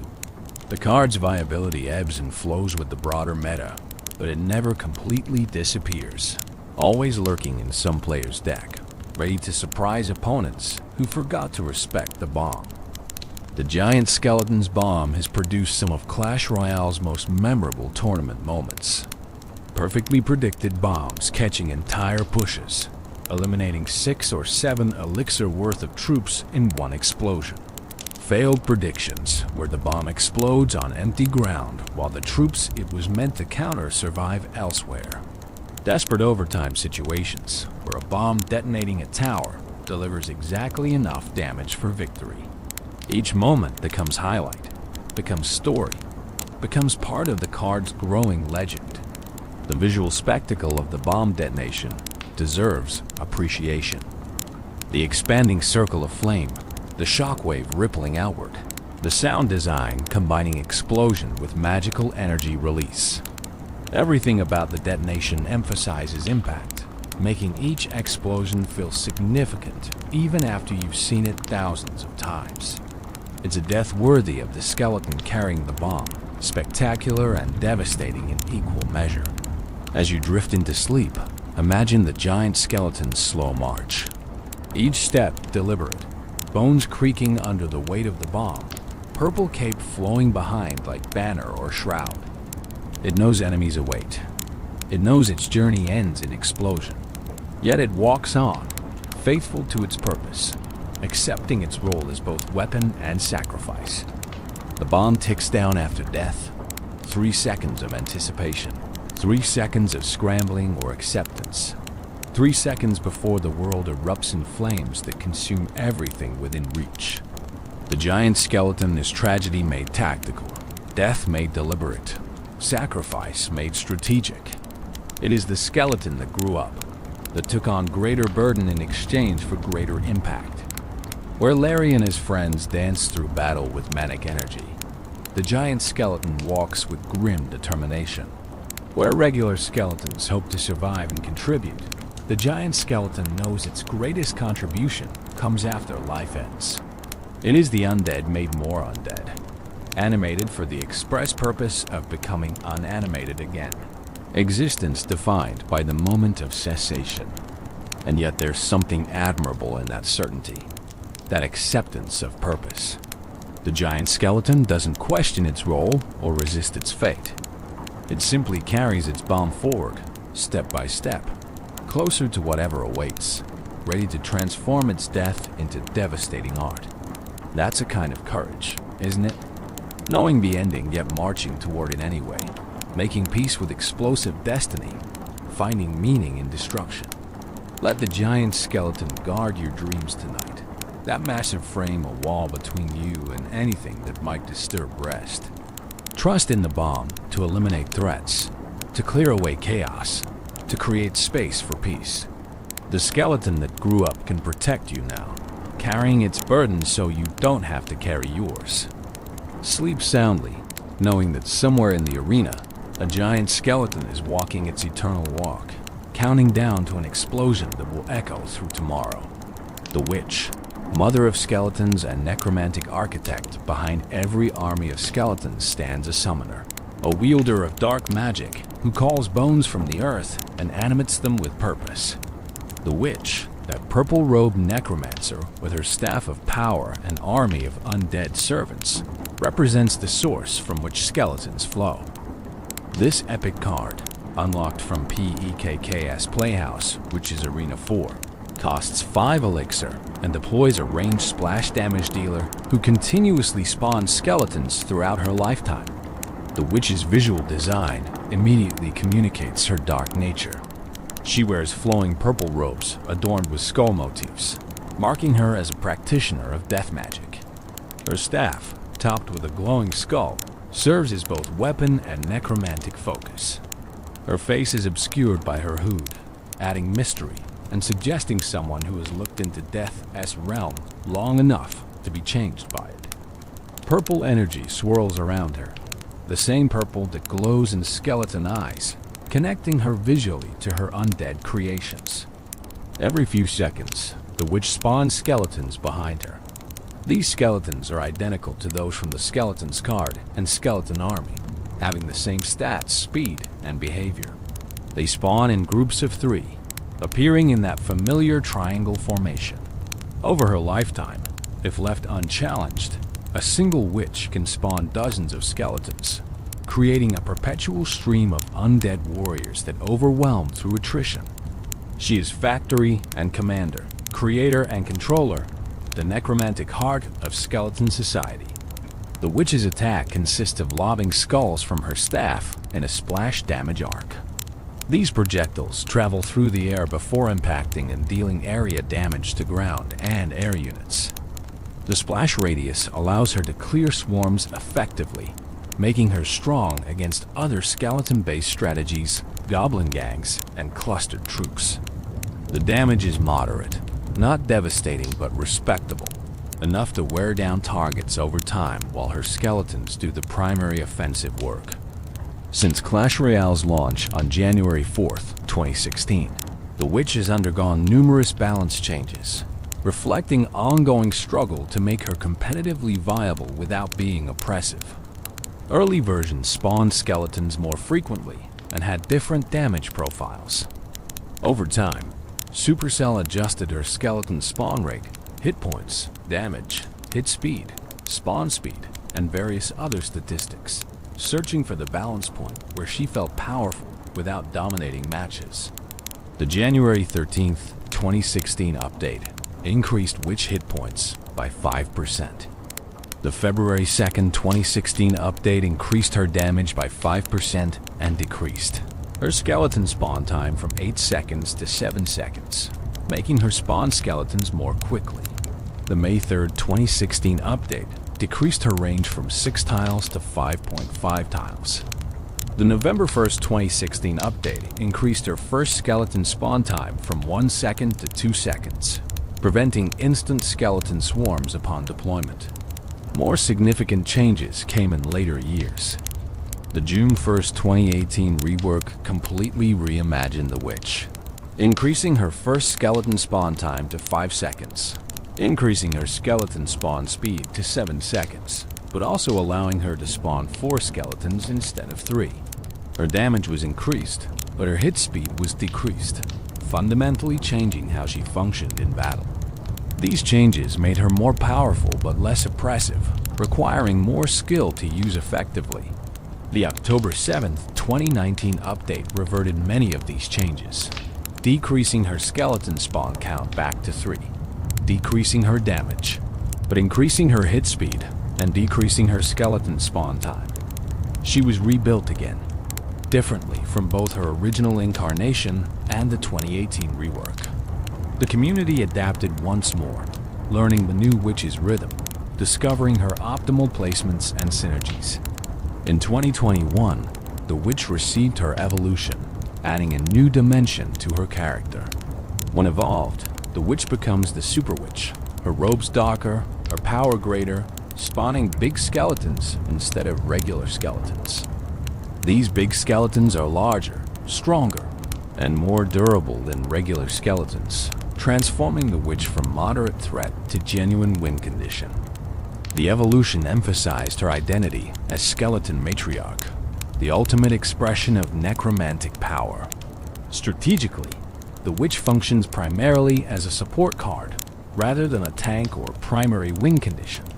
Her value comes from continuous skeleton generation, creating perpetual pressure that opponents must address.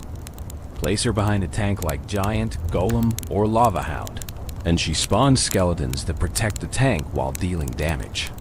She converts defense into offense, transforming a simple defensive witch into a counter-push threat that can spiral out of control if ignored.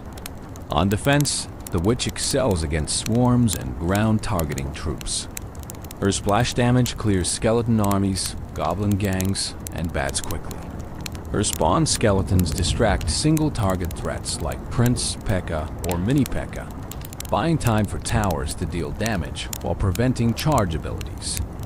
A well-placed witch can stop ground pushes single-handedly, then transition into offense with her surviving health and accumulated skeleton bodyguards. Rocket kills her instantly, though at neutral elixir trade. Lightning hits her and nearby troops simultaneously, making it efficient if opponents can catch her with support units. Mini P.E.K.K.A., Prince, and other high-damage troops can reach and eliminate her before her skeletons overwhelm them if they read properly supported or have clear paths. The relationship between Witch and her skeletons has inspired significant lore speculation. Is she their creator, literally animating bones with dark magic? Is she their commander, calling forth skeletons that already exist in some netherworld? Is she their mother, as her title Mother Witch in some contexts suggests, giving birth to undead children through necromantic means? The game never clarifies, leaving these questions open for interpretation. Consider the implications if the witch truly creates skeletons. Every Larry, every Harry, every member of the skeleton army might ultimately trace their existence back to a witch's spell. In this interpretation, the witch is skeleton genesis, the source from which all other skeleton cards derive. Regular skeletons are simply those that persist after their witch falls, continuing to serve their purpose even after their creator's demise.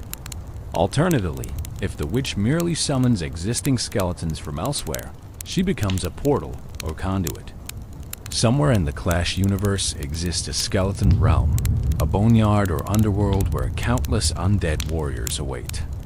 The witch's magic creates temporary bridges between that realm and the arena, allowing skeletons to cross over, fight, and return.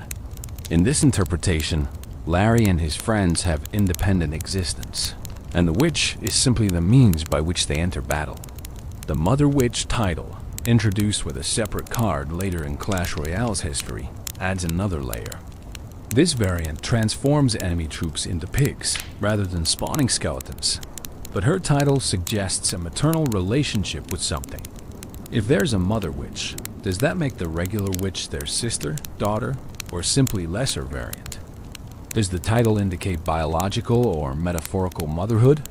Can the undead even have family structures in the traditional sense? Community content often portrays the witch as caring for her skeletons, treating them as her children or loyal servants. Animations show her mourning when they fall, celebrating their victories, scolding them for misbehavior. Comic strips depict domestic scenes where the witch prepares meals skeletons can't eat or tucks them into beds they do in need. These humanizing portrayals transform her from mere game piece into character with emotional depth and relationships worth exploring. In battle, the witch's skeleton spawning creates interesting rhythms. She spawns. Enemies clear the skeletons. She spawns again. A cycle that continues until she falls or reaches her target. This rhythm means pressure is constant but predictable. Skilled opponents time their spells to clear skeletons immediately after they spawn, maximizing efficiency. Skilled witch players time their deployments to align skeleton spawns with pushes, maximizing their impact. The sound design around witch emphasizes her necromantic nature. Her attack carries ethereal, ghostly tones. Her skeleton spawning comes with distinctive audio cues, alerting attentive players even if they're not watching that specific position. Her death sound suggests magic dissipating, the spell that held everything together finally breaking. Even her presence on the field has ambient audio, subtle whispers that reinforce her dark magic theme. The witch has been featured in various game modes beyond standard battles. In certain draft challenges, she becomes high-value pick, offering splash damage, swarm generation, and versatility. In triple elixir mode, her skeleton spawning becomes overwhelming, creating floods of undead that opponents struggle to contain. In special challenges where certain cards are buffed, powered-up witches become nearly unstoppable, spawning skeletons so quickly that the screen fills with rattling bones. Competitive usage of witch has varied across Clash Royale's history. She's been meta-defining during certain periods, appearing in top ladder decks and championship tournaments. She's been completely absent during others, considered too vulnerable or slow for the pacing of competitive play. She's the definition of meta-dependent, strong when the cards that counter her are weak, weak when those counters dominate. This volatility makes her interesting, never quite settling into permanent position in the tier lists. The witch also represents player progression for newer players. Unlocked relatively early from Arena 4, she provides accessible splash damage and swarm generation that helps players understand key strategic concepts. Learning when to deploy the witch, how to support her, when to sacrifice her for value, these lessons translate to understanding the game at deeper levels. Many players remember their first witch, the excitement of unlocking that epic card and trying it in battle for the first time. As sleep deepens and dreams begin, imagine the witch standing at the boundary between life and death. Her staff glows with purple energy, that light that connects all skeletons to their source. She raises the staff, speaks words in languages long forgotten, and bones rise from the earth. 3 skeletons, then 3 more, then 3 more again. An endless procession of undead warriors answering her call. She is mother, creator, commander, architect of skeletal armies. Where other troops fight alone or in fixed groups, she builds her army dynamically, adapting to the flow of battle. Her magic is patient, inexorable, the kind of power that doesn't overwhelm immediately, but accumulates over time until suddenly the battlefield is covered in rattling bones and gleaming purple eyes, and her enemies realize Too late that they should have addressed her sooner. The witch represents transformation of death into purpose. Bones that should rest in peace instead rise to serve. Endings become beginnings. What was lost becomes found, though changed, though different, though animated by forces that transcend natural life. She is the proof that in Clash Royale's universe, death is not final but transitional, not an ending but a different kind of existence. Let her magic protect your sleep tonight. Let her skeleton stand guard while you rest. She who commands death itself can surely ensure your dreams remain peaceful, your rest undisturbed. The witch watches, staff in hand, ready to summon defenders should nightmares approach. Behind her, an infinite army of bones awaits her command, loyal until the final tower falls, faithful beyond death itself. The mother of skeletons nurtures her children through battle after battle. She calls them forth, watches them fight, welcomes them back when they fall. This is her purpose, her power, her eternal role in the arena. And as long as witches exist, skeletons will never truly be gone. They are always just a spell away from rattling back into existence, ready for one more battle, one more charge, one more moment in the moonlight, before returning to whatever realm spawned them. Night Witch, sister of darkness and bat matriarch, while the witch rules over skeleton armies, her darker counterpart holds dominion over a different form of death servants. The Night Witch, released on May 12, 2017, as part of a major update, brought with her not skeletons but bats, those small flying creatures that swarm through the night sky with chittering malevolence. This legendary card, unlocked from Hog Mountain, which is Arena 10, costs 4 elixir and represents the witch's shadow, the necromancer who chose a different path towards similar ends. The Night Witch's appearance immediately distinguishes her from her skeletal sibling. Where the witch wears purple, the Night Witch wears black with purple accents. Her robes are darker, more tattered, suggesting someone who has delved deeper into Forbidden's magic. Her staff is twisted and gnarled, topped not with a skull, but with a purple crystal that pulses with malevolent energy. Her face is pale, her expression severe, her entire design suggesting someone who has sacrificed more for power than the witch ever did. Most distinctively, the Night Witch's familiar spirits are not skeletons, but bats. She continuously spawns bats throughout her lifetime, 4 at a time rather than 3 skeletons, creating airborne swarms that attack both ground and air units. These bats are fragile, even more so than skeletons, dying to any damage whatsoever. But they fly, giving them mobility and targeting flexibility that ground-bound skeletons lack. They swarm around enemies, overwhelming through numbers and speed, death delivered on leathery wings. The Night Witch's attack differs fundamentally from the witch's splash projectiles. Instead, she shoots dark energy bolts that deal high single-target damage to ground units. This makes her excellent at eliminating high hit point threats rather than clearing swarms. Combined with her bat spawning, she represents a different strategic niche. Tank killer rather than swarm counter, assassin rather than area denier, precision rather than spread.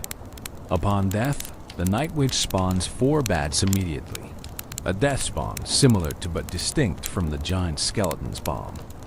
These final bats represent her last act of necromancy, a posthumous contribution that can catch opponents off guard. The death spawn ensures that defeating the Night Witch doesn't completely end her threat, as those 4 bats might reach towers or eliminate weakened troops, extracting final value from your elixir investment. The Night Witch's introduction to Clash Royale was explosive, arguably one of the most impactful card releases in the game's history. When she first arrived, she was overwhelmingly powerful, dominating the meta so completely that nearly every competitive deck included her. Her bat spawn rate was too fast, her damage too high, her death spawn too threatening. She defined the meta for weeks, warping deck building and strategy around either using her or countering her. The June 12, 2017 balance update. mere weeks after her release, significantly nerfed the Night Witch. Her bat spawn time was increased from 6 seconds to 7 seconds. Her hit points were decreased by 9%. Her damage was decreased by 9%. Her death spawn bats were reduced from 4 to 3. These changes were dramatic, reflecting how overpowered she had been. But even after them, she remained viable and popular. Subsequent updates continued refining the Night Witch. The October 9th, 2017 update increased her bat spawn speed from 7 seconds back to 6 seconds, but decreased her range from 5.5 tiles to 5 tiles. The March 5th, 2018 update decreased her hit points by 5%. The May 31st, 2018 update decreased her bat spawn speed from 6 seconds to 5 seconds, but decreased her damage by 17%. Each change tried to find the sweet spot between powerful and oppressive. The pattern continued over years. Her hit speed was adjusted, affecting how quickly she could eliminate targets. Her sight range was modified, changing her ability to lock onto troops. Her initial bat spawn time was increased, preventing instant bat swarms upon deployment. Her death spawn was adjusted multiple times, settling at 4 bats again in later updates. Through it all, the Night Witch remained relevant, never quite as dominant as her release, but never falling into complete obscurity. Strategically, the Night Witch functions as a versatile support card that excels behind tanks. Place her behind a golem, and she spawns bat after bat, creating aerial swarms that opponents must address while the golem absorbs damage. Use her with giant, and her high single target damage eliminates troops trying to counter your tank, while bats provide additional pressure. Pair her with Lava Hound, and you create overwhelming air pressure that opponents struggle to counter with typical anti-air defensive cards. On defense, the Night Witch shines against high hit point ground units. Her high single target damage lets her melt through tanks like Giant Royal Giant or Golem. Her bats distract and delay, buying precious seconds for towers to deal damage. Against aerial threats, her bats can surround and eliminate, though they're vulnerable to splash damage from support troops. She's versatile enough to handle various threats, making her valuable in many situations. The relationship between Night Witch and bats mirrors the witch's relationship with skeletons, but with subtle differences. Bats are not undead in the same sense that skeletons are. They're creatures transformed or controlled through dark magic, living things corrupted rather than dead things animated. This distinction matters lore-wise, suggesting that the Night Witch's magic operates through domination and corruption rather than pure necromancy. Some community theories suggest the Night Witch and Witch are siblings, sisters who chose different paths in their magical studies. The Witch mastered animating the dead. The Night Witch mastered controlling the living. Both pursue power through dark arts, but their methods and philosophies diverge. The Night Witch is specialist, optimized for specific conditions, while the Witch is generalist, functional in all circumstances. Visual design reinforces this nocturnal theme. The Night Witch's color palette is blacks and purples, colors of midnight and shadow. Her animations are smoother, more graceful, suggesting someone who moves through darkness like water through cracks. Her bat spawning looks effortless, as if the bats emerge naturally from her presence, rather than being deliberately summoned. She doesn't command death, she embodies it, becoming living shadow that spawns smaller shadows to do her bidding. The bats themselves deserve attention. These tiny creatures, with their leathery wings and chittering cries, are even more fragile than skeletons. Any damage kills them instantly, making them vulnerable to splash, spells, and area damage troops. Yet they fly, giving them tactical advantages skeletons lack. They can cross rivers without bridges, bypass ground defenses entirely, target air units, and reach towers more directly. Their fragility is offset by mobility and spawn rate, creating constant pressure through renewed waves. In competitive play, Night Witch has been part of numerous meta decks. The Golem Night Witch beatdown archetype dominated for months, overwhelming opponents through relentless pressure. Bridge spam decks utilized her for quick pressure and tower damage. She appeared in various hybrid decks that leveraged her versatility. Professional players pioneered techniques for maximizing her value, like timing bat spawns to tank tower shots for more valuable units or using her to kite building targeting troops while bats dealt damage. The Night Witch's legendary rarity makes her harder to obtain and upgrade than the common witch, creating accessibility barriers for free-to-play players. This rarity feels appropriate given her power level and versatility, but it means many players experience her primarily as opponent rather than tool. Facing fully upgraded Night Witches when your own is underleveled creates frustration, as the card's strength scales significantly with levels, affecting bat spawn rate and survivability. Special game modes featuring Night Witch reveal different facets of her power. In Triple Elixir, she spawns bats so quickly that the air fills with leathery wings. In draft challenges, she becomes premium pick, offering versatility and win condition potential simultaneously. In challenges where certain rarities are banned, her absence is felt immediately, highlighting how much her presence shapes strategies and deck building. The Night Witch has become so integral to certain playstyles that her removal fundamentally changes how those decks function. Animations depict her as more sinister than the Witch, more willing to embrace morally questionable magic. Fan art frequently shows her in dramatically shadowed settings, surrounded by swirling bats and dark energy. Comics contrast her seriousness with the Witch's occasional whimsy, suggesting personality differences alongside their magical specializations. The Night Witch is the one who didn't hesitate, who dove into forbidden knowledge without reservation, who paid whatever price power demanded. The bats she commands reflect this darker commitment. While skeletons retain some cartoonish charm despite being undead, bats feel more genuinely threatening. Their chittering, their swarming, their association with vampires and caves in darkness all contribute to making them feel dangerous rather than merely deadly. When Night Witch spawns bats, it feels like releasing something that should remain contained, letting loose creatures that belong in nightmares rather than battlefields. Yet beneath the dark aesthetic, Night Witch serves similar strategic purpose to her skeletal counterpart. Both are support cards that spawn secondary units continuously. Both convert defense into offense effectively. Both require opponents to balance addressing the spawner versus the spawn units. Both reward players who protect them, allowing their spawn mechanics to generate overwhelming value over time.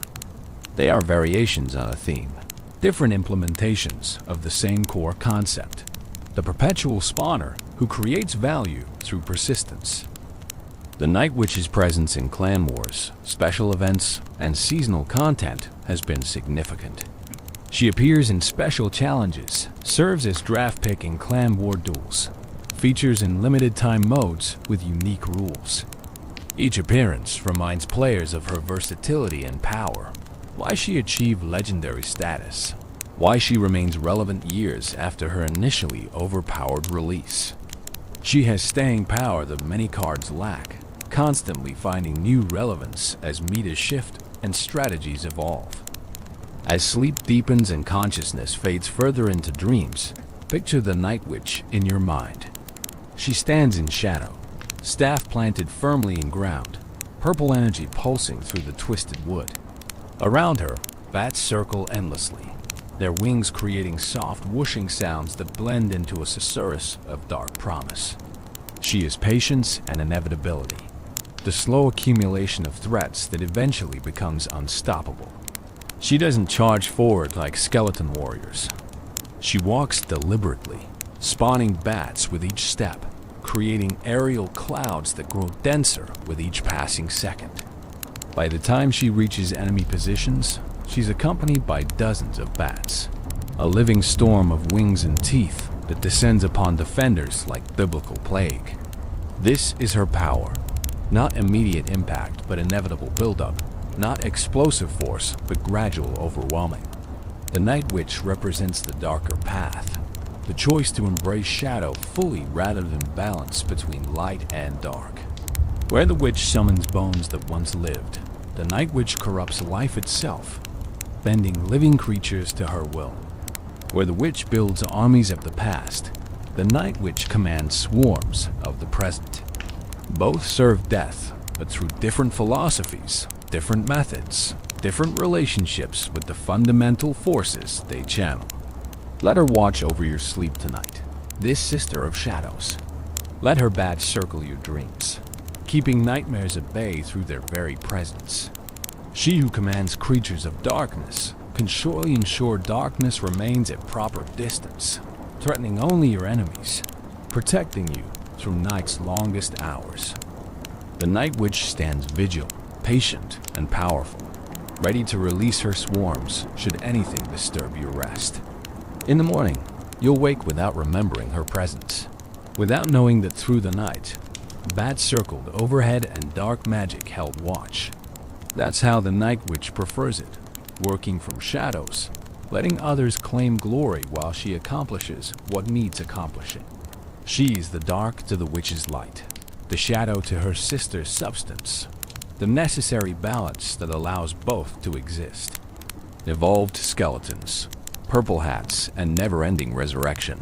On October 24th, 2022, Clash Royale introduced a new mechanic that would fundamentally change how certain cards functioned.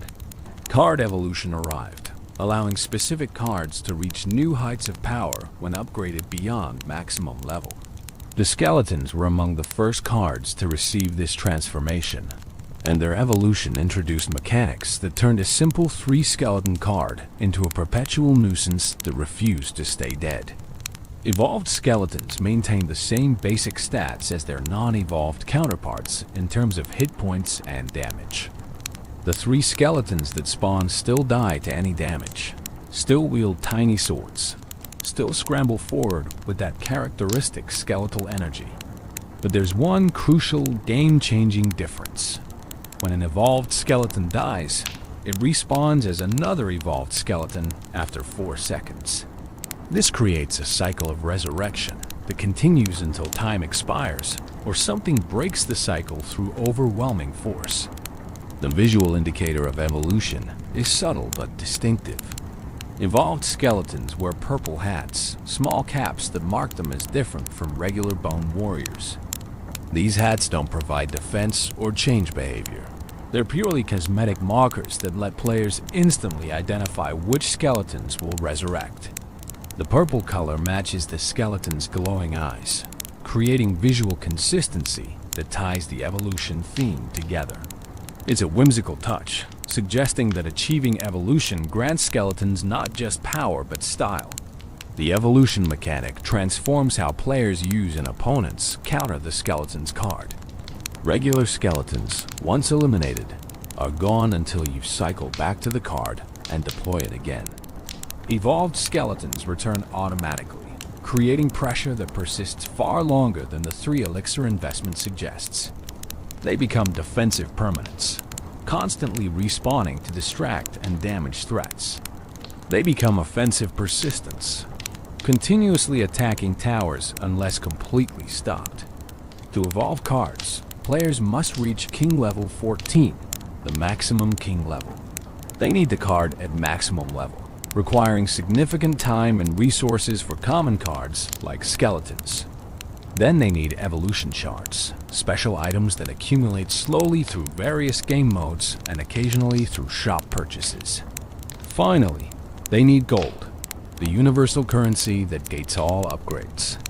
The combined requirements make evolution accessible primarily to dedicated players or those willing to spend money, creating power disparities that sparked community debate.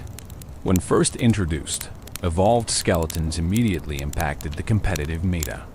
Their persistent respawning made them exceptionally valuable on defense, as they continuously distracted and damaged troops without requiring additional elixir investment. On offense, they provided constant chip damage, requiring opponents to address them repeatedly or accept slow tower deterioration. The 4-second respawn timer proved short enough, that properly protected, evolved skeletons could chain resurrections indefinitely. Balance adjustments followed quickly. The November 7th, 2022 update increased the respawn time from 4 seconds to 6 seconds, giving opponents more breathing room between skeleton waves. This change reduced their oppressive feel without eliminating their core strength. The evolution remained powerful, but required more careful protection and strategic placement. Further minor adjustments tweaked their power level over subsequent months. Strategically, evolved skeletons function differently from their regular counterparts. With regular skeletons, you accept that they're temporary, disposable tools that provide value then disappear. With evolved skeletons, you invest in permanence, creating threats that require sustained attention or hard counters. They're less about immediate impact and more about maintaining pressure, about creating problems opponents must repeatedly address. On defense, evolved skeletons shine against predictable attacks. Drop them to counter a hog rider, and they'll respawn to counter the next hog rider. Use them against a royal giant, and they'll return to distract the next royal giant push. Their resurrection turns single defensive plays into lasting solutions, extracting enormous value from what appears to be a minimal elixir investment. However, this strength depends on protecting them, ensuring they die in your territory where they can respawn safely. Offensively, evolved skeletons function as perpetual chip damage. Deploy them at the bridge and, even if they're immediately countered, they'll respawn and attack again. This forces opponents into difficult choices. Ignore them and accept continuous tower damage, or repeatedly spend resources countering them, potentially falling behind in elixir. Smart players cycle evolved skeletons constantly, creating multiple respawn chains that overwhelm through accumulated pressure. The counterplay to evolved skeletons involves breaking their respawn cycle. Area damaged troops like Valkyrie, Wizard, or Bomber can clear them repeatedly. Spells like Zap or Log can reset the cycle timing. Building placements can distract them away from valuable targets. Most effectively, eliminating them in enemy territory prevents respawn entirely, as they only resurrect if they die on your side of the arena. This creates interesting positional dynamics where the location of skeleton deaths matters enormously. The lore implications of evolution, particularly for skeletons, are fascinating. What does it mean for the dead to refuse to stay dead? Regular skeletons are already undead, animated beyond their natural end. Evolved skeletons are undead that resurrect repeatedly, creating cycles of death and rebirth that suggest something beyond simple necromancy. Are they trapped in a curse that prevents final rest? Have they achieved some form of skeletal enlightenment that grants them pseudo-immortality? Or is evolution simply concentrated dark magic, so powerful that it overcomes even death's grip on death itself? The Purple Hats add personality to this existential question. Someone gave these skeletons hats. Was it the witch marking her most powerful servants? Was it Larry distributing hats to his closest friends as symbol of their special status? Or did the skeletons claim the hats themselves, fashioning them from materials scavenged across battlefields, wearing them with skeletal pride? The game doesn't answer, leaving this small detail to fuel imagination and fan theories. Community response to evolved skeletons mixed excitement with concern. Players appreciated the new strategic depth evolution added, the fresh ways of using familiar cards, but the power level sparked debate. Were evolved skeletons too strong, warping the meta around them? Did their respawn mechanic feel unfair, creating situations where opponents felt helpless? Or was the community simply adjusting to new mechanics, learning counterplay that would eventually bring evolved cards into balance? Professional players quickly integrated evolved skeletons into competitive decks. Cycle decks leveraged their persistence to maintain constant pressure. Defensive decks used them as foundations for stopping pushes. Hybrid strategies combined both approaches, defending with evolved skeletons then converting their respawns into counterattacks. Tournament matches showcase clever evolution timing, with players cycling to evolved cards precisely when opponents lacked answers. The evolution mechanic's greatest impact might be psychological. Players holding evolved skeletons know they have persistent threat that opponents must respect. Players facing evolved skeletons know they must carefully manage that threat or watch it spiral out of control. This mental component, the weight of knowledge that these skeletons won't simply die and disappear, changes how both players approach the entire match. It's pressure that exists even when the card isn't deployed, simply because it could be. In terms of sound and visual design, evolved skeletons receive special attention. Their respawn animation is distinctive, purple energy swirling as bones reassemble from ethereal components. The sound of resurrection carries magical tones, clearly different from initial deployment. These design choices ensure players immediately recognize when skeletons are respawning versus being freshly deployed, maintaining clarity even during chaotic battles. The community has created extensive content around evolved skeletons. Guides explaining optimal usage, when to protect respawns versus when to let skeletons die in enemy territory. Montages showing endless chains of resurrection. Skeletons dying and respawning dozens of times in single matches. Memes about opponents' frustration facing infinite skeleton loops. Discussions debating whether the evolution mechanic is healthy for the game or problematic power creep.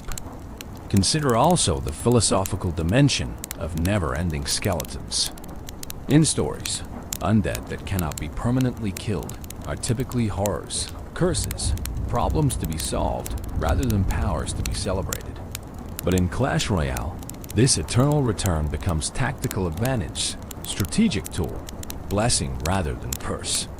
It's a fascinating inversion of traditional undead narratives, where resurrection is desirable rather than tragic, where refusing to stay dead is victory rather than damnation. As you descend deeper into sleep, imagine evolved skeletons in their endless cycle. 3 warriors fall in battle, bones scattering across arena floor. Purple energy swirls, and they rise again. Hats slightly askew, but spirits undimmed. They charge once more, knowing death is temporary, that they'll return again and again until victory is achieved or time expires. They are persistence incarnate, the refusal to accept defeat, the embodiment of try again, taken to supernatural extremes. Let them guard your dreams with their immortal vigilance. When nightmares approach, the skeletons fall defending you. 4 seconds pass, and they rise again, ready to face the same threats once more. They cannot be permanently defeated because they cannot permanently die. They are evolution's gift to those who need protection that never wavers, defense that never rests. Warriors who literally cannot quit because quitting would require staying dead, and they've evolved beyond death's ability to hold them. The purple hats bob in rhythm with their movements, marking them as special, as chosen, as evolved beyond their common origins. Larry and his friends reach new heights, not through size or strength, but through transcending death itself. They are skeletons squared, undead made more undead, the already impossible made more impossible still. And they march through your dreams wearing those ridiculous purple hats with absolute dignity, because style matters even when your bones held together by dark magic and stubborn refusal to rest. Evolution made skeletons immortal in the most literal sense possible. They don't just survive, they return. They don't just persist, they resurrect. They are the answer to the question, what if skeletons simply refuse to accept defeat? And that answer is terrifying for opponents, comforting for allies, and absolutely fascinating for anyone who appreciates the philosophical implications of animated bones that won't stay unanimated.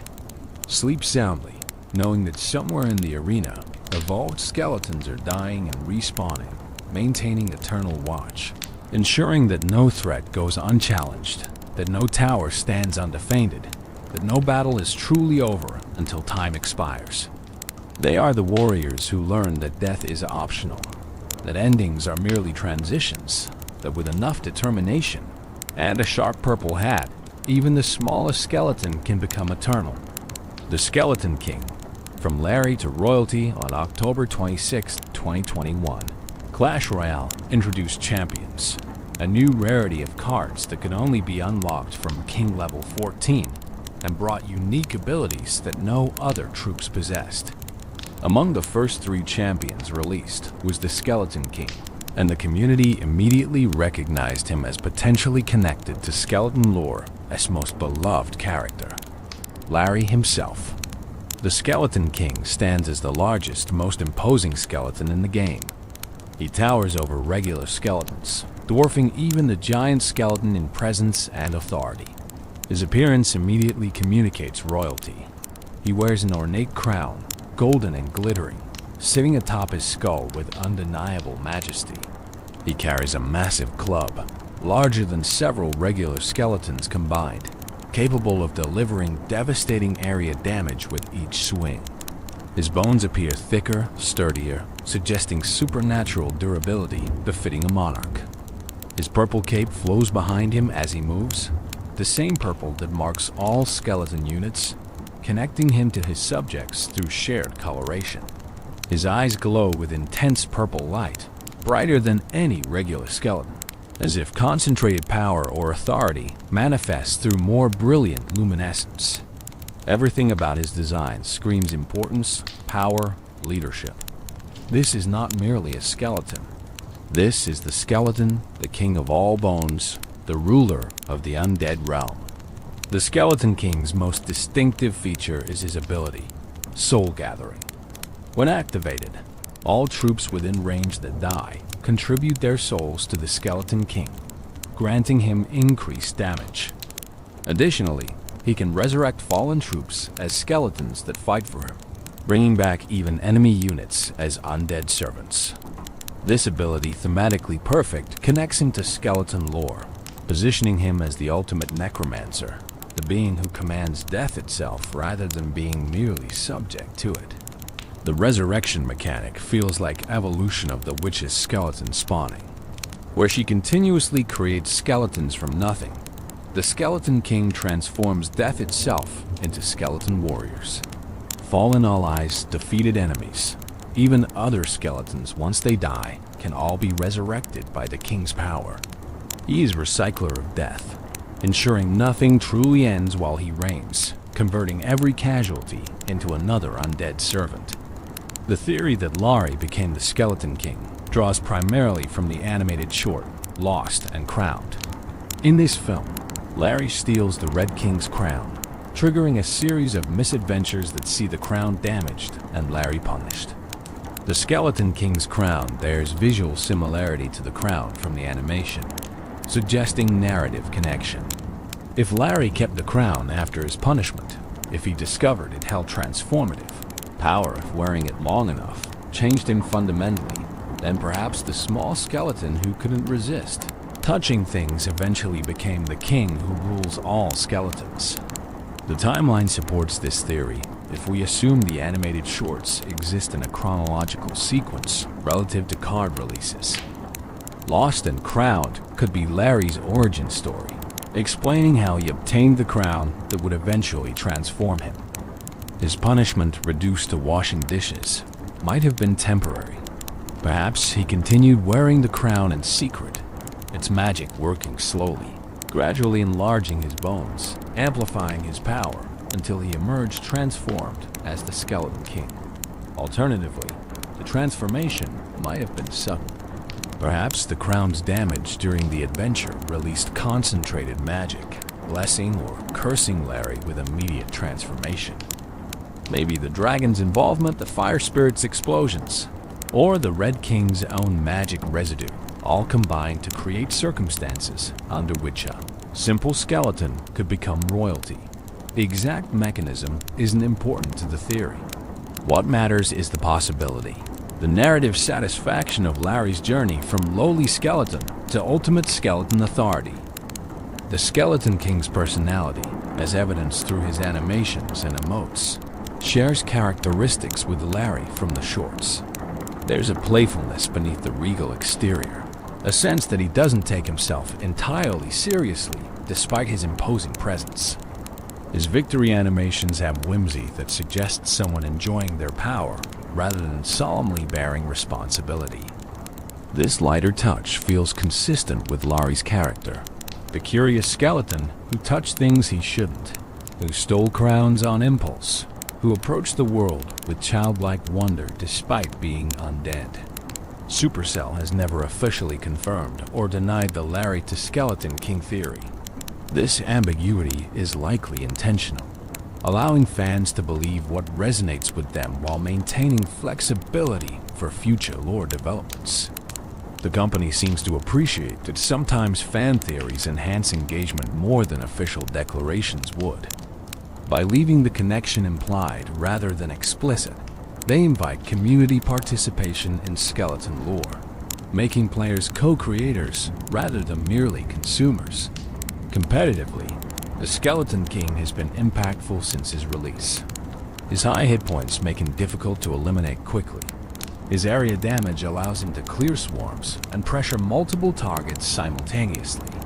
His ability provides value in both offense and defense, resurrecting fallen troops during enemy pushes or creating overwhelming attacks by converting your own casualties into skeleton reinforcements. He functions as tank, damage dealer, and support simultaneously, justifying his champion status. The 80 elixir cost makes him expensive, requiring careful elixir management and strategic timing. You can't simply drop the Skeleton King reactively like you might with cheaper troops. He represents significant investment that must be protected and leveraged properly.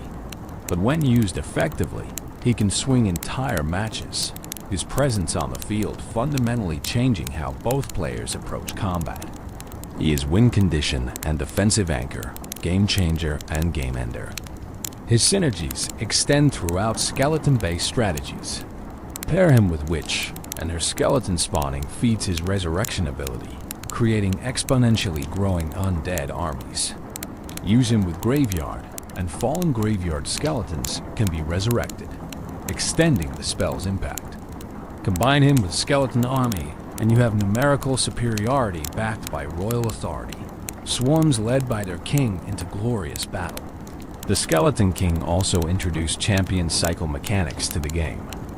Once deployed, he must be defeated and respawn before you can deploy him again. This creates risk-reward decisions around when to commit your champion. Deploy him too early, and he might die without extracting full value, forcing you to wait through respawn timer during crucial moments. Deploy him too late, and you've left powerful tool unused, potentially losing matches you could have won. Mastering champion timing separates skilled players from merely competent ones. In terms of lore significance, the Skeleton King represents culmination of skeleton evolution in Clash Royale. From common 3 skeleton card, to epic skeleton army to legendary Night Witch, and now champion Skeleton King, skeletons have climbed the rarity ladder, proving their worth at every tier. The King embodies everything skeleton lore represents: persistence despite fragility, power through numbers, dignity despite being literal bones, and the refusal to accept that death is the end. His existence also raises questions about skeleton society and hierarchy. If there's a king, is there a kingdom? Do other skeletons serve him willingly or through compulsion? When you deploy skeletons or skeleton army, are you calling forth the king's subjects, or are these independent warrior bands? Does the witch answer to the Skeleton King, or are they rivals, competing powers within the undead realm? The game doesn't answer, but these questions fuel fan discussions and creative works. The Skeleton King's emotes add personality beyond what gameplay reveals. He has expressions of joy, frustration, cockiness, and determination.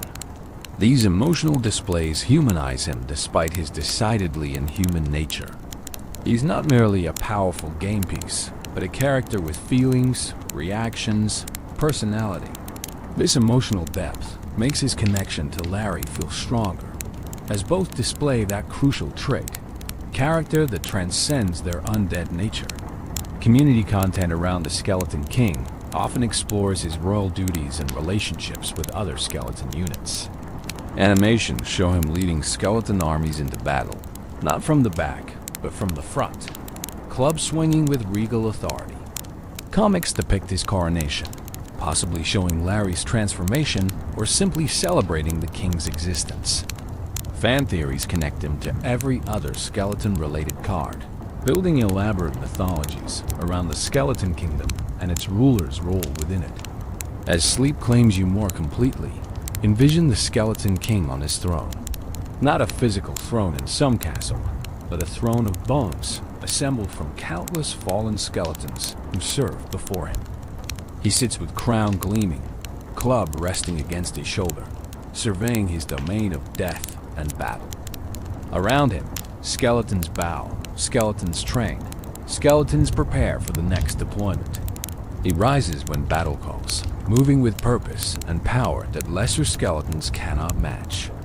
His very presence inspires his subjects, transforms frightened bones into confident warriors.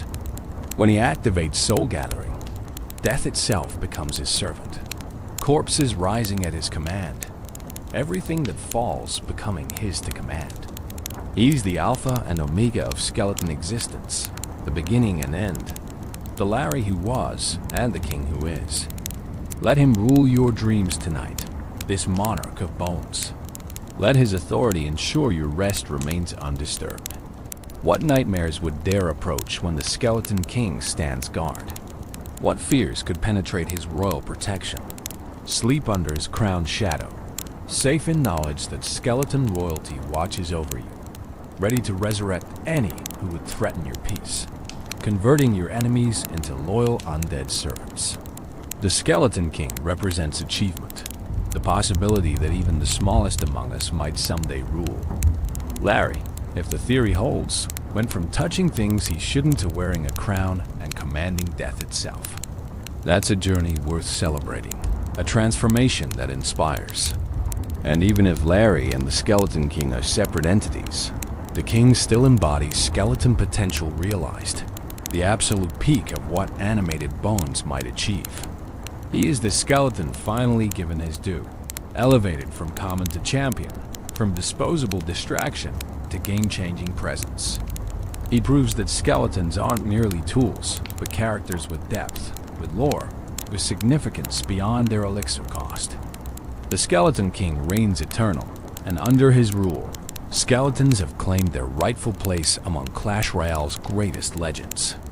Lost and Crowned, the animated adventure that defined Larry on August 9th, 2021, Supercell released Lost and Crowned, an animated short that would become foundational to skeleton lore in Clash Royale. This beautifully crafted film, running approximately 3 minutes, tells the story of Larry and his brother Peter working for the Red King in the arena. The narrative that unfolds is simple yet profound, combining comedy, adventure, and character development into a package that resonates far beyond its brief runtime. The short opens with Larry and Peter performing maintenance work in the Red King's castle or arena facilities. They're janitors essentially, skeletons given the unglamorous job of keeping things clean and functional. This immediately establishes them as everyman characters, workers rather than warriors, skeletons with jobs beyond battle. It humanizes them, showing that skeleton existence includes mundane duties alongside glorious combat. Larry's attention is immediately drawn to the Red King's crown, glittering golden atop the monarch's head. Larry has always been characterized by curiosity, that same impulse that led him to touch the Archer Tower in the original commercial. Here that curiosity fixates on the crown, that symbol of authority and power that sits tantalizingly visible, yet completely inaccessible to a simple cleaning skeleton. You can see in Larry's body language, in the tilt of his skull, in his reaching gestures, that he wants that crown desperately. What follows is a comedy of errors driven by skeleton determination and questionable decision-making. Larry manages to steal the crown, though the exact mechanism varies between different viewer interpretations of the rapid sequences. With crown in hand, Larry and Peter must navigate the castle's defensive systems, chambers filled with traps designed to protect valuable items from thieves. The fact that the crown was improperly secured before they stole, it raises interesting questions about the Red King's security, protocols, or perhaps his trust in his skeleton employees. The Fire Spirit sequence provides some of the animation's most memorable moments. Larry and Peter encounter fire spirits, those small explosive elementals that hover and burn with manic energy. The skeleton's attempts to avoid or neutralize the fire spirits result in cascading chaos, explosions triggering more explosions, flames spreading through chambers, and chain reactions of fiery destruction. The animation quality shines here, with fluid movements and dynamic camera angles that create genuine tension despite the comedic tone. Peter proves himself a loyal brother throughout the ordeal, staying with Larry despite the increasingly dangerous situations Larry's theft has created. This brotherly bond adds emotional weight to the narrative. These aren't just two random skeletons. They're family, connected by something deeper than simply being spawned by the same witch. Their relationship suggests that skeletons have social structures, family bonds, relationships that matter beyond mere unit deployment. The dragon's lair represents the adventure's climax. Having escaped the fire spirits and navigated countless traps, Larry and Peter find themselves in a chamber dominated by a massive dragon, possibly a juvenile or sleeping dragon that suddenly awakens. The scale contrast is powerful. Two tiny skeletons, one wearing a stolen crown, facing a creature that could incinerate them with a single breath. Yet they persist, somehow surviving through combination of luck, quick thinking, and skeletal resilience. The crown becomes damaged during the dragon encounter, dented or cracked depending on how you interpret the visual damage shown. This detail becomes crucial for theories about Larry's eventual transformation into the Skeleton King. The crown's damage might have released magic, altered its properties, or simply made it wearable for a skeleton, whereas the perfect crown would have been too large or incompatible with skeletal anatomy. Eventually, Larry and Peter manage to return the crown to the Red King, though it's no longer in pristine condition. The king's reaction is disappointment rather than fury, suggesting he has some fondness for his skeleton employees despite their criminal behavior. The punishment is gentle by royal standards. Larry and Peter are assigned to dishwashing duty, a demotion from their previous janitorial roles, but hardly cruel and unusual punishment for crown theft and castle destruction.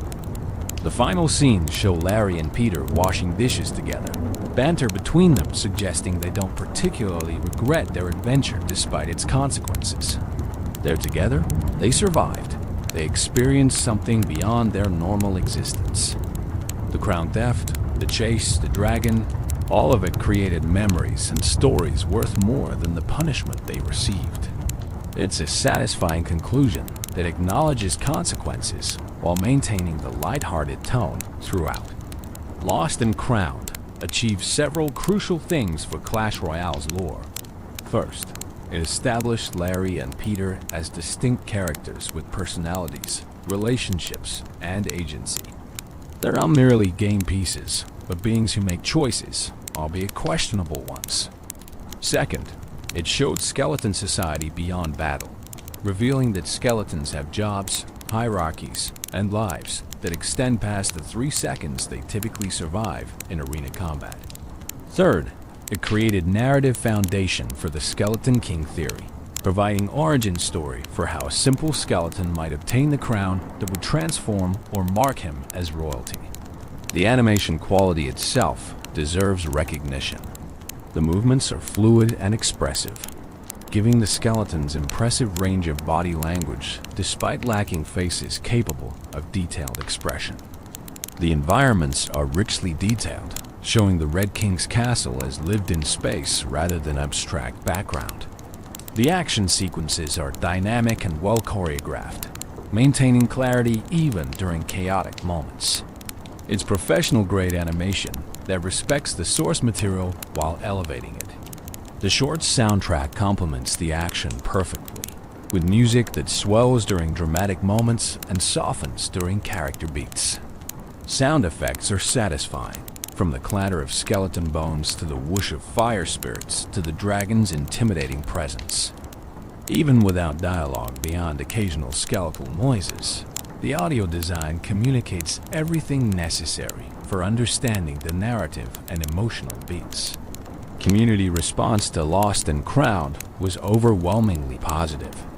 Fans celebrated seeing beloved characters receive proper animated treatment.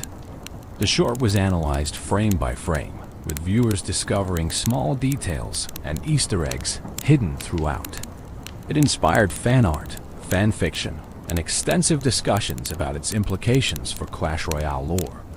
Supercell had created something that transcended marketing, becoming genuine entertainment that enriched player connection to the game. The short also raised interesting questions that remain unanswered. Why did Larry want the crown so badly? Was it simple kleptomania, the same impulse that made him touch the Archer Tower? Or did he sense something about the crown, some connection or destiny that drew him to it? Why did Peter help him despite knowing it was wrong? Brotherhood? Or does he also feel the crown's pull, supporting Larry's quest even if he doesn't fully understand it? What happened to the crown after Larry and Peter returned it? Did the Red King have it repaired? Did he discard it as damaged? Or, as the Skeleton King theory suggests, did Larry manage to keep it after all, perhaps as partial payment for his labor, or through another theft we never witnessed? The animation doesn't show us, leaving these crucial plot points open for interpretation and speculation. The dragon's role also invites questions. Why was a dragon living in the Red King's castle? Is it a pet? A prisoner? A guard? Does it relate to other dragon cards in the game, like Baby Dragon or Inferno Dragon? Or is it unique, an individual creature whose story intersects with Larry's just this once? The animation treats the dragon as an obstacle rather than character, but its presence suggests depths to arena world building that other content only hints at. Lost and Crowned exists in a peculiar narrative space. It's clearly part of Clash Royale's official lore, released by Supercell through official channels. Yet it's also somewhat divorced from the game itself, telling a story that doesn't directly connect to gameplay mechanics or match outcomes. It's world building, character development, lore enrichment that asks nothing of players except that they watch and enjoy. This willingness to create content that exists for its own sake, rather than serving immediate game promotion, demonstrates Supercell's investment in their universe.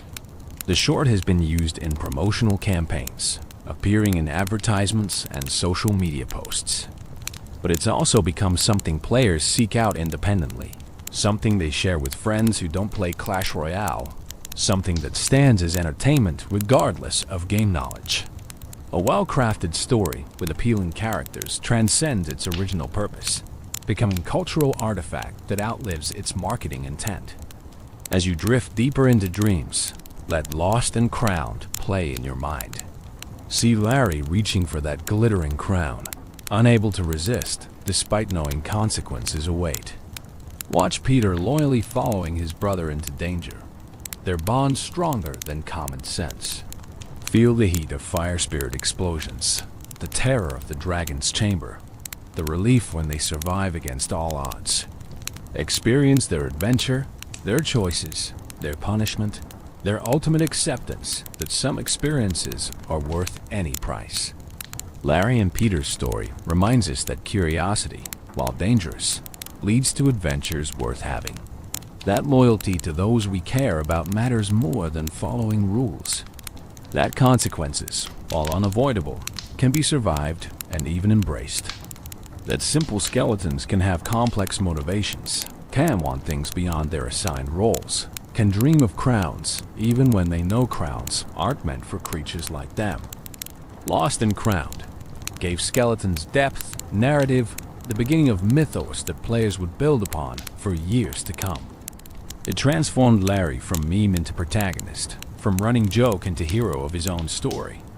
And in doing so, it elevated all skeletons, showed that even the most disposable units in the game could be characters worth caring about, worth creating content around, worth dreaming about as Sleep finally claims you fully. Tombstone and skeleton spawners. Buildings that bleed bones. Not all skeletons enter the arena through direct deployment. Some emerge from structures, spawn continuously by buildings that serve as skeletal factories, producing warriors at regular intervals until destroyed or time expires. The Tombstone, introduced early in Clash Royale's history, represents the classic skeleton spawner, a building that creates tactical advantages through persistent troop generation rather than direct damage or defensive mechanics. The Tombstone unlocks from Bone Pit, appropriately Arena 2, and costs 3 elixir to deploy. It's a rare building card that spawns skeletons at regular intervals throughout its 30-second lifetime. The building itself appears as a weathered gravestone, cracked and ancient, emanating purple necromantic energy that marks it as more than mere stone. The visual design immediately communicates its purpose. This is where skeletons come from, the literal tombstone from which the undead rise. Every 2.9 seconds, the Tombstone spawns 1 skeleton, continuing this production until the building is destroyed or its lifetime expires. Additionally, when destroyed, the Tombstone spawns 4 skeletons as a death spawn, similar to the Night Witch's posthumous bat production. This ensures that even successful destruction of the Tombstone rewards the deploying player with additional skeletons, extracting final value from the elixir investment. The historical evolution of Tombstone reveals constant adjustments aimed at keeping it relevant without making it oppressive. When Clash Royale launched on January 4th, 2016, the Tombstone spawns skeletons every 2.9 seconds and costs 3 elixir, stats that have remained relatively stable throughout the game's history.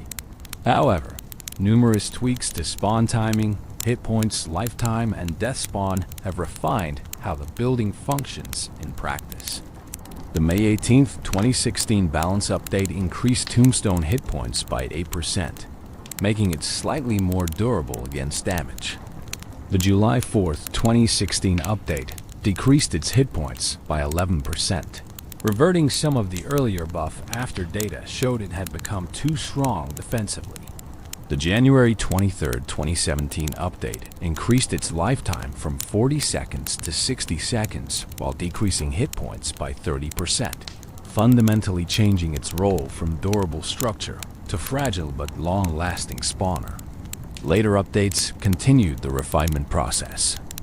The June 12, 2017 balance update decreased lifetime from 60 seconds back to 40 seconds while increasing hit points, trying to find optimal balance between duration and durability. The October 9, 2017 update decreased spawn speed from 2.9 seconds to 2.5 seconds, making it spawn skeletons faster, but reducing its lifetime to 30 seconds. Each change affected how players used Tombstone and how opponents countered it, creating evolving strategies around this seemingly simple building. The death spawn mechanic has also been adjusted multiple times. Originally spawning 4 skeletons, it was reduced to 3 at one point, then increased back to 4. The timing of the death spawn, whether skeletons appear immediately or after a brief delay, has been fine-tuned to prevent exploitation while maintaining the mechanic's value. These adjustments reflect Supercell's ongoing effort to make Tombstone useful, without making it frustrating to face. Strategically, Tombstone excels as a distraction building that provides continuous value through skeleton spawning. Against single-target troops like Prince, Hog Rider, or Mini P.E.K.K.A., the Tombstone pulls them toward the center of your side while spawning skeletons that surround and attack. Even after the building falls, the death spawn provides additional distraction and damage. For 3 elixir, you receive significant defensive value if the building survives long enough to spawn multiple skeleton waves. The building's placement is crucial for maximizing effectiveness. Plant it too close to the river, and it becomes vulnerable to direct tower damage or spells. Place it too far back, and enemy troops might ignore it, targeting towers directly. The optimal placement varies by opponent deck and troop composition, requiring players to adapt positioning based on threats they're facing. Mastering tombstone placement separates players who extract maximum value from those who waste its potential. Tombstone also functions as spell bait in certain deck archetypes. If opponents hold Fireball, Rocket, or Poison specifically to eliminate your tombstone, they can't use those spells on your Goblin Barrel, Three Musketeers, or other valuable targets. You create decision points where opponents must choose which threat to spell and which to handle through other means. This mind game element adds strategic depth beyond the building's simple skeleton spawning function. In beatdown strategies, Tombstone can support pushes by providing continuous skeleton reinforcements. Place it behind your tank, and it spawns skeletons throughout the push's development, adding their damage to your accumulated death ball. The building stays safely behind your advancing troops, protected from direct assault while churning out warriors. This transforms a defensive structure into offensive support, demonstrating Tombstone's versatility. The lore implications of Tombstone are dark and fascinating.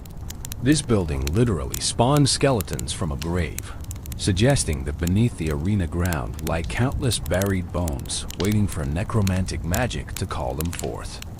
The tombstone serves as portal or conduit, connecting the surface world with whatever realm the dead inhabit. Each skeleton that emerges has been summoned from that realm, pulled through the stone into temporary service. Does each tombstone contain specific skeletons, individual warriors bound to particular graves?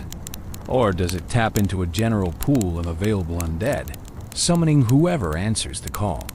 Are the skeletons spawned from Tombstone different from those spawned by witches or deployed directly?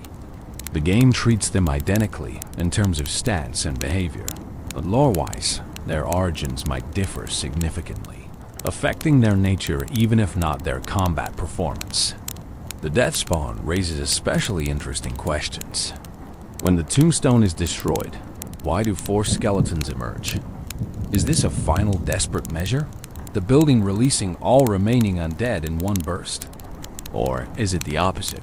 The destruction breaking the seals that kept most skeletons contained, allowing a few to escape? Perhaps the tombstone as destruction creates conditions where the boundary between Death's realm and the arena thins momentarily, permitting skeletons to cross over without full ritual or sustained magic. Community creativity around Tombstone includes strategies, guides, and humorous content about its role in matches. Montages show perfect tombstone placements that single-handedly stop massive pushes, the building spawning just enough skeletons at just the right moments to overwhelm attackers. Memes celebrate the frustration of opponents who spell the tombstone only to face the death-spawn skeletons anyway, extracting value even in destruction. Discussions debate optimal placement for different scenarios, building collective knowledge around maximizing this 3 elixir building. The tombstone has been featured in various special game modes and challenges. In draft challenges, it becomes valuable pick for its defensive versatility and low cost. In triple elixir mode, multiple tombstones can be deployed, creating skeleton production rates that overwhelm through sheer numbers. In challenges where buildings are buffed or receive special properties, Tombstone becomes even more powerful, sometimes dominating the temporary meta until the mode ends. Professional players have utilized Tombstone in tournament decks when the meta favored its defensive capabilities. It's been part of various archetypes, cycle decks appreciating its low cost, defensive decks valuing its distraction potential, and beatdown decks leveraging its spawning for push support. Its usage statistics ebb and flow with balance changes and meta shifts, but it never completely disappears, always finding relevance in some players' strategy.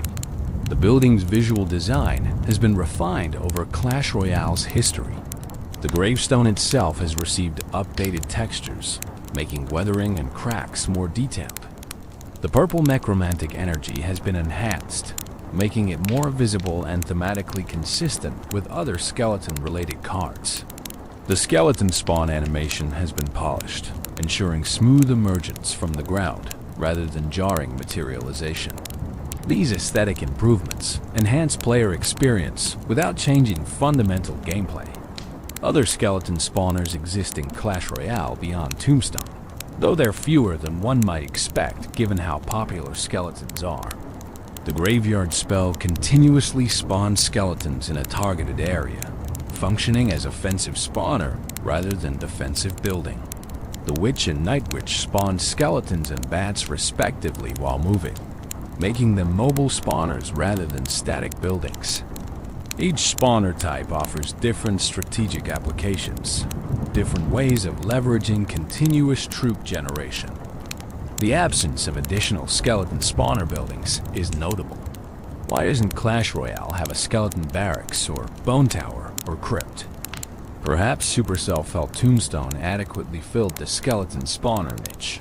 Or perhaps they worried about oversaturating the game with skeleton-generating cards. Alternatively, future updates might introduce new spawners as the game evolves, though predicting content releases is always speculative. As your consciousness fades deeper into sleep, picture the Tombstone standing vigil in the arena, that ancient grave marker, weathered by countless battles, glowing with purple energy that pulses like a heartbeat. Every few seconds, the ground before it shifts and cracks, bones emerging from below, assembling into skeletal warriors that immediately scramble toward their duties.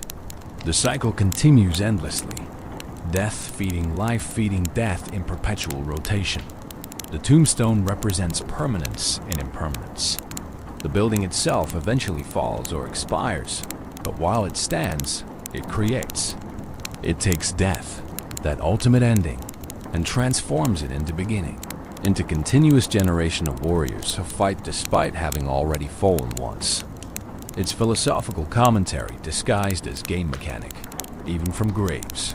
From the absolute conclusion, new possibilities emerge. Let the Tombstone guard your dreams tonight. Let it spawn skeletal sentinels who patrol the boundaries of your rest, ensuring nothing disturbs the peace you've earned. Every few seconds, new guardians emerge, replacing those who fell defending you, maintaining constant watch that never wavers because the source never depletes. The grave gives endlessly, the dead serve eternally, and you sleep soundly knowing that from the Tombstone's magic, protection flows without end. The building that bleeds bones, the grave that grants warriors, the stone that spawns soldiers. Tombstone is all these things and more, a 3-elixir investment that pays dividends in distraction, damage, and defensive depth. It stands where you place it, spawning skeletons until destruction or expiration, then spawning 4 more for good measure, ensuring that even in defeat, it contributes. That's skeleton philosophy in architectural form. Persist, provide value, and when you finally fall, make certain you take something with you. Skeleton Barrel. Airborne delivery of rattling chaos on October 9, 2017. Clash Royale introduced a card that combined skeletons with aerial mobility in a way no previous card had achieved. The Skeleton Barrel, a common card unlocked from Jungle Arena, which is Arena 9, costs 3 elixir and deploys a barrel carried by 2 balloons that, when destroyed or reaching its target, drops 8 skeletons to wreak havoc below. Is the skeleton equivalent of the Goblin Barrel, trading surprise tower damage for overwhelming skeleton swarm delivered from above. The visual design of Skeleton Barrel immediately communicates its purpose. A wooden barrel, weathered and cracked, hangs suspended beneath 2 purple balloons. The balloons match the color scheme of all skeleton-related cards, that signature purple that marks them as products of dark magic. Inside the barrel, if you look closely during brief moments before deployment or destruction, you can see skeletons packed tightly, waiting for their aerial journey to conclude so they can begin their ground assault. The barrel itself appears fragile, held together by rusted metal bands that look like they might fall apart at any moment. This fragility is reflected in gameplay. as the skeleton barrel has very low hit points, dying to most damaging spells and quickly eliminated by defensive troops. But this fragility serves design purpose, making the barrel high-risk, high-reward card that requires skill and timing rather than being automatically effective. When deployed, the skeleton barrel moves toward targeted building or the nearest princess tower if no building is specified. Its speed is medium, faster than tanks like Giant, but slower than quick troops like goblins. As it travels, it's vulnerable to air targeting troops and spells, creating opportunities for opponents to destroy it before it reaches valuable positions. But if ignored or inadequately defended, the barrel reaches its destination and drops its skeletal payload directly onto defenders.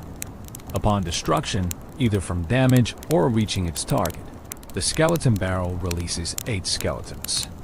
These skeletons drop simultaneously in a circular formation around where the barrel was when it broke, creating instant surrounding threat to any troops or buildings nearby. 8 skeletons is substantial, more than twice the 3 from the basic skeletons card, enough to overwhelm single-target troops quickly or deal significant damage to buildings before being cleared. The historical evolution of Skeleton Barrel shows Supercell's struggle to balance this unique card. Upon release, it spawned 8 skeletons and cost 3 elixir, statistics that have remained mostly stable. However, numerous adjustments to the barrel's hit points, death damage, skeleton count, and deployment mechanics have tweaked its power level over the years. The November 20th, 2017 update increased barrel hit points by 14%, making it more likely to reach targets before destruction. The January 24th, 2018 update decreased skeleton count from 8 to 7, reducing the swarm's overwhelming potential. Later updates continued refining the card. The June 4th, 2018 update increased skeleton count back to 8 while adjusting other properties to compensate. The November 5th, 2018 update added death damage to the barrel itself, meaning when it breaks, it deals a small amount of damage before skeletons drop. This change gave Skeleton Barrel additional chip damage potential, even if opponents immediately eliminated the skeletons, making it slightly more reliable as offensive tool. More recent adjustments focused on fine-tuning balance. The April 4th, 2022 update increased barrel hit points by 5%. The June 27th, 2022 update increased death damage by 10%. Each change reflected data showing the card was slightly under or overperforming at various trophy ranges and skill levels. The adjustments were typically minor, suggesting Skeleton Barrel was close to balanced, but needed occasional nudges to maintain optimal power level. Strategically, Skeleton Barrel functions primarily as offensive pressure card that forces opponent responses. Unlike ground troops that can be distracted by buildings or defensive placements, the barrel flies directly toward towers, ignoring most defensive structures. Opponents must have air targeting troops or spells ready to intercept it, or accept the barrel reaching their tower and dropping 8 skeletons directly on their defensive line. The card excels in combination with other threats, creating split-push scenarios or overwhelming opponents who've committed resources elsewhere. Launch a ground assault in one lane, then drop Skeleton Barrel in the other lane, forcing opponents to divide their attention and resources.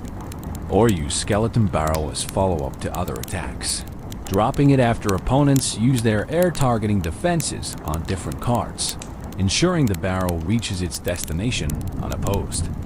Skeleton Barrel also functions as spellbait in spell-heavy metas. If opponents hold arrows, fireball, or zap specifically for your Skeleton Barrel, those spells aren't available for other threats. You can bait the spell with different cards, then deploy Skeleton Barrel, knowing opponents lack efficient answers. This creates rock, paper, scissors scenarios where proper sequencing of cards matters enormously, where knowing what's in opponent's hand determines your deployment decisions.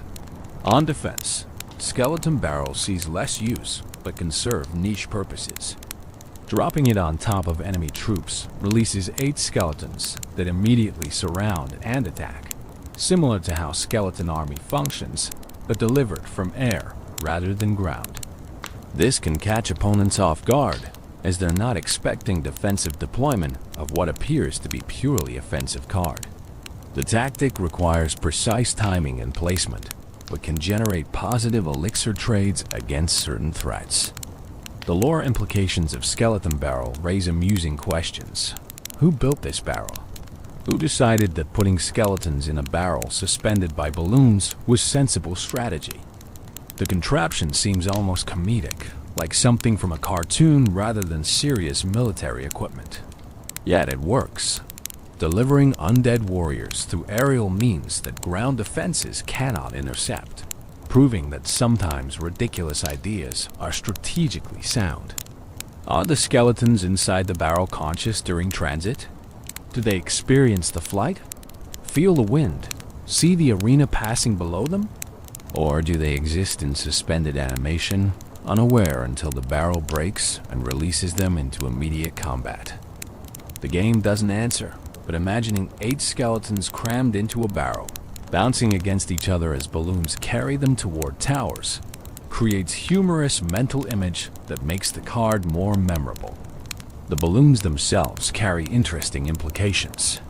They're purple, matching skeleton aesthetics, suggesting they might be magical constructs rather than natural balloons filled with hot air or helium. Does necromantic magic power them? Are they spirits bound into balloon form, enslaved to carry skeletal cargo? Or are they simply purple-painted conventional balloons, and we're reading too much into color choices? The ambiguity allows for various interpretations, each adding different flavor to the card's lore. Community content around Skeleton Barrel celebrates its explosive potential and frustrating vulnerability.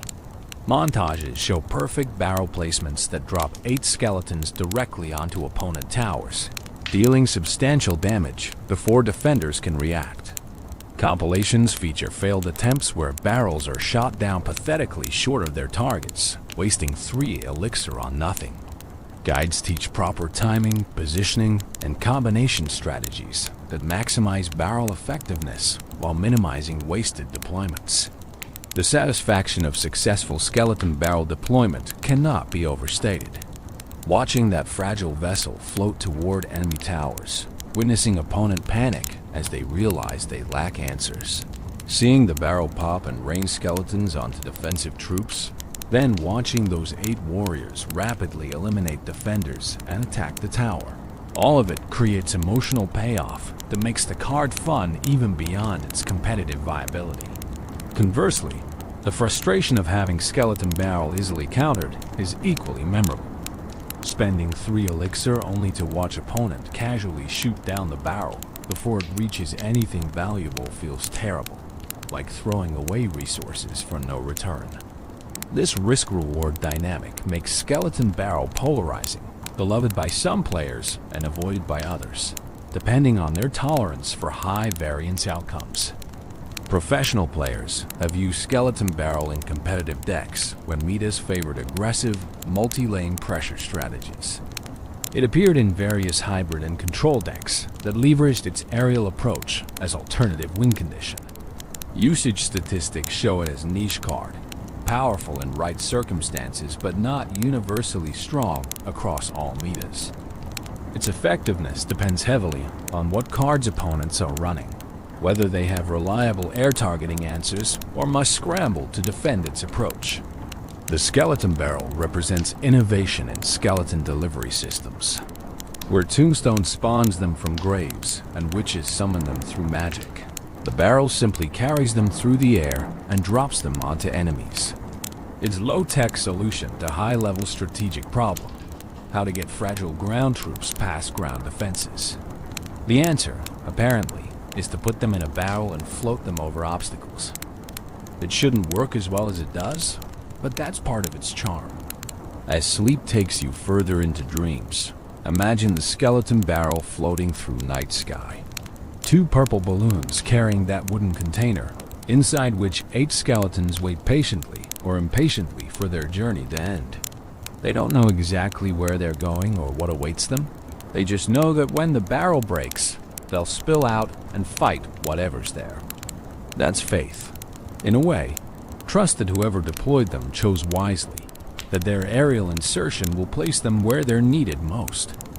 Let the skeleton barrel drift through your dreams tonight, carrying skeletal guardians to wherever nightmares might spawn. When fears approach, the barrel breaks above them, raining bones and swords and that distinctive rattling laughter. 8 defenders appear instantly, surrounding threats before they can approach, overwhelming through numbers what they lack in individual strength. The barrel is delivery system, and what it delivers is protection, 8-fold security dropped from sky.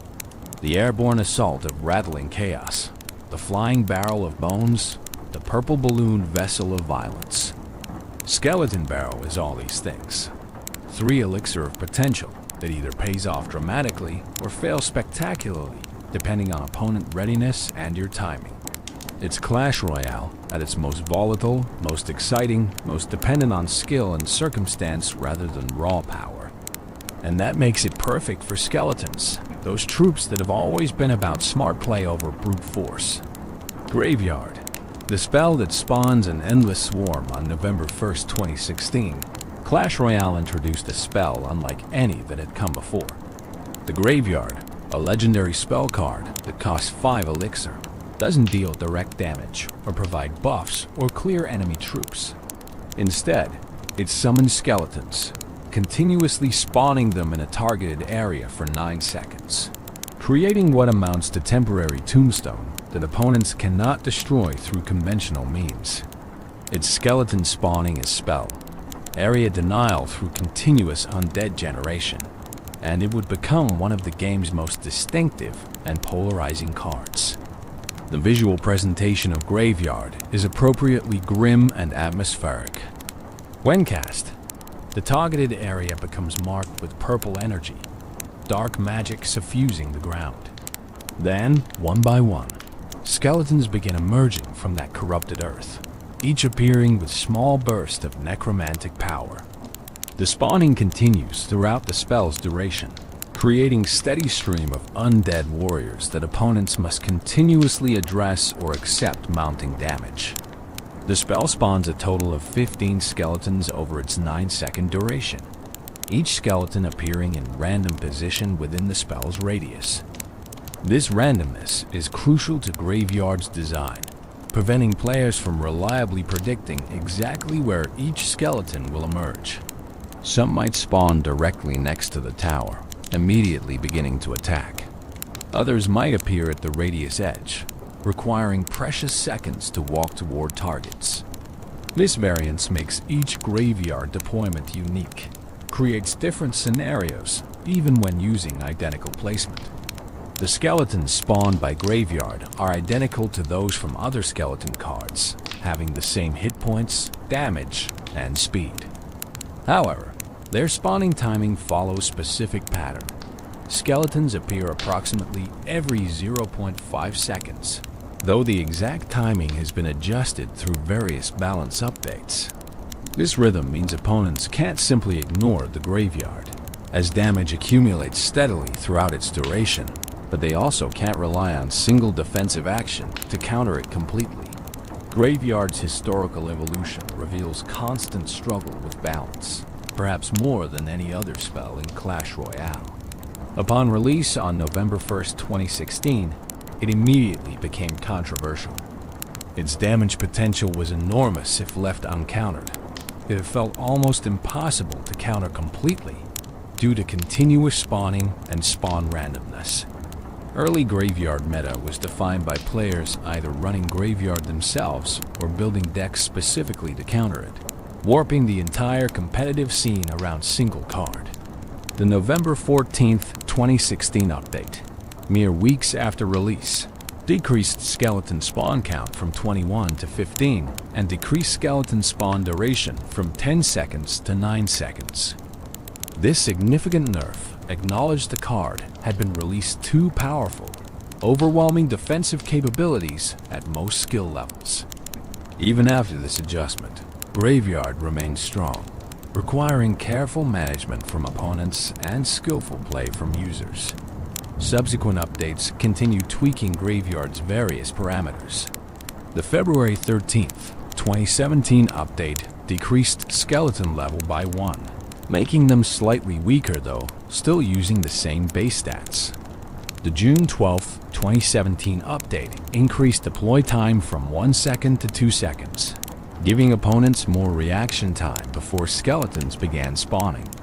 The August 24th, 2017 update decreased skeleton deploy time to 0.5 seconds per skeleton, making the spawning more rapid and continuous rather than staggered. More adjustments followed over the years. The spell's radius was modified, affecting how spread out skeletons appeared. The spawn timing was refined repeatedly, trying to find rhythm that felt fair for both users and opponents. The skeleton levels were adjusted relative to the spell's level, ensuring damage scaled appropriately with upgrades. Each change reflected ongoing attempt to make Graveyard strong enough to justify its 5 elixir cost and legendary rarity without making it oppressively frustrating to face. Strategically, Graveyard functions as a unique win condition that bypasses traditional defensive structures. Unlike troops that can be distracted by buildings or kited with defensive placements, Graveyard spawns directly where you cast it, typically on or very near opponent towers. Opponents must respond with troops or spells, cannot simply redirect the threat. This makes Graveyard excellent against players who rely heavily on buildings for defense, as buildings do nothing to stop spell deployment.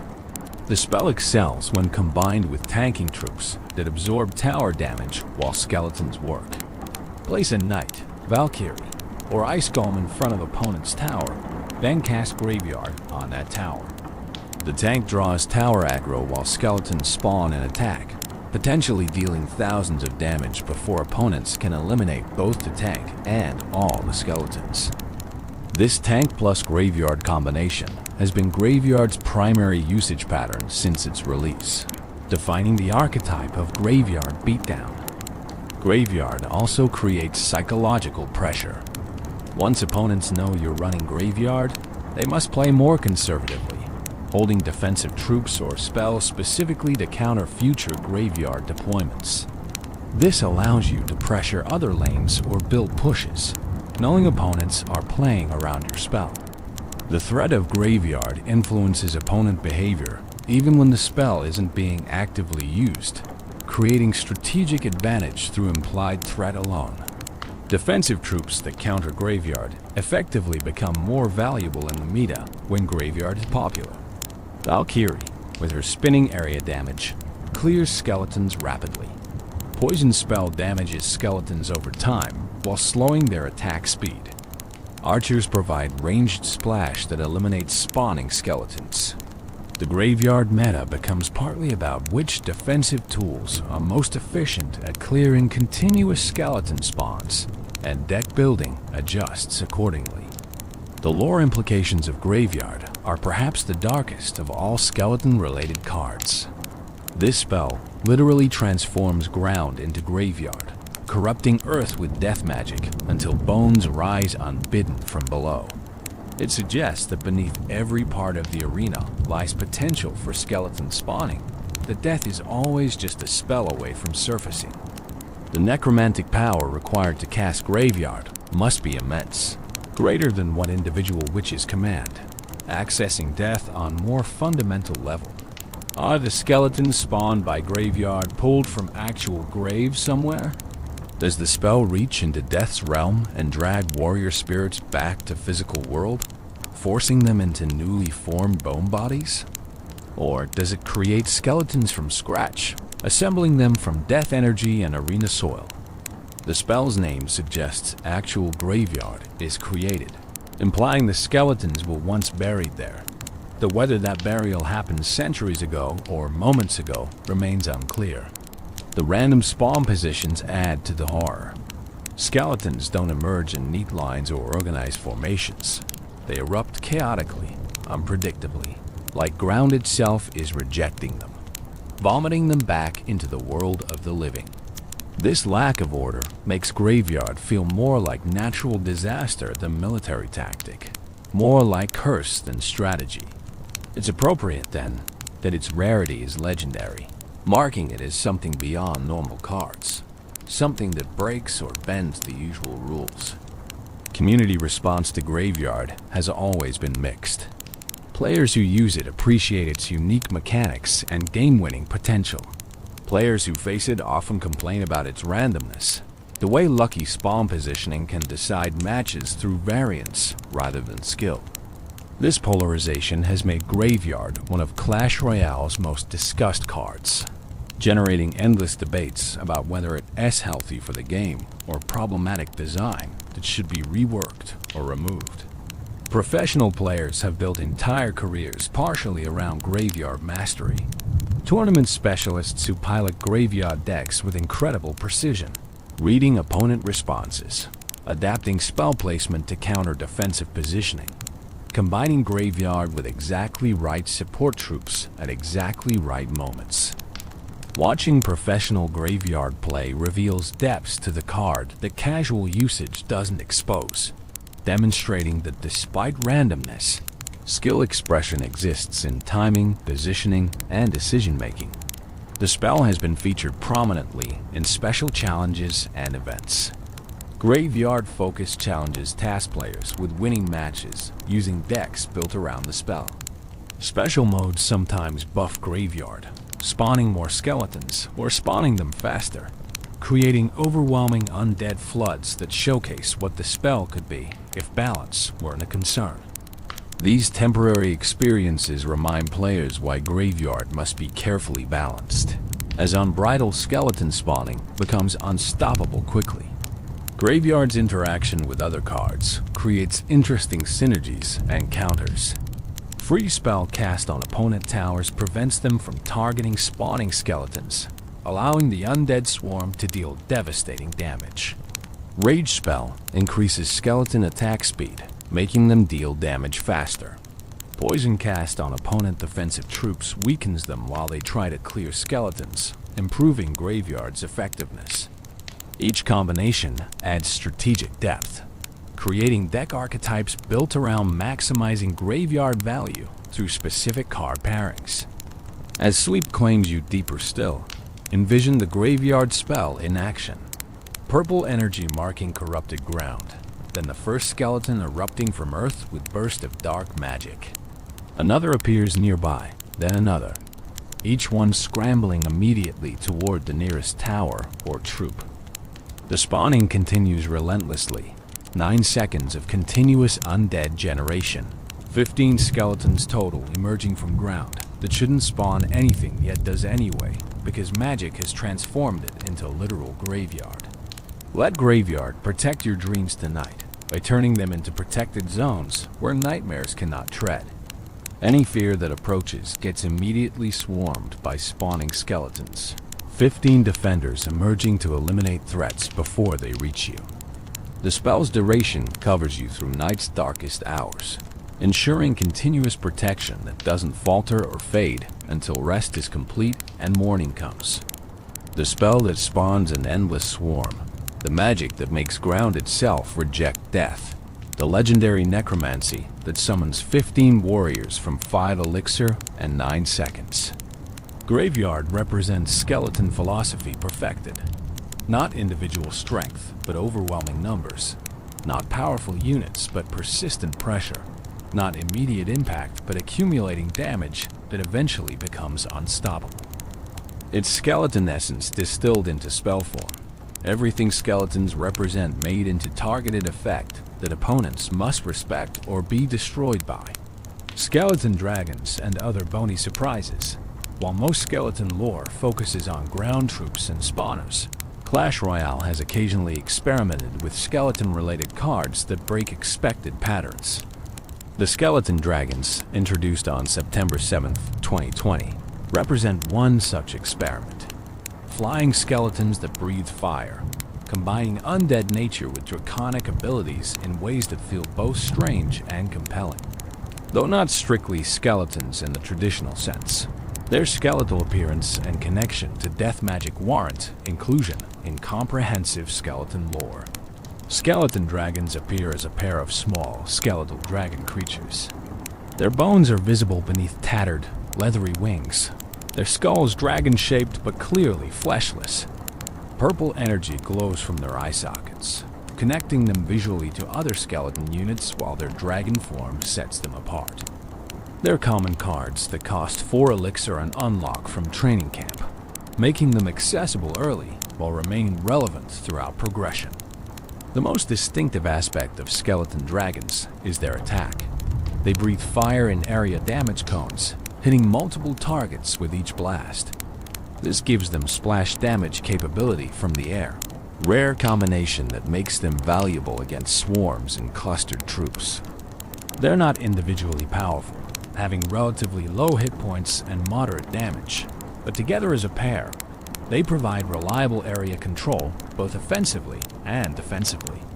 When skeleton dragons were first introduced, they represented Supercell's attempt to create accessible splash damage air troop, filling niche between expensive cards like Baby Dragon and less reliable options.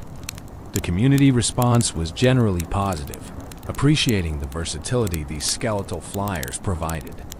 However, balance concerns emerged quickly, as their combination of low-cost splash damage and flying made them perhaps too efficient in too many situations. Balance updates followed their release, adjusting hit points, damage, and hit speed to bring skeleton dragons into better equilibrium with other cards. The October 5, 2020 update decreased their damage by 6%. The March 1, 2021 update decreased their hit points by 3%. These changes were relatively minor, suggesting the card launched close to balanced, but needed fine-tuning rather than major rework. Strategically, skeleton dragons function as versatile support troops that provide aerial splash damage. Behind a tank, they clear swarms that might distract the tank while dealing damage to towers. On defense, they eliminate air swarms like minions or bats while providing ranged area damage against ground troops. Their 4 elixir cost makes them affordable enough to deploy reactively while substantial enough to provide meaningful impact. The lore implications of skeleton dragons are fascinating. Are they actual dragons that died and were resurrected through necromancy? Their flesh rotted away, but their bones animated through dark magic? Or are they artificial constructs? Skeleton warriors modified with dragon characteristics through magical experimentation. Their small size suggests they might be young dragons, juveniles who died prematurely and were brought back, trapped in undead state before reaching full maturity. The connection between skeleton dragons and other skeleton units isn't explicitly stated in-game. Do they serve the Skeleton King? Were they created by witches as specialized aerial units? Or do they represent entirely separate faction of undead?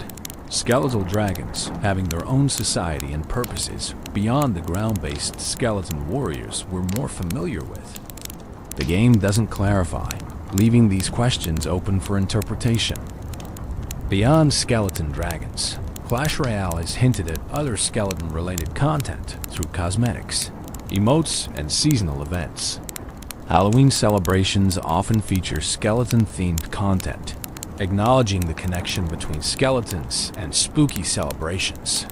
Special challenges sometimes modify skeleton spawn rates or behaviors, temporarily transforming the game into skeleton-dominated chaos. These seasonal touches keep skeletons relevant beyond their competitive viability, cementing them as cultural touchstones within the game. Emotes featuring skeletons have been particularly popular. Larry's various expressions, the Skeleton King's reactions, generic skeleton celebrations and frustrations all have been immortalized in emote form.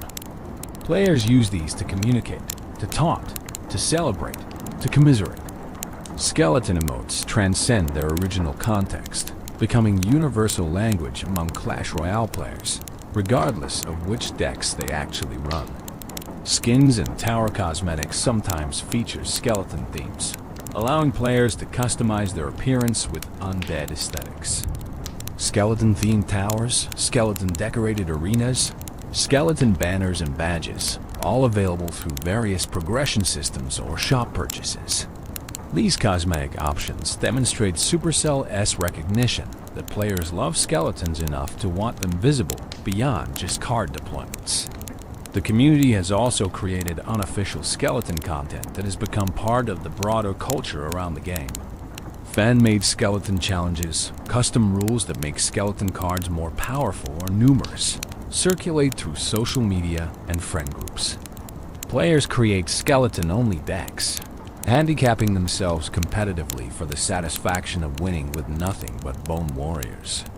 These community-driven celebrations of skeleton culture demonstrate how deeply the units have embedded themselves in player consciousness. As your mind drifts through the borderlands between wake and sleep, picture the unexpected skeleton variations. Dragons with skeletal wings breathing fire, guard skeletons with shields and special armor, evolved forms with purple hats and resurrection abilities. Each variant represents different expression of skeleton concept, different answer to question of what else skeletons might become. They're proof that even familiar concepts can surprise, that there's always room for innovation, even within established patterns. Let these bony surprises populate your dreams with unexpected wonder. Let skeleton dragons fly through your mind sky, breathing fire that warms rather than burns. Let new skeleton variants you've never seen materialize in your imagination. Combinations of bones and magic that Supercell hasn't implemented yet, but might someday. The skeleton family continues growing, adding members, surprising us with what warriors made of death can accomplish when given chance to evolve. The strategic evolution of skeleton meta over Clash Royale's long history since its 2016 launch. Skeletons have played vastly different roles in competitive and casual play. The skeleton meta has shifted dramatically through various eras, with these bone warriors rising and falling in prominence based on balance changes, new card introductions, and evolving player strategies. Understanding this evolution reveals not just game history, but how a simple concept, fragile warriors that die easily but cost little, can remain relevant for nearly a decade. In the early days of Clash Royale's 2016 launch, skeletons were immediately recognized as essential cycle cards. The original 4-skeleton deployment for 1 elixir represented incredible value, allowing players to cycle through their decks faster than almost any other option while extracting defensive value. Early competitive players built entire strategies around cycling skeletons and other cheap cards to reach their win conditions repeatedly, establishing the cycle deck archetype that remains viable today. The skeleton army's initial 20-skeleton swarm for 4 elixir dominated early meta, providing defensive capabilities that could stop nearly any ground push. Players quickly learned that having answers to skeleton army was mandatory, not optional. Decks without area damage spells or splash troops struggled against the overwhelming bone tide. This forced diversity in deck building as pure single-target strategies became unviable when 1, 3, or 4 elixir card could completely shut them down. The reduction of skeletons from 4 to 3 on June 21, 2016 marked the first major skeleton meta shift. Suddenly, the card that had been automatic inclusion in many decks felt slightly less powerful, marginally less capable of completely stopping threats. Some players abandoned it, seeking other cycle options. Others adapted, learning new placement techniques that maximized the value of 3 skeletons instead of 4. The community debated whether the change was necessary or excessive, with passionate arguments on both sides. When skeletons returned to 4 count on February 13, 2017, the community celebrated. The familiar 4-skeleton squad had returned, and players who had maintained faith in the card felt vindicated. But this celebration was short-lived. On November 2, 2017, the count decreased back to 3 permanently, establishing the current standard. By this point, Players had experienced both versions extensively and largely accepted that 3 skeletons represented better balance, providing value without being oppressive. The introduction of Graveyard on November 1st, 2016, created entirely new skeleton archetypes. Graveyard beatdown decks became competitively viable, combining tanks with Dispel to create overwhelming pressure. Players who had never considered skeleton-focused strategies suddenly found themselves building entire decks around maximizing Graveyard value.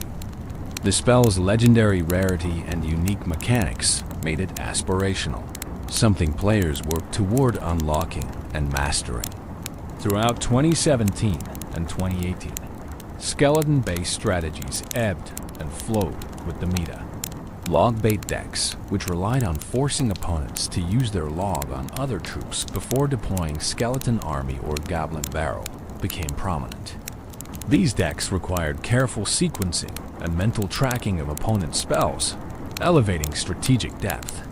Skeleton Army became not just a defensive card, but a mind game, a threat opponents had to respect even when not deployed. The Night Witch, as May 2017 release and subsequent dominance, created a brief Night Witch meta, where the card appeared in nearly every competitive deck. Her bat spawning, rather than skeleton spawning, technically falls outside pure skeleton lore, but her thematic kinetic connection to dark magic and the witch made her feel like part of the skeleton family.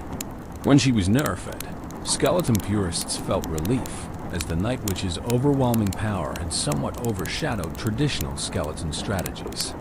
The years 2019 and 2020 saw skeleton strategies remain relevant but not dominant.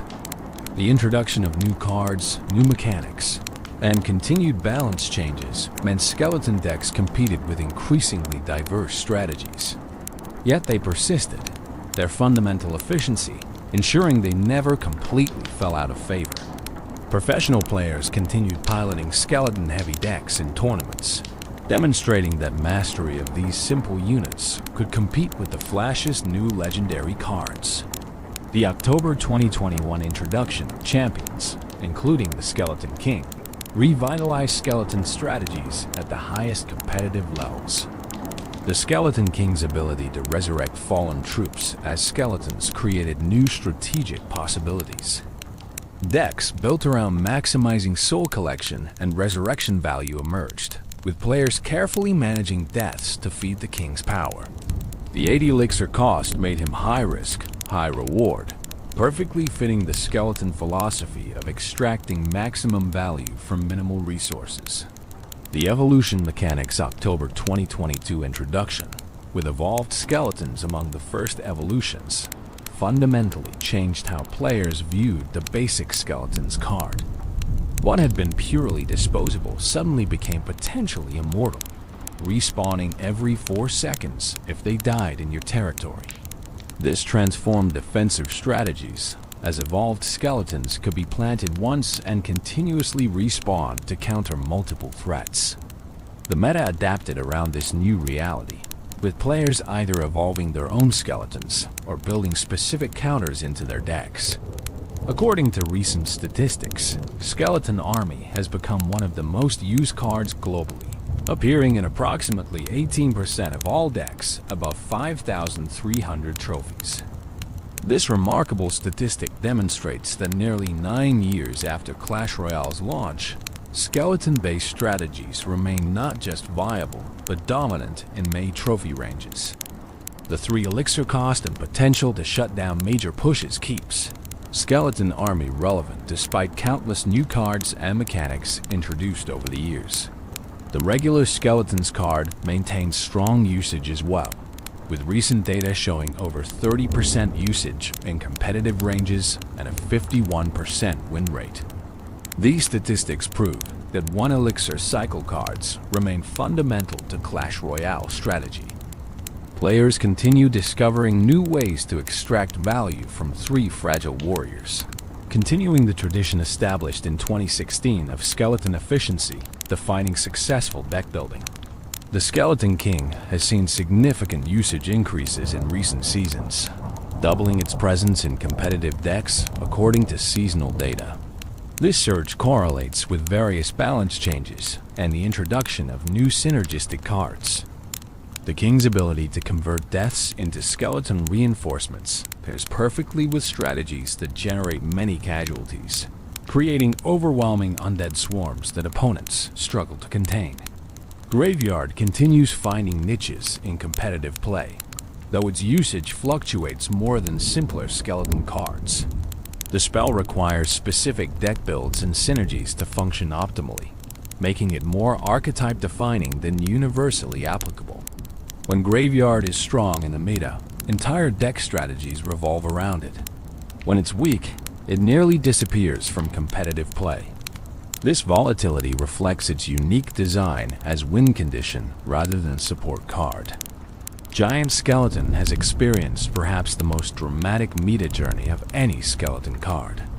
Once a dominant defensive option, it has been buffed and nerfed repeatedly, reworked entirely, and continues searching for stable competitive viability. Recent balance changes, increasing its bomb damage, have restored some relevance, but it remains niche compared to its glory days. The community debates whether Giant Skeleton can ever be properly balanced or if its fundamental design, trading death for massive area damage, is inherently problematic. The meta evolution of skeletons reflects broader Clash Royale design philosophy. Simple mechanics executed well remain relevant regardless of power creep. While new cards introduce complex abilities and flashy effects, 3 skeletons for 1 elixir continues providing value nearly a decade after launch. This consistency makes skeletons reliable anchors in ever-changing metas. Cards players can trust when everything else is uncertain. Different trophy ranges show different skeleton usage patterns. Lower trophy ranges often feature skeleton army heavily, as newer players lack reliable counters and the overwhelming swarm feels unstoppable. Mid-trophy ranges see more balanced skeleton usage, with players learning proper counters but still respecting skeleton value. High trophy and professional play show sophisticated skeleton deployment, with every placement calculated, every cycle intentional, every skeleton serving specific strategic purpose. Regional differences also affect skeleton meta. Some regions favor aggressive skeleton-heavy strategies, building decks around overwhelming opponents through continuous pressure. Others prefer defensive skeleton usage, holding cards for perfect counterplays rather than proactive deployment. These regional meta differences create interesting dynamics in international tournaments, where players must adapt to unfamiliar strategic philosophies. The seasonal meta shifts keep skeleton strategies evolving. Balance changes each month can dramatically affect skeleton viability, either directly through skeleton card adjustments or indirectly through changes to cards that counter or synergize with skeletons. Players who master skeletal strategies must constantly adapt, learning how each balance update affects their preferred deck archetypes. Looking at win rates over time, skeleton cards have maintained remarkable consistency. While individual cards fluctuate, skeleton cards collectively hover around 50 to 52% win rates, suggesting good overall balance. This consistency is remarkable, given how many cards exist and how dramatically metas shift. It suggests Supercell has successfully balanced skeleton cards to be strong without being oppressive, useful without being mandatory. The professional player perspective on skeletons reveals deep appreciation for their strategic depth. Professional players consistently cite skeleton cards as examples of good game design, where simple mechanics create complex decision trees. When to deploy skeletons, where to place them, which threats to counter with them, all these decisions separate good players from great ones. In professional hands, skeletons become surgical tools, precise instruments that extract maximum value from minimum investment. Content creators have built entire channels partially around skeleton strategies. YouTube guides teaching optimal skeleton deployment generate millions of views.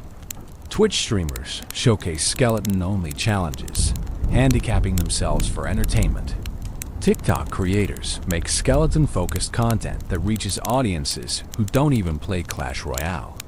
The cultural impact of skeletons extends beyond the game itself, becoming recognizable symbols even to casual observers.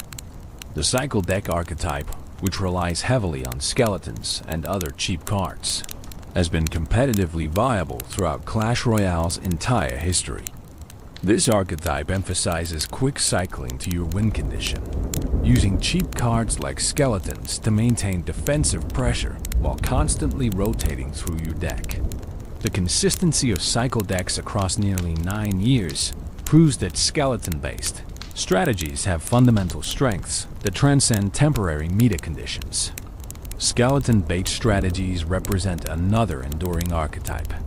These decks run multiple cards vulnerable to the same spells, forcing opponents into impossible choices.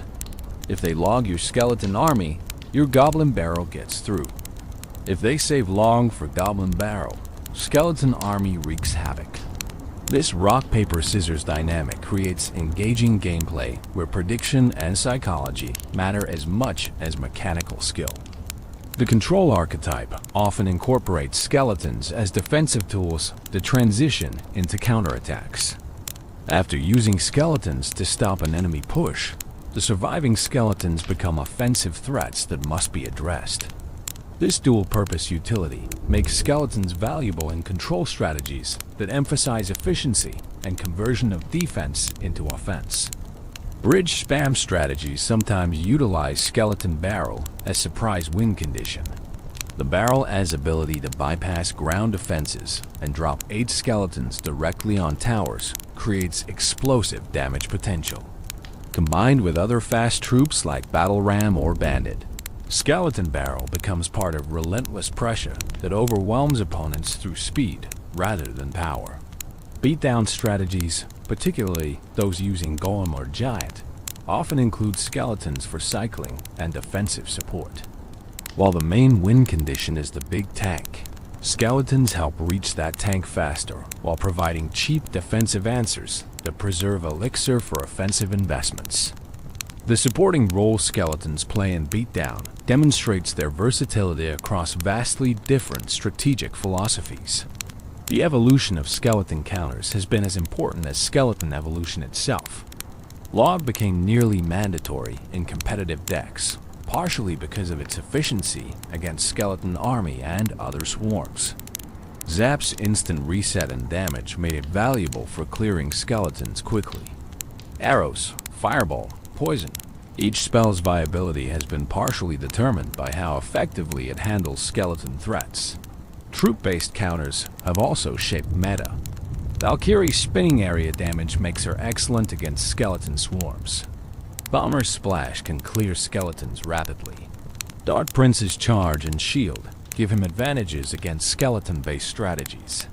The presence or absence of these counters in meta directly affects how often skeleton strategies appear and succeed. Building placements have evolved to better handle skeleton threats. Players learned optimal positions for buildings to pull and distract skeletons from graveyard or kite giant skeleton away from towers. These placement refinements represent meta knowledge that has accumulated over years, passed down from professional players to casual players through guides, streams, and direct experience. Prediction plays involving skeletons showcase the highest levels of strategic thinking. Predicting opponent's skeleton army deployment and preemptively using log or arrows demonstrates not just mechanical skill, but psychological understanding of opponent patterns. These predictions become mind games themselves, with players faking patterns to bait predictions that can then be punished. The interaction between skeletons and various game mechanics has created interesting strategic wrinkles. Skeletons can activate King Tower if placed correctly against certain attacks, providing permanent defensive advantage. They can be used to test for enemy traps or hidden troops. They can kite building targeting troops into disadvantageous positions. Each interaction adds strategic depth that rewards experience and game knowledge. Tournament meta often differs from ladder meta in how skeletons are deployed. Tournament standard levels create different relative power levels than ladder's level-dependent calculations. Professional players optimize skeleton usage for tournament conditions, sometimes discovering techniques that don't work as well on ladder or vice versa. This creates parallel meta evolution that occasionally converges, but often diverges based on competitive context. The influence of YouTubers and professional players on skeleton meta cannot be overstated. When prominent players showcase successful skeleton strategies, usage rates spike across all levels as players attempt to replicate professional success. This trickle-down effect means professional meta decisions about skeleton usage eventually affect millions of casual players, creating ripple effects throughout the entire player base. Special challenges and limited-time modes often feature modified skeleton mechanics that temporarily reshape meta. Triple elixir modes make continuous skeleton spawning overwhelming. Draft challenges, where skeletons are premium picks, demonstrate their fundamental value. Special rules that buff specific rarities can make common skeletons temporarily dominant or weak. These temporary metas provide fresh experiences while reinforcing understanding of skeleton strengths and weaknesses. As sleep claims you deeper, picture the meta evolution as living entity, constantly shifting landscape where skeletons navigate through changing conditions. See them rising in prominence as counters fade, falling as new threats emerge, but never disappearing completely. Watch the pendulum swing between 4 skeletons and 3, between 20 skeleton army and 15, between various spawn rates and costs and mechanics, all adjustments seeking balance that remains eternally elusive because perfect balance might be impossible in complex systems. The strategic evolution of skeleton meta tells story of adaptation, of persistent relevance despite constant change, a fundamental value that transcends temporary power. These bone warriors have marched through 9 years of shifting metas, always finding their place, always mattering to some players and some strategies. That's remarkable longevity that few cards achieve, testament to elegant design that serves multiple purposes without being mandatory for any. Let the meta history guard your dreams tonight.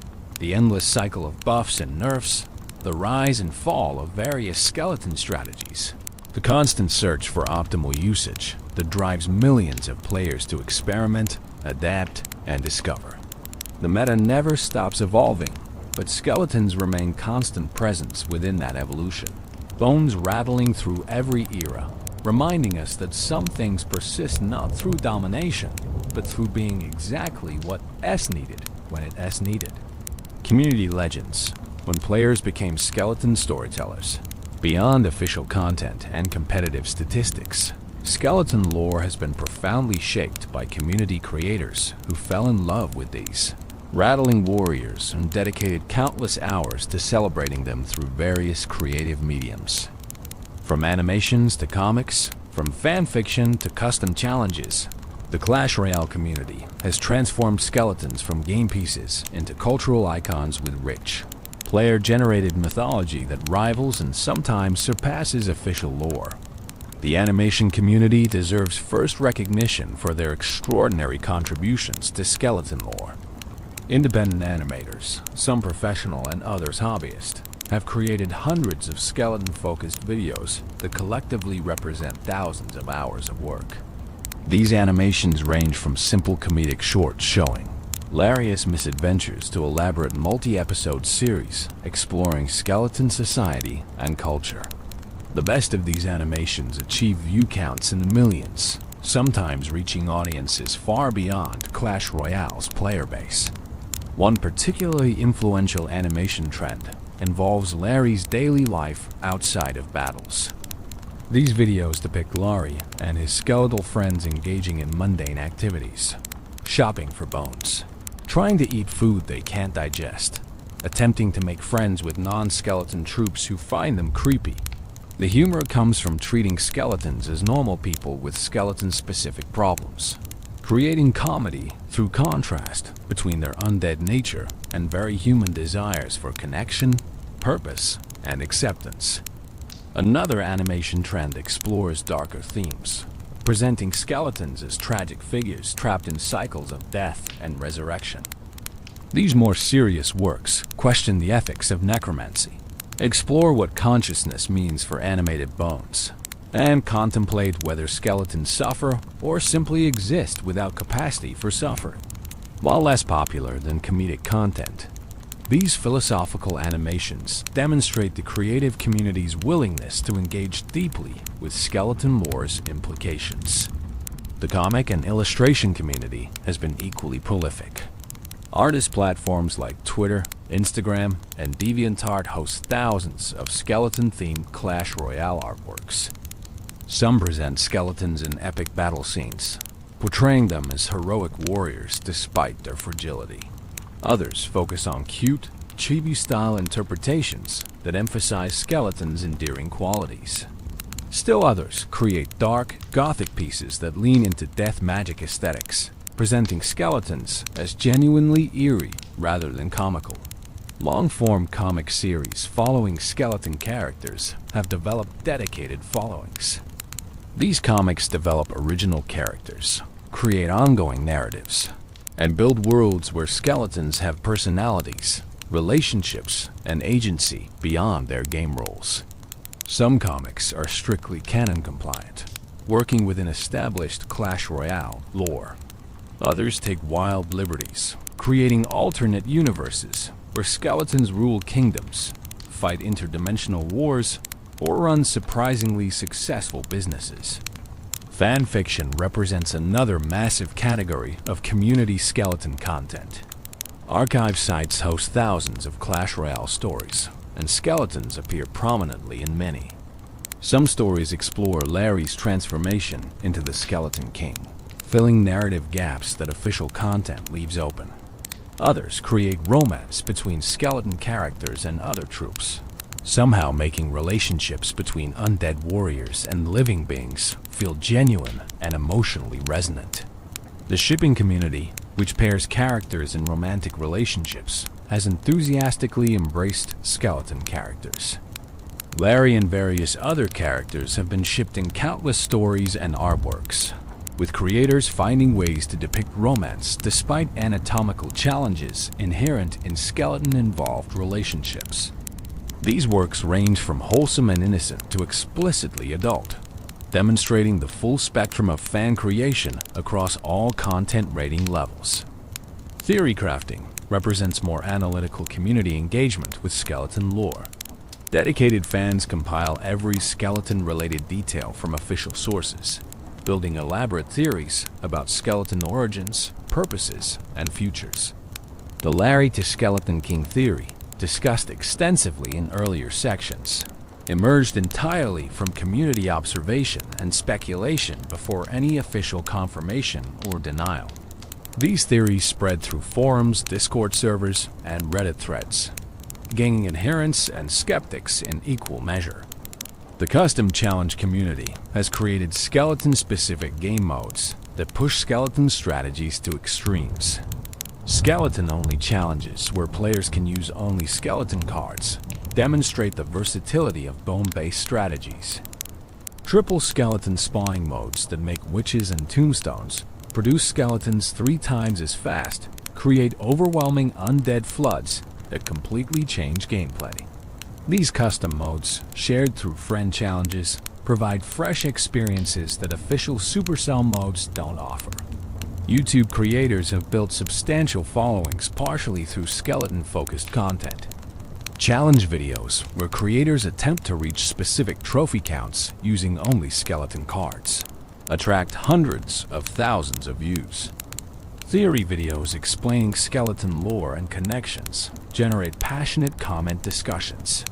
Compilation videos showing the best skeleton plays from professional matches serve both entertainment and educational purposes, teaching viewers advanced techniques while celebrating skeleton versatility. Twitch streamers engage with skeleton lore through live interaction with their audiences. Chat members spam skeleton emotes, request skeleton-only matches, donate specifically to fund skeleton deck upgrades. Streamers create skeleton-themed channel points rewards, skeleton sub-badges, skeleton donation alerts. The live format allows real-time community building around shared appreciation for skeletal warriors, creating spaces where skeleton enthusiasm is celebrated rather than mocked. TikTok has become increasingly important for short-form skeleton content. Quick animations showing Laurie's reaction to various game situations go viral regularly. Skeleton memes spread rapidly through the platform's algorithm, reaching casual mobile game audiences who might never watch longer YouTube content. TikTok creators have developed distinct skeleton content styles that work within the platform's constraints, maximizing impact in videos under 60 seconds. The cosplay community has even embraced skeleton characters, though creating convincing skeleton costumes presents unique challenges. Dedicated cosplayers have constructed full skeleton armor, complete with glowing purple eyes, short swords, and attention to detail that honors the source material. Convention photos show skeleton cosplayers alongside Clash Royale's more traditionally bodied characters, proving that dedicated fans will represent their favorite troops regardless of difficulty. The music community has created skeleton-themed songs and remixes. The original compositions celebrating Larry and his friends mix game sound effects with actual instruments, creating surprisingly catchy tracks. Remixes of Clash Royale's soundtrack incorporate skeleton sound effects, the rattling bones becoming percussion elements.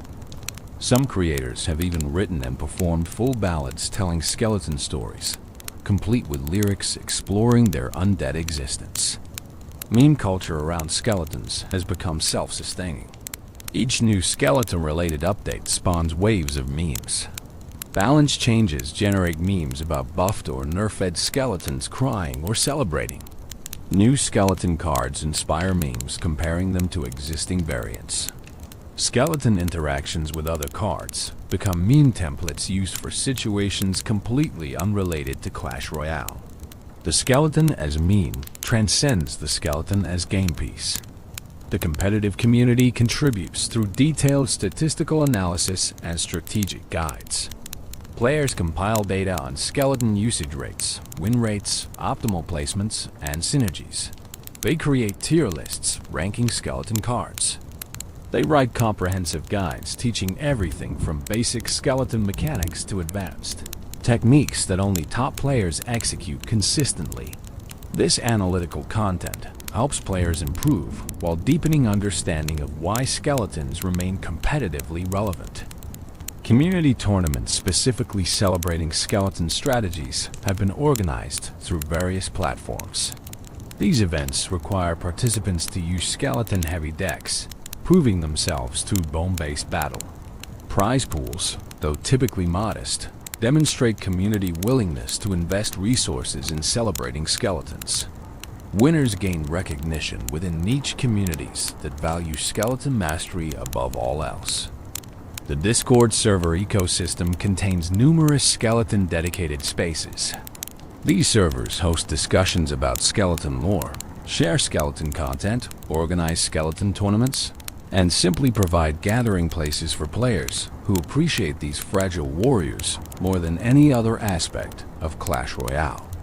Some servers have hundreds or thousands of members, creating substantial communities united by skeletal enthusiasm. Language communities have adapted skeleton lore to their cultural contexts. Japanese fan content incorporates anime aesthetics and storytelling conventions. Spanish language creators add cultural flavor that differs from English content while maintaining core skeleton appreciation. Chinese fan content sometimes blends skeleton lore with local gaming culture and preferences. This global diversity enriches skeleton lore, showing how universal skeleton appeal transcends linguistic and cultural barriers. The community has also created physical merchandise independently of Supercell's official products. Custom t-shirts, stickers, phone cases, and artwork featuring skeleton characters are sold through print-on-demand services. While these operate in legal gray areas regarding intellectual property, They demonstrate demand for skeleton merchandise that official channels don't fully satisfy. Fans want to wear their skeleton appreciation literally, displaying allegiance to Larry and his friends in daily life. Perhaps most touchingly, the community has created charity initiatives around skeleton themes. Fundraising streams where donations unlock skeleton-only challenges. Charity tournaments where entry fees go to good causes. Awareness campaigns using skeleton characters to promote various social issues. All demonstrate how community appreciation for skeletons extends beyond mere entertainment into real-world positive impact. The educational content created by community members helps new players understand skeleton strategies. From basic deployment tips to advanced kiting techniques, from counterplay guides to synergy explanations, community educators have built comprehensive curricula around skeleton mastery. This knowledge transfer ensures that each new generation of players learns from previous generations' accumulated wisdom. Community contests and challenges keep skeleton engagement fresh. Screenshot competitions for best skeleton deployment, replay contests for most creative skeleton play, art competitions celebrating skeleton aesthetics. All these community-organized events maintain enthusiasm while showcasing talented community members. Winners gain recognition that encourages continued creation and participation. The role-playing community has created extensive skeleton backstories and personalities. Detailed character profiles for Larry, Harry, Gary, Terry, and Mary establish their relationships, motivations, and personal histories. Some role players create original skeleton characters that exist alongside canon skeletons, expanding the skeleton family through collaborative storytelling. These role-playing exercises develop narrative skills while celebrating skeleton characters in deeply personal ways. Modding communities, though less prevalent for mobile games than PC games, have created skeleton-focused modifications where possible. Custom skins that change skeleton appearances, modified game files that adjust skeleton stats for personal enjoyment, fan-made skeleton games inspired by, but separate from Clash Royale, all demonstrate technical community members' dedication to skeleton celebration through code and design. The archive and preservation community ensures skeleton content remains accessible. Dedicated fans download and save skeleton videos, artwork, and stories, protecting them against potential deletion or platform closures.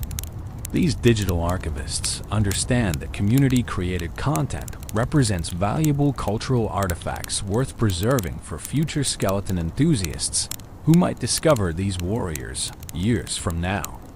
As Sleep deepens, picture this vast community of creators and fans. Millions of people across the world who saw 3 small skeletons in a mobile game and decided they mattered enough to create around, to build upon, to celebrate through countless creative works. Animation studios, art galleries, fiction archives, all built on foundation of skeleton appreciation, all proving that community passion can rival official content in depth, breadth, and impact. Let their creativity inspire your dreams tonight. Let fan animations play in your mind's theater. Let community theories about skeleton origins weave narratives in your sleeping thoughts. Let the sheer volume of creative works dedicated to celebrating bones and swords and purple eyes remind you that sometimes the most unlikely things become beloved precisely because they re so simple, so humble, so genuinely themselves. The community made skeletons legends not because Supercell demanded it, but because something about these fragile warriors resonated so deeply that millions couldn't help but create, share, discuss, and celebrate. That's organic cultural phenomenon, authentic appreciation that no marketing campaign could manufacture. The community saw Larry touch that Archer Tower and collectively decided, yes, this skeleton matters to us. And in making that decision, they ensured he always would. Rest now, knowing that while you sleep somewhere in the world, a community member is creating new skeleton content, drawing Larry in new situations, writing stories about skeleton adventures, theorizing about skeleton futures. The community never sleeps, constantly producing, constantly celebrating, constantly ensuring that skeleton lore grows richer with each passing day. They are the true keepers of skeleton legend, and their dedication ensures these bone warriors will rattle through gaming culture for generations to come. Close your eyes for a moment and imagine the sound. Not the clash of swords against shields. Imagine something more elegant, more deliberate, more hypnotic. The sound of a double-bladed axe spinning through the air, cutting precise circles through space itself, accompanied by the most unexpected of battle cries. An opera singer's voice, soaring and powerful, echoing across the battlefield with notes that somehow make destruction beautiful. This is the signature of the Valkyrie, and her story is woven through thousands of years of mythology, game design philosophy, strategic evolution, and the countless battles fought in the arenas of Clash Royale. The Valkyrie stands as one of the most recognizable figures in the entire Clash universe. With her vibrant orange hair flowing behind her, her piercing blue eyes focused with warrior's intensity, and that massive double-bladed axe that seems impossibly heavy yet moves with grace in her hands, she represents something fundamental about the game itself. She is not the flashiest card. She doesn't rain down destruction from the sky like a rocket spell. She doesn't charge with the unstoppable momentum of a prince. She doesn't possess the raw, devastating power of a P.E.K.K.A. What she does, however, is something perhaps more valuable. She endures. She persists. She stands her ground and spins, and in that spinning motion, she creates zones of absolute control that few other cards can match. When you deploy a Valkyrie on the battlefield, you're not just placing a troop. You're making a statement about your strategy, about your patience, about your understanding of the fundamental rhythm that governs Clash Royale combat. She costs 4 elixir, a moderate investment that sits in that perfect middle ground between cheap cycle cards and expensive win conditions. 4 elixir buys you not just her considerable health pool, not just her area damage that strikes in a full 360-degree circle, but something more intangible. It buys you breathing room. It buys you time to think, to react, to formulate your next move while she handles the immediate threat with her methodical, spinning assault. Her appearance tells a story all by itself. The orange hair is no accident of design.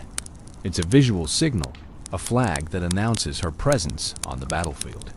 In the chaos of a Clash Royale match, where units swarm and spells explode and buildings crumble, that shock of orange hair becomes a landmark, a reference point.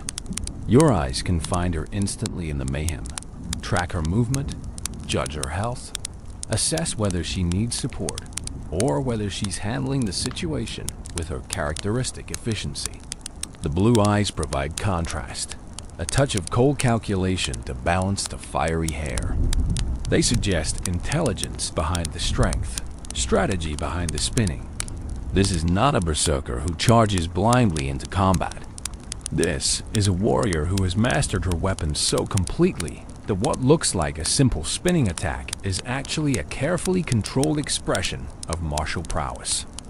The double-bladed axe itself deserves contemplation. In real historical warfare, double-bladed axes were actually quite rare.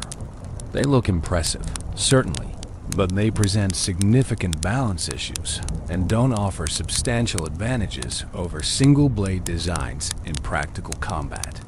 But the Valkyrie doesn't exist in the realm of practical historical warfare. She exists in a space where mythology meets game mechanics, where the rule of cool and the demands of gameplay balance create their own internal logic. That double-bladed axe serves multiple purposes in her design. Visually, it justifies her 360-degree attack pattern. She doesn't need to turn, doesn't need to reposition.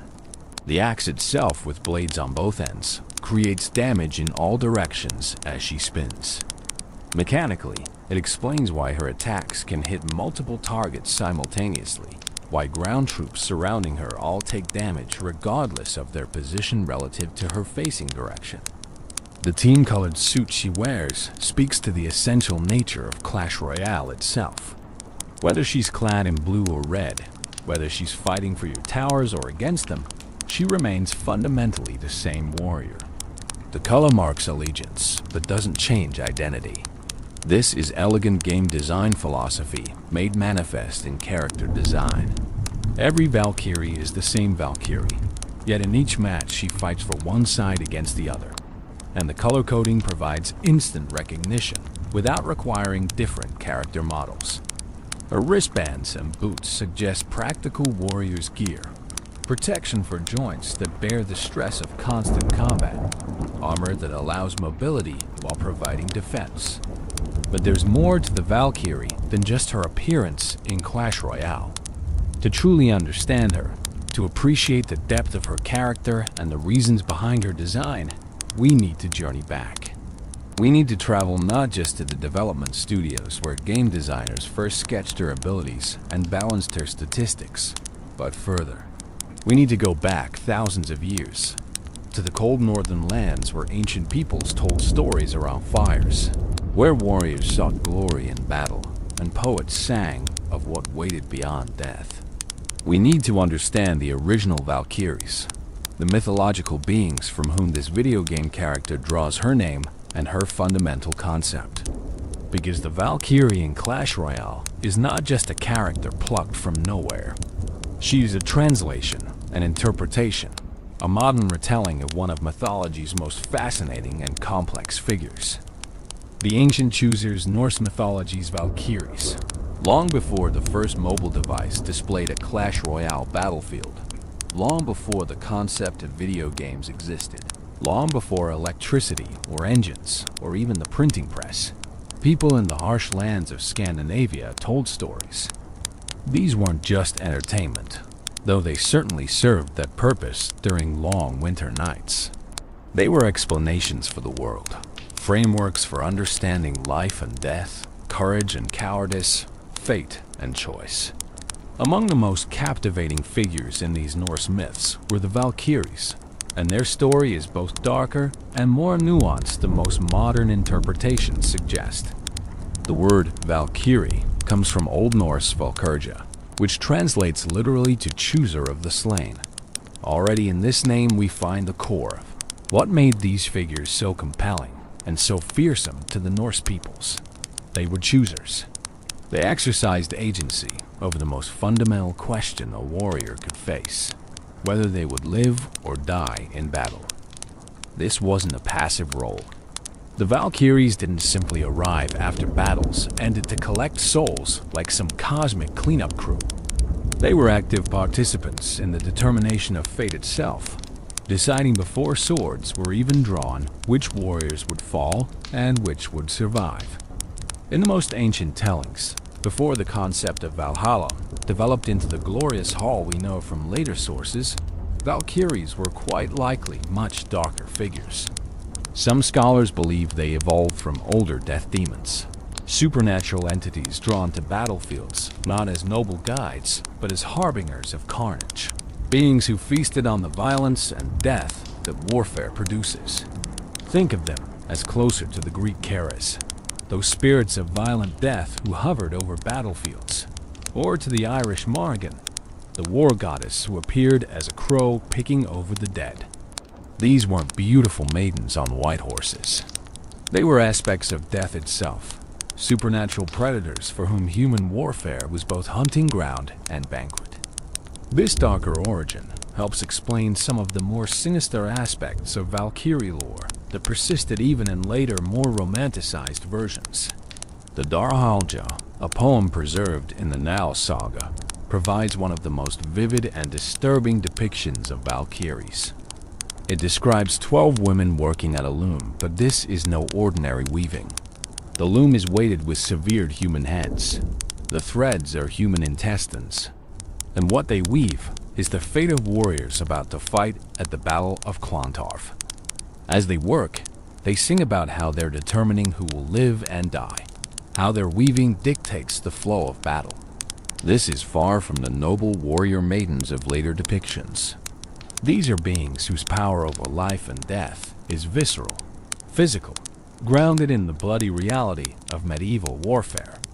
But as Norse culture evolved, as the concept of Valhalla became more developed and central to Norse religious thought, the Valkyries evolved with it. They transformed from death demons into something more complex, more nuanced. They became servants of Odin, the Allfather, the chief god of the Norse pantheon.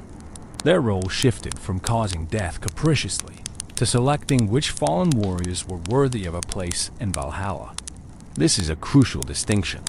They were still choosing who died in many versions of the myths, but now that choice had purpose, had meaning, had a grander design behind it. Valhalla itself deserves understanding to fully grasp the Valkyrie's role. The word likely derives from Volvol, which may have originally meant something closer to Rock of the Slain rather than Hall of the Slain.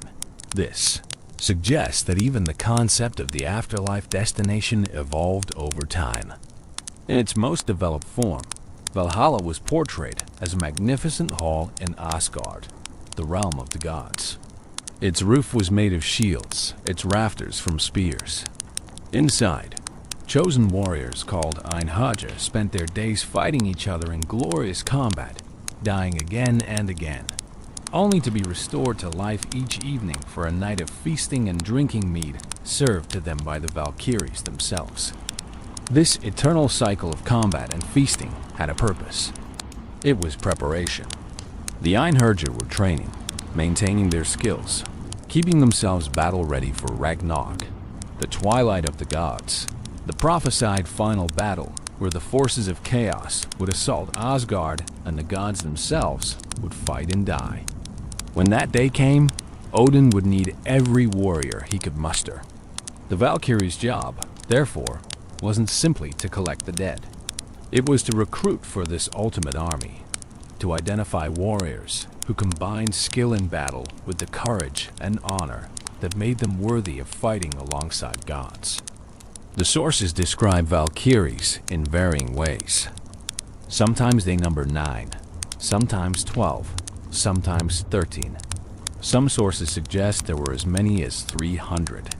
Individual Valkyries were named in various texts. Brynhildr, perhaps the most famous, whose story inspired Wagner's opera and indirectly influenced the tale of Sleeping Beauty. Sigrun, who appears in the Helgud Visa Hundingsbana poems. Hildr, associated with endless battle. Skegel, who appears in the tale of King Haakon. Gndul, mentioned in the Poetic Edda. Each had their own stories, their own characteristics, their own relationships with mortal heroes.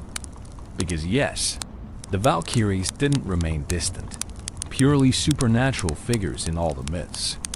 Many stories tell of Valkyries who fell in love with mortal heroes, who defied Odin's commands to save the men they loved, who married humans and lived mortal lives. The story of Brynhildr exemplifies this. She defied Odin by choosing the wrong king to survive in a battle, choosing based on who she thought deserved victory rather than following Odin's decree. As punishment, Odin stripped her of her Valkyrie status, put her into an enchanted sleep, and imprisoned her within a ring of fire. Only a hero brave enough to ride through those flames could wake and claim her.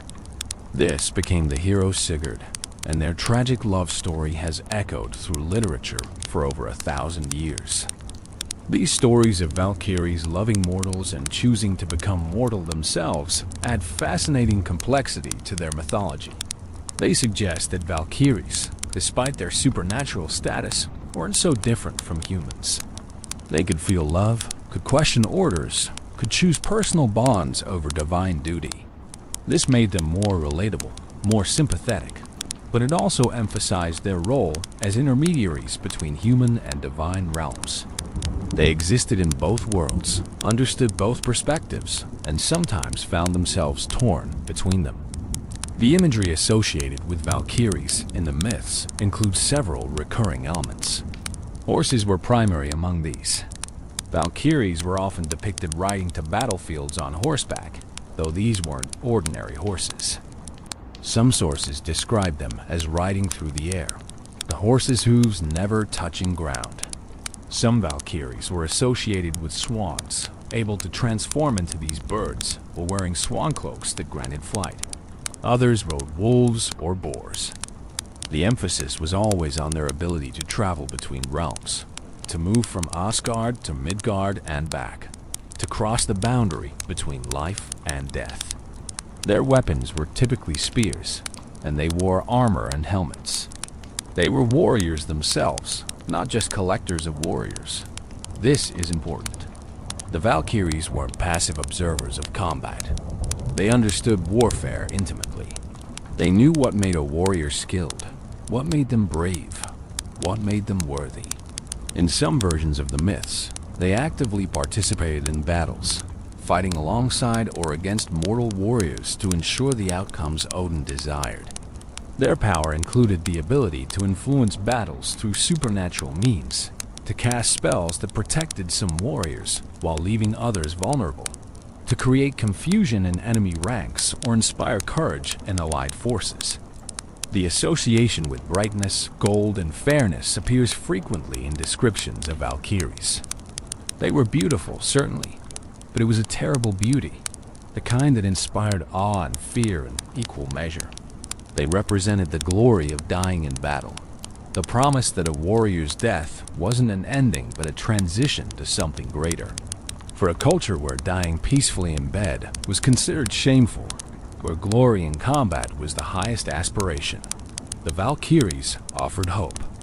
They promised that the best warriors, those who fought bravest and fell with honor, would be chosen, would be elevated, would fight in the greatest battle at the end of time itself. It's worth noting that the goddess Freya also collected half of the slain warriors, taking them to her realm of Folkvanger. This created an interesting duality in Norse afterlife beliefs. Odin and Freya essentially divided the honored dead between them, though the myths are unclear about exactly how this division was determined. Some scholars suggest it represented different types of warriors or different paths of initiation into warrior culture. Freya was associated with magic, fertility, and love as well as war, suggesting her chosen might be different from Odin's in some fundamental way. The relationship between Freya and the Valkyries is complex, with some sources suggesting the Valkyries served both Odin and Freya, or that Freya herself was in some sense the ultimate Valkyrie, the prototype from which they all derived. The Valkyries also served as Odin's cupbearers in Valhalla, serving mead to the Einherjar during their nightly feasts. This domestic role might seem strange alongside their fearsome battlefield duties, but it reflects the Norse understanding of women's roles as both warriors and homemakers, both fearsome and nurturing.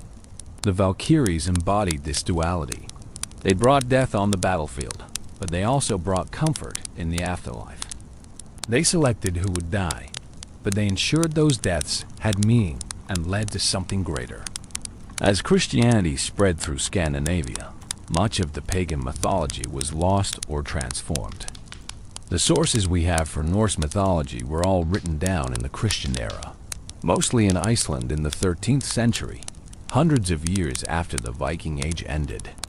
Writers like Snorri Sturluson, who composed the Prose Edda, were Christians trying to preserve and explain the old pagan beliefs.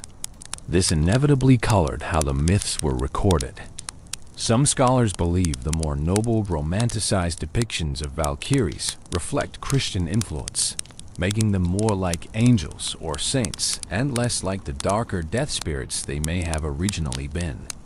The concept of Valhalla itself may have been influenced by Christian ideas of heaven, or it may have influenced how Northern European Christians conceptualized their own afterlife.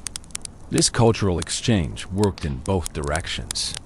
The Valkyries in later medieval and romantic literature often appear more as noble warrior maidens than as supernatural forces of death, reflecting changing attitudes about warfare, death, and the role of women in society.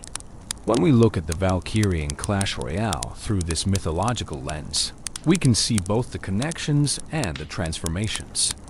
The game's Valkyrie doesn't ride a horse, doesn't fly through the air, doesn't choose who lives or dies or carry souls to any afterlife. She's been stripped of her supernatural qualities and reimagined as a warrior, pure and simple. but the core concepts remain. She's a fierce female fighter, associated with spinning motion that recalls the circular nature of battle and fate. She's powerful, effective against groups of enemies, just as mythological Valkyries dealt with masses of warriors.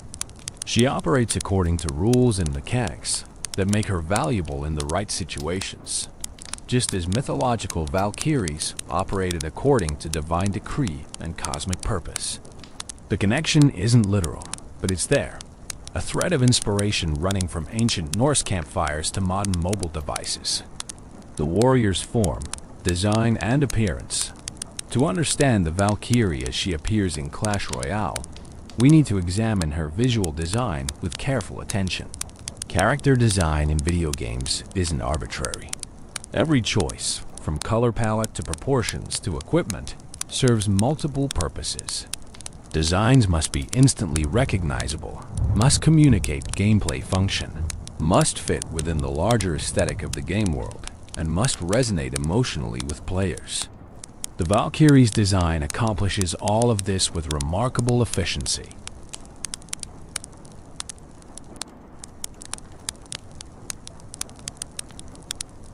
Her most striking feature is undoubtedly her hair. That vibrant, almost luminous orange isn't just a color choice. It's a gameplay decision disguised as an artistic one. In the chaos of a Clash Royale battle, where multiple troops from both sides swarm across the arena, where spells explode and buildings collapse and projectiles fly in every direction, players need to be able to track their units instantly. Eye-catching, distinctive colors serve this purpose. The Valkyrie's orange hair makes her immediately identifiable even in the most crowded situations. You can glance at the screen and immediately know where she is, how she's doing, whether she needs support or is handling things independently. But there's more to it than pure practicality. Orange as a color carries psychological associations. It combines the energy and aggression of red with the optimism and approachability of yellow. It's warm, active, attention-grabbing, without being as potentially alarming as pure red. For a character whose role is often defensive, whose job is to protect your towers by eliminating threats, orange suggests reliable warmth, the comfort of knowing someone strong has your back. At the same time, it's bold enough to signal danger to opponents. When your enemy drops a Valkyrie, that orange hair is a warning. It tells you that your swarm strategy isn't going to work, that you need to rethink your approach, that the simple rush you planned has just become complicated. The orange hair flows behind her, suggesting motion, even in still images. This is crucial for a character defined by spinning movement. Her hair becomes almost like a cape or banner, a visual trail that emphasizes her momentum. When she spins, that hair whips around her, creating a circular visual effect that reinforces her circular attack pattern. It's a brilliant piece of visual design language, where the character's static appearance suggests the dynamic movement that defines her in gameplay. Her eyes are striking blue, creating strong contrast with the orange hair.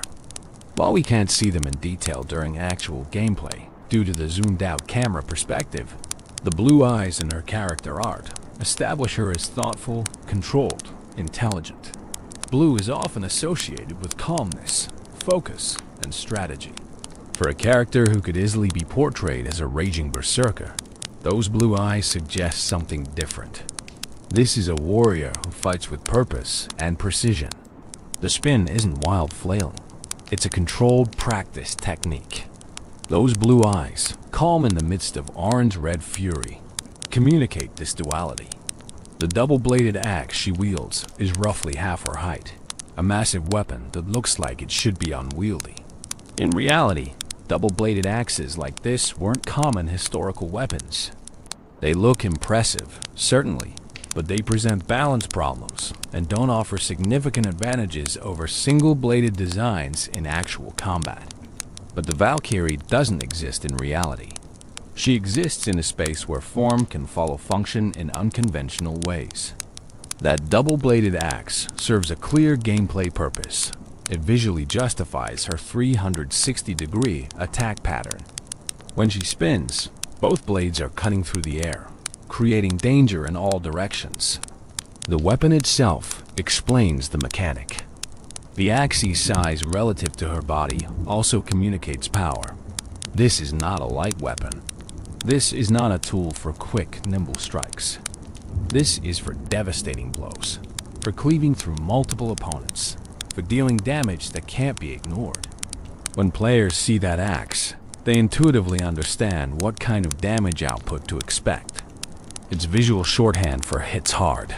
The fact that she can wield this massive weapon with apparent ease, spinning it around her body in a continuous attack pattern, establishes her as extraordinarily strong.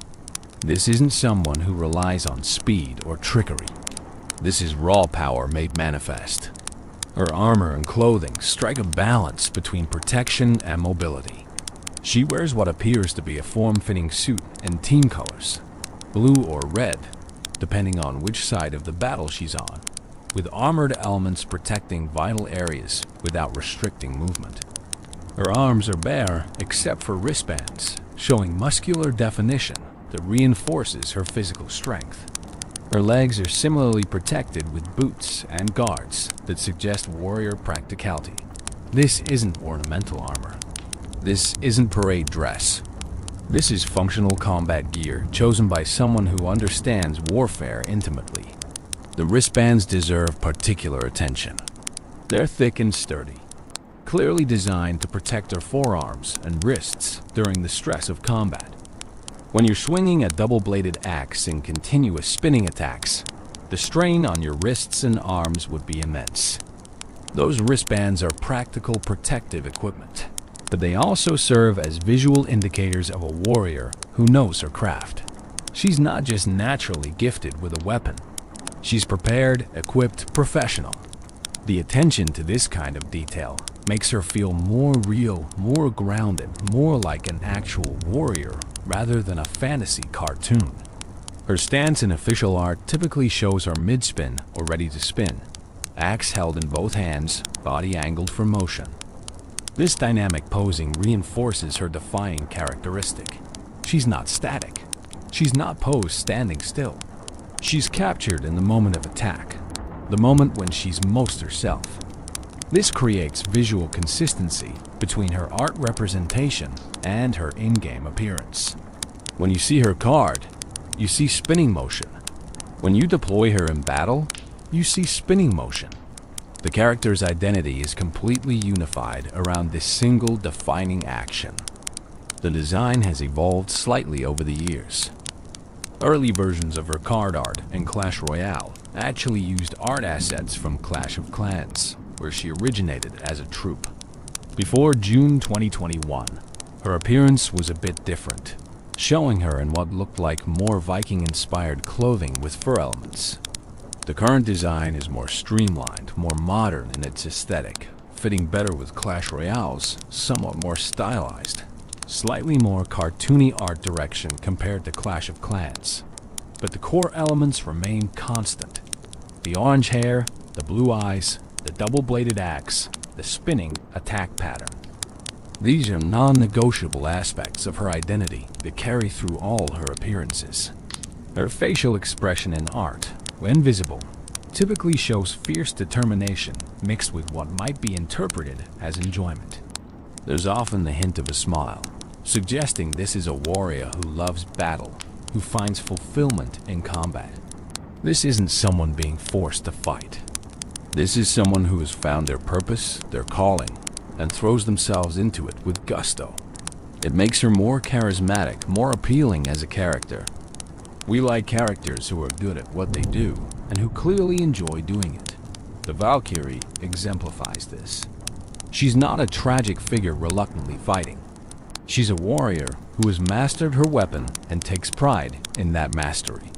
The proportions of her character model are typical of Clash Royale's art style, slightly exaggerated, somewhat cartoony, but not to the degree of complete caricature.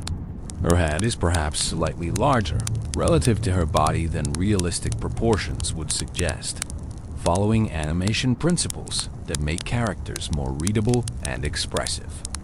Her muscles are defined but not grotesquely exaggerated. She looks strong, certainly capable of wielding that massive axe, but not like a bodybuilder or cartoon strongman. She's athletic, powerful, but still within the bounds of believability within the game's aesthetic universe. When the evolved Valkyrie was introduced in January 2024, her appearance changed to reflect her enhanced abilities. The evolution maintains the core design elements, but amplifies them. Her armor might appear more ornate or battle-worn, suggesting experience and growth. The axe might have additional visual effects when she activates her tornado ability. Her hair might have subtle animation changes to emphasize the wind she generates with her evolved spinning. These are subtle shifts, not complete redesigns. The evolution is still recognizably the same character, just showing advancement and development. This is smart design philosophy. Players need to instantly recognize evolutions as enhanced versions of familiar cards, not mistake them for entirely new units. The design of the Valkyrie also needs to work at multiple scales. In the small icon used for her card, she must be recognizable. In the zoomed-out battlefield view during actual gameplay, she must be distinguishable from other units. In promotional art and larger images, she must have enough detail to be interesting and characterful. This multi-scale requirement demands elegant simplicity in core design elements combined with enough detail to reward closer inspection. The orange hair and spinning axe serve the recognition requirements. The facial expression, armor details, and weapon design provide the interest in larger images. It's a complete package that works at every level the game requires. There's also something to be said for what the Valkyrie's design doesn't include. She doesn't have wings, unlike some mythological Valkyrie depictions. She doesn't ride a horse. She doesn't have an elaborate helmet that might obscure her face and hair. She doesn't carry a shield. These omissions are as meaningful as the inclusions. Wings and horses would complicate her silhouette, make her less immediately recognizable, and wouldn't serve any gameplay purpose since she's a ground unit. A helmet would hide that distinctive orange hair. A shield would take up hand space needed for her two-handed axe. Every element of her design has been stripped down to essentials, keeping only what serves both visual clarity and gameplay communication. In the broader context of Clash Royale's character roster, the Valkyrie's design fits a particular niche. She's clearly a warrior, but distinctly different from other fighters in the game. She's not as heavily armored as a knight. She's not as imposing as a prince. She's not as wild-looking as a barbarian. She occupies her own space in the visual vocabulary of the game, immediately distinguishable from every other card. This uniqueness is crucial in a game with over 100 cards. Each one needs to be instantly identifiable, and the Valkyrie's design accomplishes this perfectly. The team color system, where her suit changes color based on which side she's fighting for, is an elegant solution to a common game design problem. In real-time multiplayer games, players need to instantly distinguish friendly units from enemy units. The color coding system in Clash Royale handles this without requiring duplicate character models or complicated marking systems. The Valkyrie's core design remains the same whether she's blue or red, but that color shift provides all the information players need to know whether to support her or counter her. Her design also needs to appeal to Clash Royale's diverse player base. She can't be too childish or she won't appeal to older players. She can't be too realistic or gritty or she won't fit the game's approachable aesthetic. She can't be too sexualized or she becomes inappropriate for younger players and alienates female players. The current design threads this needle successfully. She's tough, capable, powerful, but also somewhat cartoonish and stylized in a way that keeps her appropriate for all ages, while still being cool enough to appeal to teenagers and adults. It's a delicate balance that many game character designs fail to achieve, but the Valkyrie manages it. From one game to another, the Clash of Clans journey, the Valkyrie's story in the Clash universe didn't begin with Clash Royale. To understand her fully, we need to travel back to Clash of Clans, the game that laid the foundation for everything that followed. Clash of Clans launched in 2012, 3.5 years before Clash Royale would arrive in early 2016. In those years, the game established the world, the characters, and the visual language that would define Supercell's breakout franchise. The Valkyrie was there from relatively early on. Introduced as a Dark Elixir troop, unlocked at Town Hall 8, requiring players to upgrade their Dark Barracks to level 3. In Clash of Clans, the Valkyrie served a similar but not identical role to her Clash Royale incarnation. She was a ground troop with area damage, specializing in destroying groups of buildings or enemy troops with her spinning axe attacks. Her signature move was the same, spinning to create 360-degree damage around her. But the context was different. Clash of Clans is a base-building strategy game with asynchronous PvP combat. You design a village with defenses, then attack other players' villages with an army you've trained. Battles unfold in real time once launched, but you're not playing against the other player directly. You're replaying against their base design and whatever troops they may have stationed in their clan castle for defense.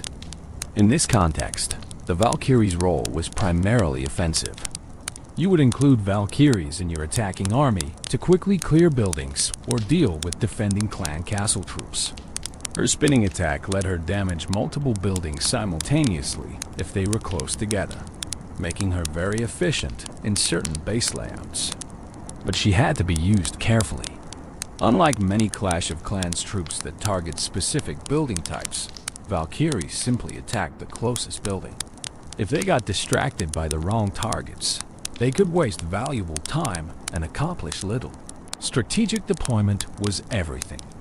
Players learned to use wall breakers to create paths for their Valkyries, to funnel them toward the core of enemy bases, where the most valuable buildings sat clustered together, waiting for that spinning axe to tear through them. The Valkyrie in Clash of Clans underwent numerous balance changes over the years, much like she would later in Clash Royale. There were periods when she was considered overpowered, dominating the meta with strategies built entirely around mass Valkyrie attacks. There were other periods when she fell out of favor, deemed too expensive or too situational compared to other Dark Elixir options.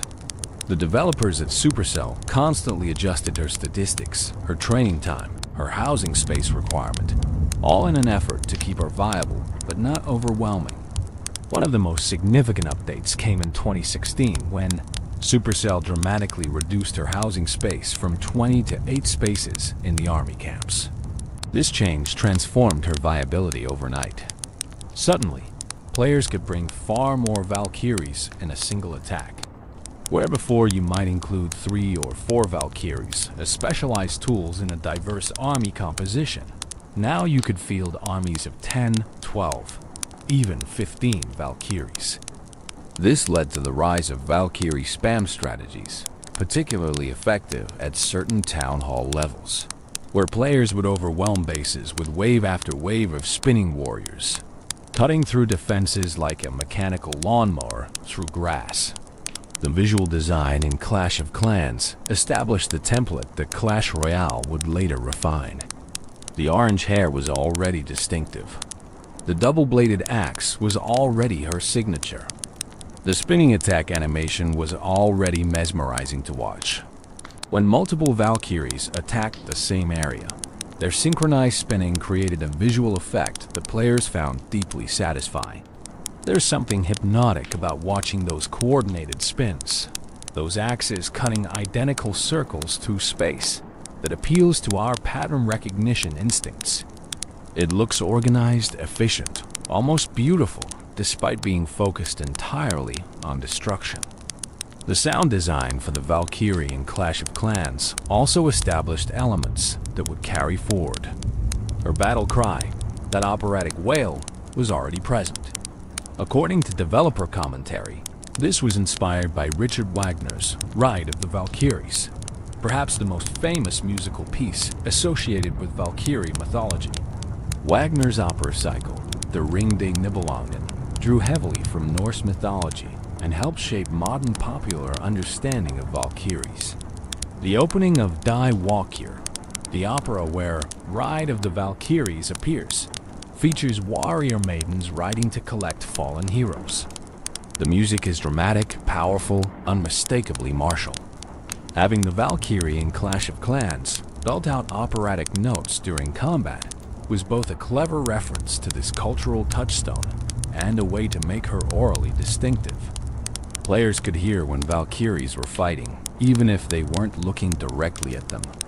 When Supercell began developing Clash Royale, they faced interesting decisions about which units from Clash of Clans to include and how to adapt them for the new game's real-time, head-to-head format. Clash Royale is fundamentally different from Clash of Clans. It's a real-time strategy game with MOBA elements, where two players face off directly, deploying troops and casting spells in lanes leading to each other's towers. Matches last 3 minutes with potential overtime, demanding constant attention and rapid decision-making. The slower, methodical pacing of Clash of Clans attacks, where you could take your time planning your next deployment, wouldn't work here. The Valkyrie was an obvious inclusion for several reasons. First, she was popular and recognizable. Players who had experience with Clash of Clans would immediately understand what she did when they saw her card. Second, her area damage mechanic filled an important role in Clash Royale's gameplay ecosystem. The game needed cards that could efficiently handle swarms of cheap troops, and the Valkyrie's spinning attack made her perfect for this. Third, her visual design was already distinctive and strong. She would stand out in the smaller, more zoomed-out battlefield view of Clash Royale without requiring significant redesign. But she did need adjustment. In Clash of Clans, you could deploy multiple Valkyries simultaneously, creating those mesmerizing spinning formations. In Clash Royale, when you play a Valkyrie card, you get exactly one Valkyrie. This makes each individual unit more important, more of an investment, more of a tactical decision point. The developers had to ensure that a single Valkyrie provided enough value to justify her 4 elixir cost, that she could function as a standalone defensive tool or offensive support, that she didn't require other specific cards to be effective. Her speed was adjusted for Clash Royale's faster pace. She moves at medium speed in Clash Royale, a stat that determines how quickly she crosses the battlefield. This speed classification is crucial. Too fast and she would leave supporting troops behind, arriving at enemy towers alone and vulnerable. Too slow, and opponents would have too much time to react to her, deploying counters before she could engage. Medium speed puts her in that sweet spot where she moves with purpose, but not such haste that she becomes easy to isolate and eliminate. Her hit speed, the time between her attack swings, was calibrated carefully. At 1.5 seconds between hits, she attacks reasonably quickly without becoming overwhelming. Each spin of her axe happens at this interval, creating a rhythm to her combat that players can internalize and predict. If you're defending against a Valkyrie, you can count the seconds between her attacks, timing your deployments to land between her swings when possible. If you're using a Valkyrie, you learn to trust that rhythm, to know approximately when she eliminates swarms, when she'll have dealt enough damage to support units behind her. The range of her attack is one of her defining features. With a melee range that extends in all directions around her, she creates a danger zone where ground troops simply cannot survive in groups. The exact radius was tuned through extensive playtesting to be large enough that she reliably hits multiple targets, but not so large that she becomes impossible to approach. This radius is why precise placement matters so much with Valkyrie. A few tiles difference in where you deploy her can determine whether she hits 2 enemy units or 6, whether she absorbs a prince's charge or lets it slip past to your tower. Her health pool received careful attention in the transition to Clash Royale. She needed to be tanky enough to survive long enough to accomplish her purpose, to take hits from multiple small units or even a few strikes from larger threats without immediately crumbling. But she couldn't be too durable, or she would become a universal answer to everything, playable in every situation without meaningful counterplay. The health value they settled on makes her resilient against swarms and small to medium threats, but vulnerable to focused fire from air troops. Ranged units or heavy hitters like Prince or Mini P.E.K.K.A., the damage per hit was another crucial balance point. She needed to 2-shot or 3-shot most small troops like skeletons, goblins, and even sturdier units like archers or musketeers within a reasonable time frame. But her damage per second shouldn't rival specialist damage dealers. She's not meant to be your primary source of tower damage or your answer to tanks. She's area control, swarm clear, a defensive anchor that can transition to offense. Her damage values reflect this role, high enough to be threatening but not so high that she becomes the best answer to every problem. The 4 elixir cost is perhaps the most important number associated with the Valkyrie. Elixir economy is the fundamental resource management challenge in Clash Royale. You generate elixir over time, spend it to deploy troops and cast spells, and victory usually goes to the player who gets more value from their elixir expenditure. At 4 elixir, the Valkyrie sits in a perfect middle ground. She's not so cheap that she can be casually deployed without thought, but not so expensive that using her represents a major commitment that leaves you vulnerable if she doesn't perform well. This cost makes her a neutral trade or slight positive trade against many common swarm cards. If your opponent plays Skeleton Army, 3 elixir, and you answer with Valkyrie, 4 elixir, you've spent 1 more elixir, but your Valkyrie survives and can continue forward. If they play Goblin Gang, 3 elixir, and you drop Valkyrie, same result. Even against more expensive combinations, like a Mini P.E.K.K.A. supported by bats, the Valkyrie can provide value by eliminating the support troops and tanking some hits from the Mini P.E.K.K.A., allowing your tower and other defenders to clean up.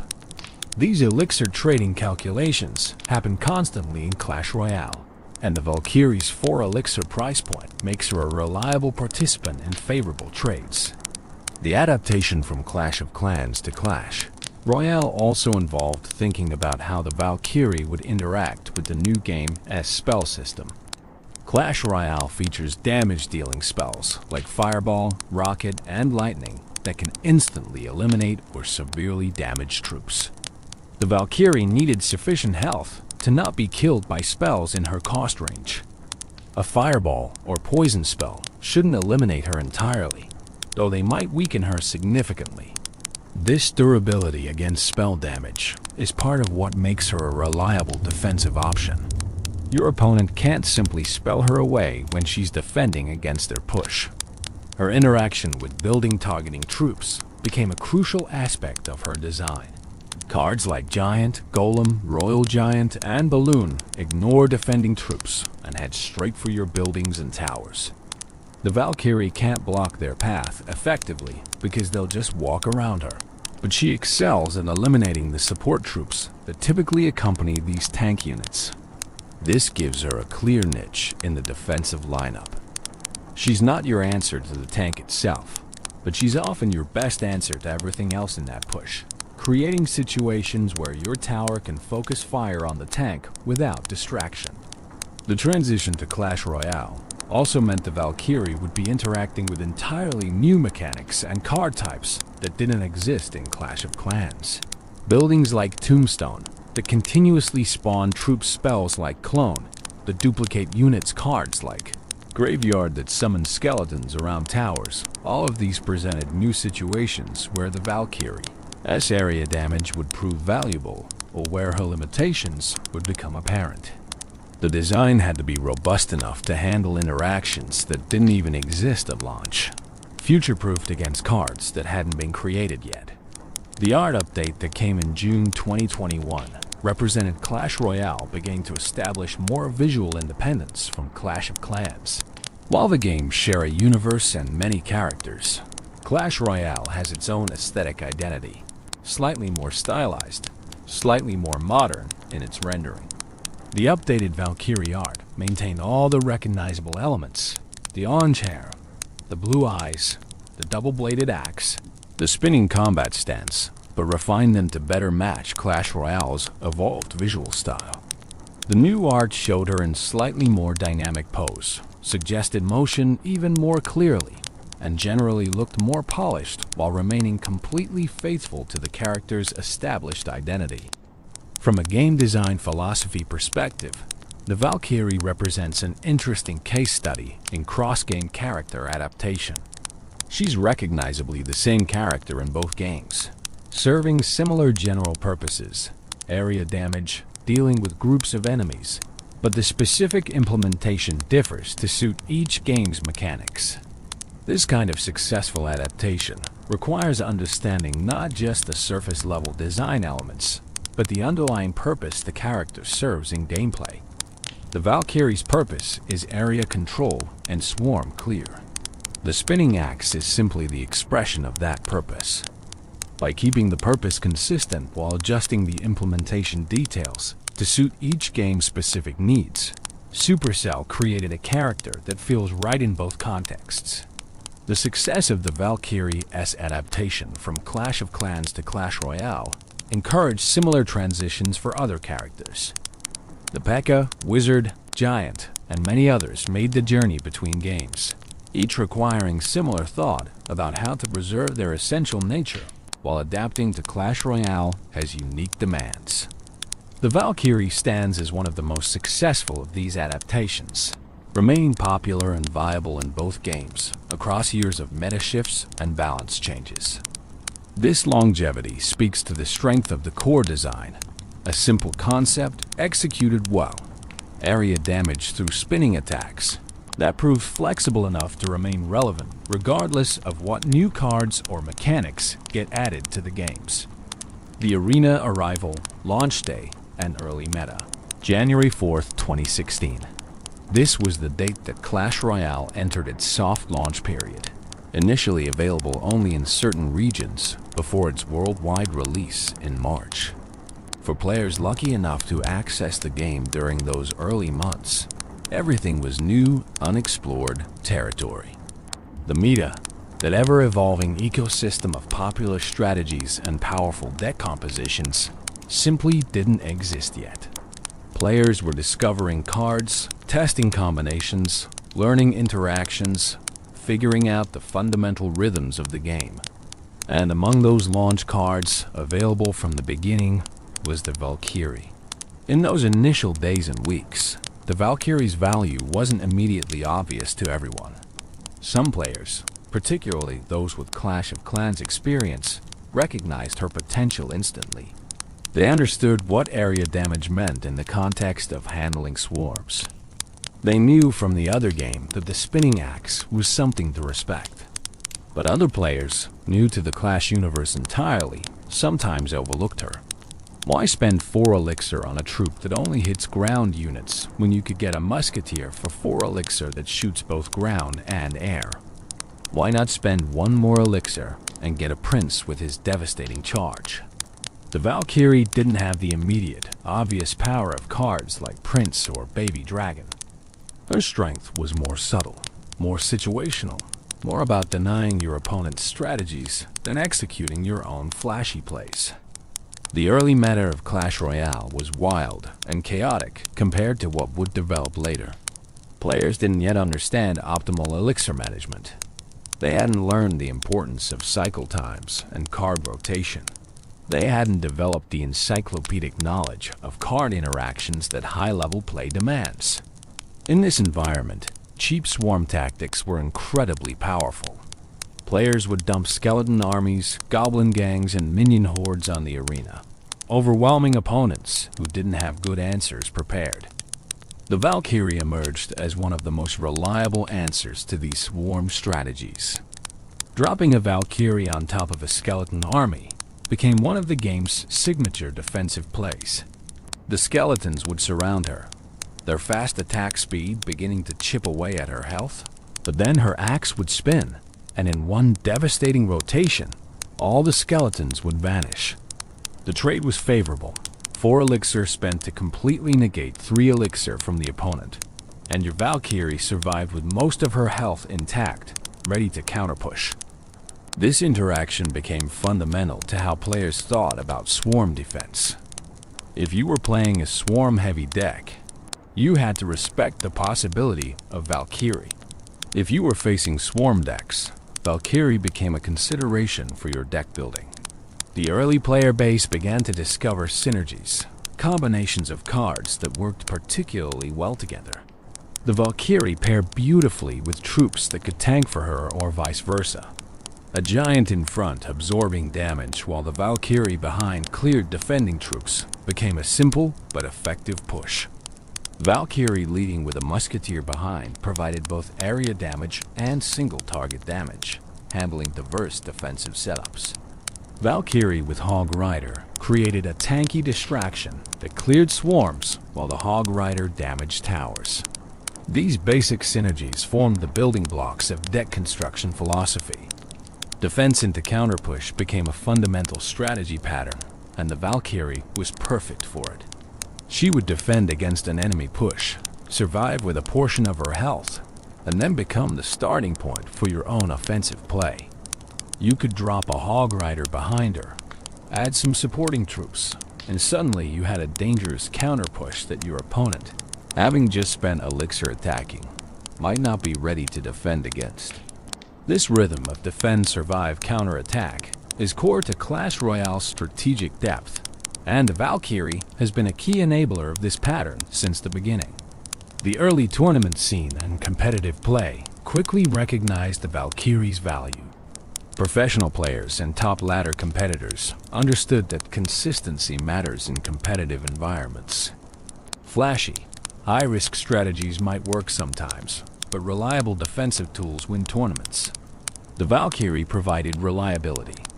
She did what she was supposed to do, every time, without fail. Drop her on swarms, and those swarms died. Use her to protect your tower, and she bought time for your tower to shoot down threats. This consistency made her a staple in many early competitive decks. Balance changes in those first months were frequent as Supercell gathered data on card usage rates and win rates across different trophy ranges. The Valkyrie received adjustments, though she was never dramatically overhauled. Small tweaks to her health, damage, or hit speed helped calibrate her to the evolving meta.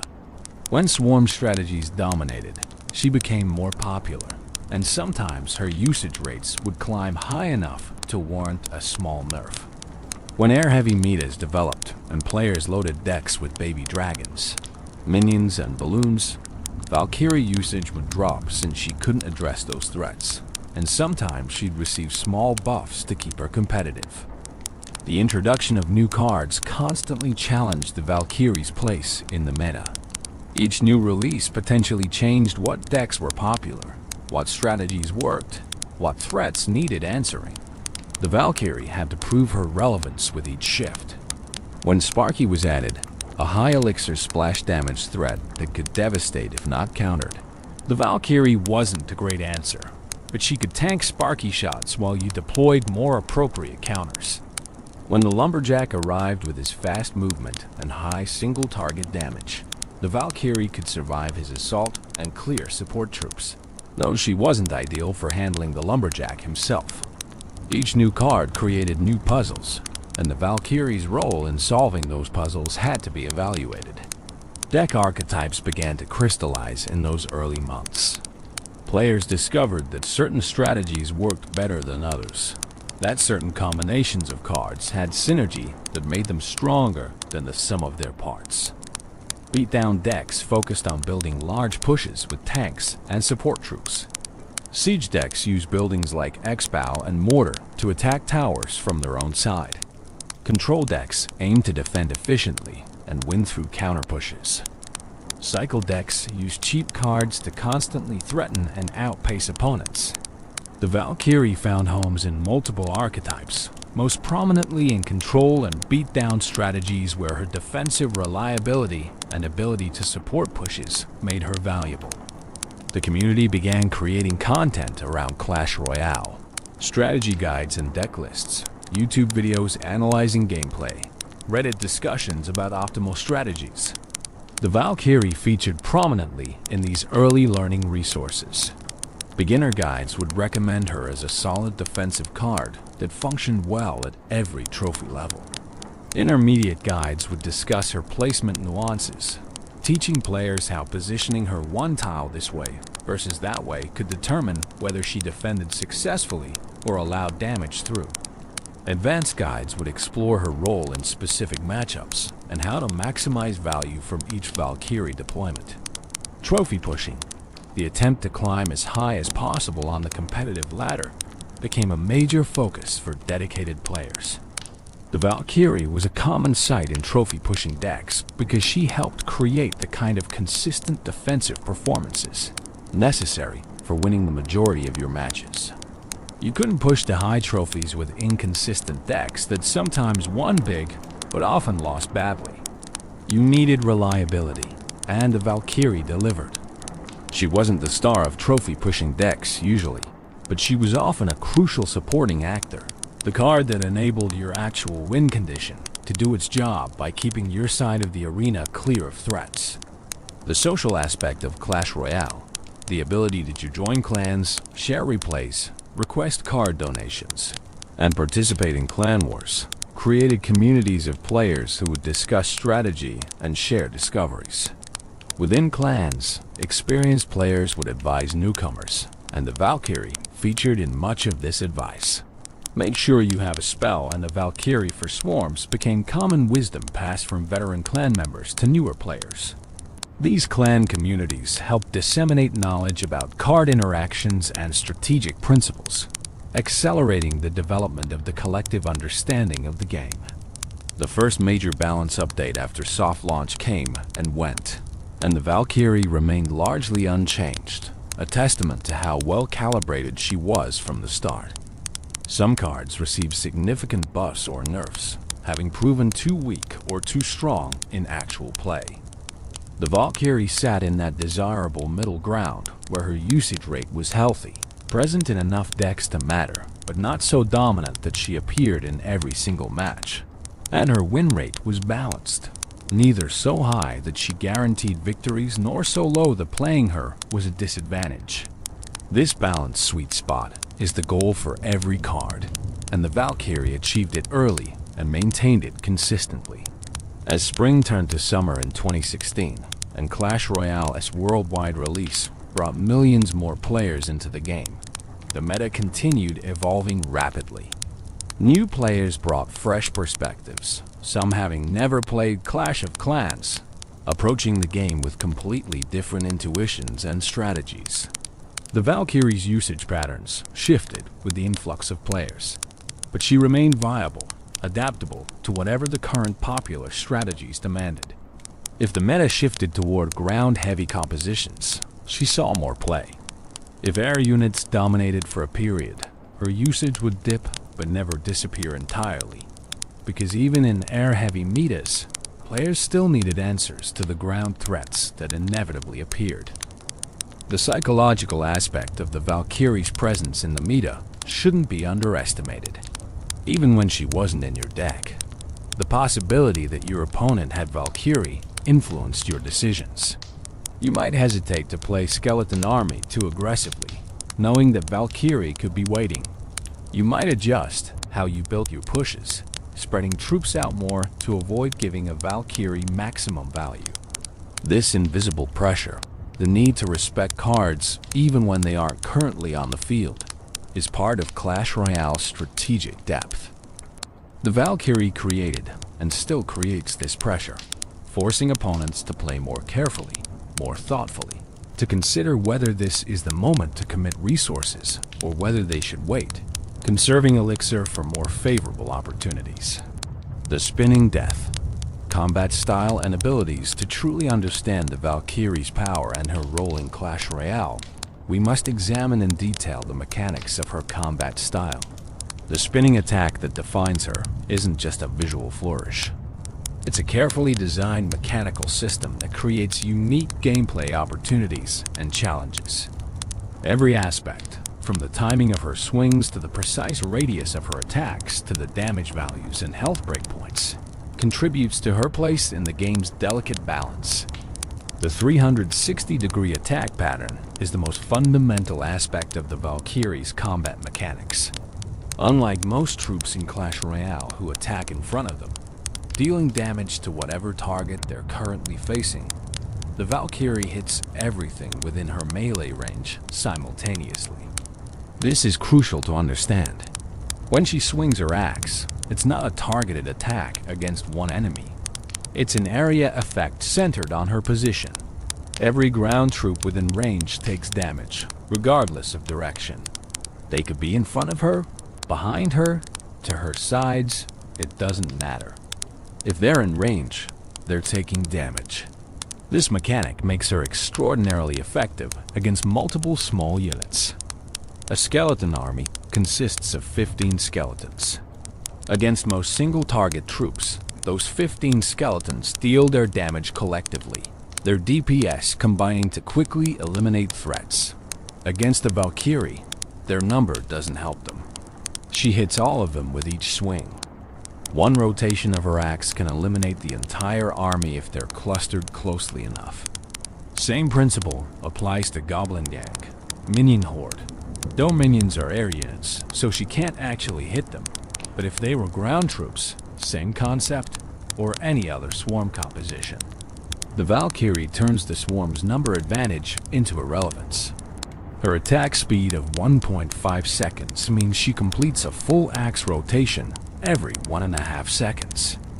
This timing is crucial for several reasons. First, it's fast enough that swarms don't have too much time to damage her between swings.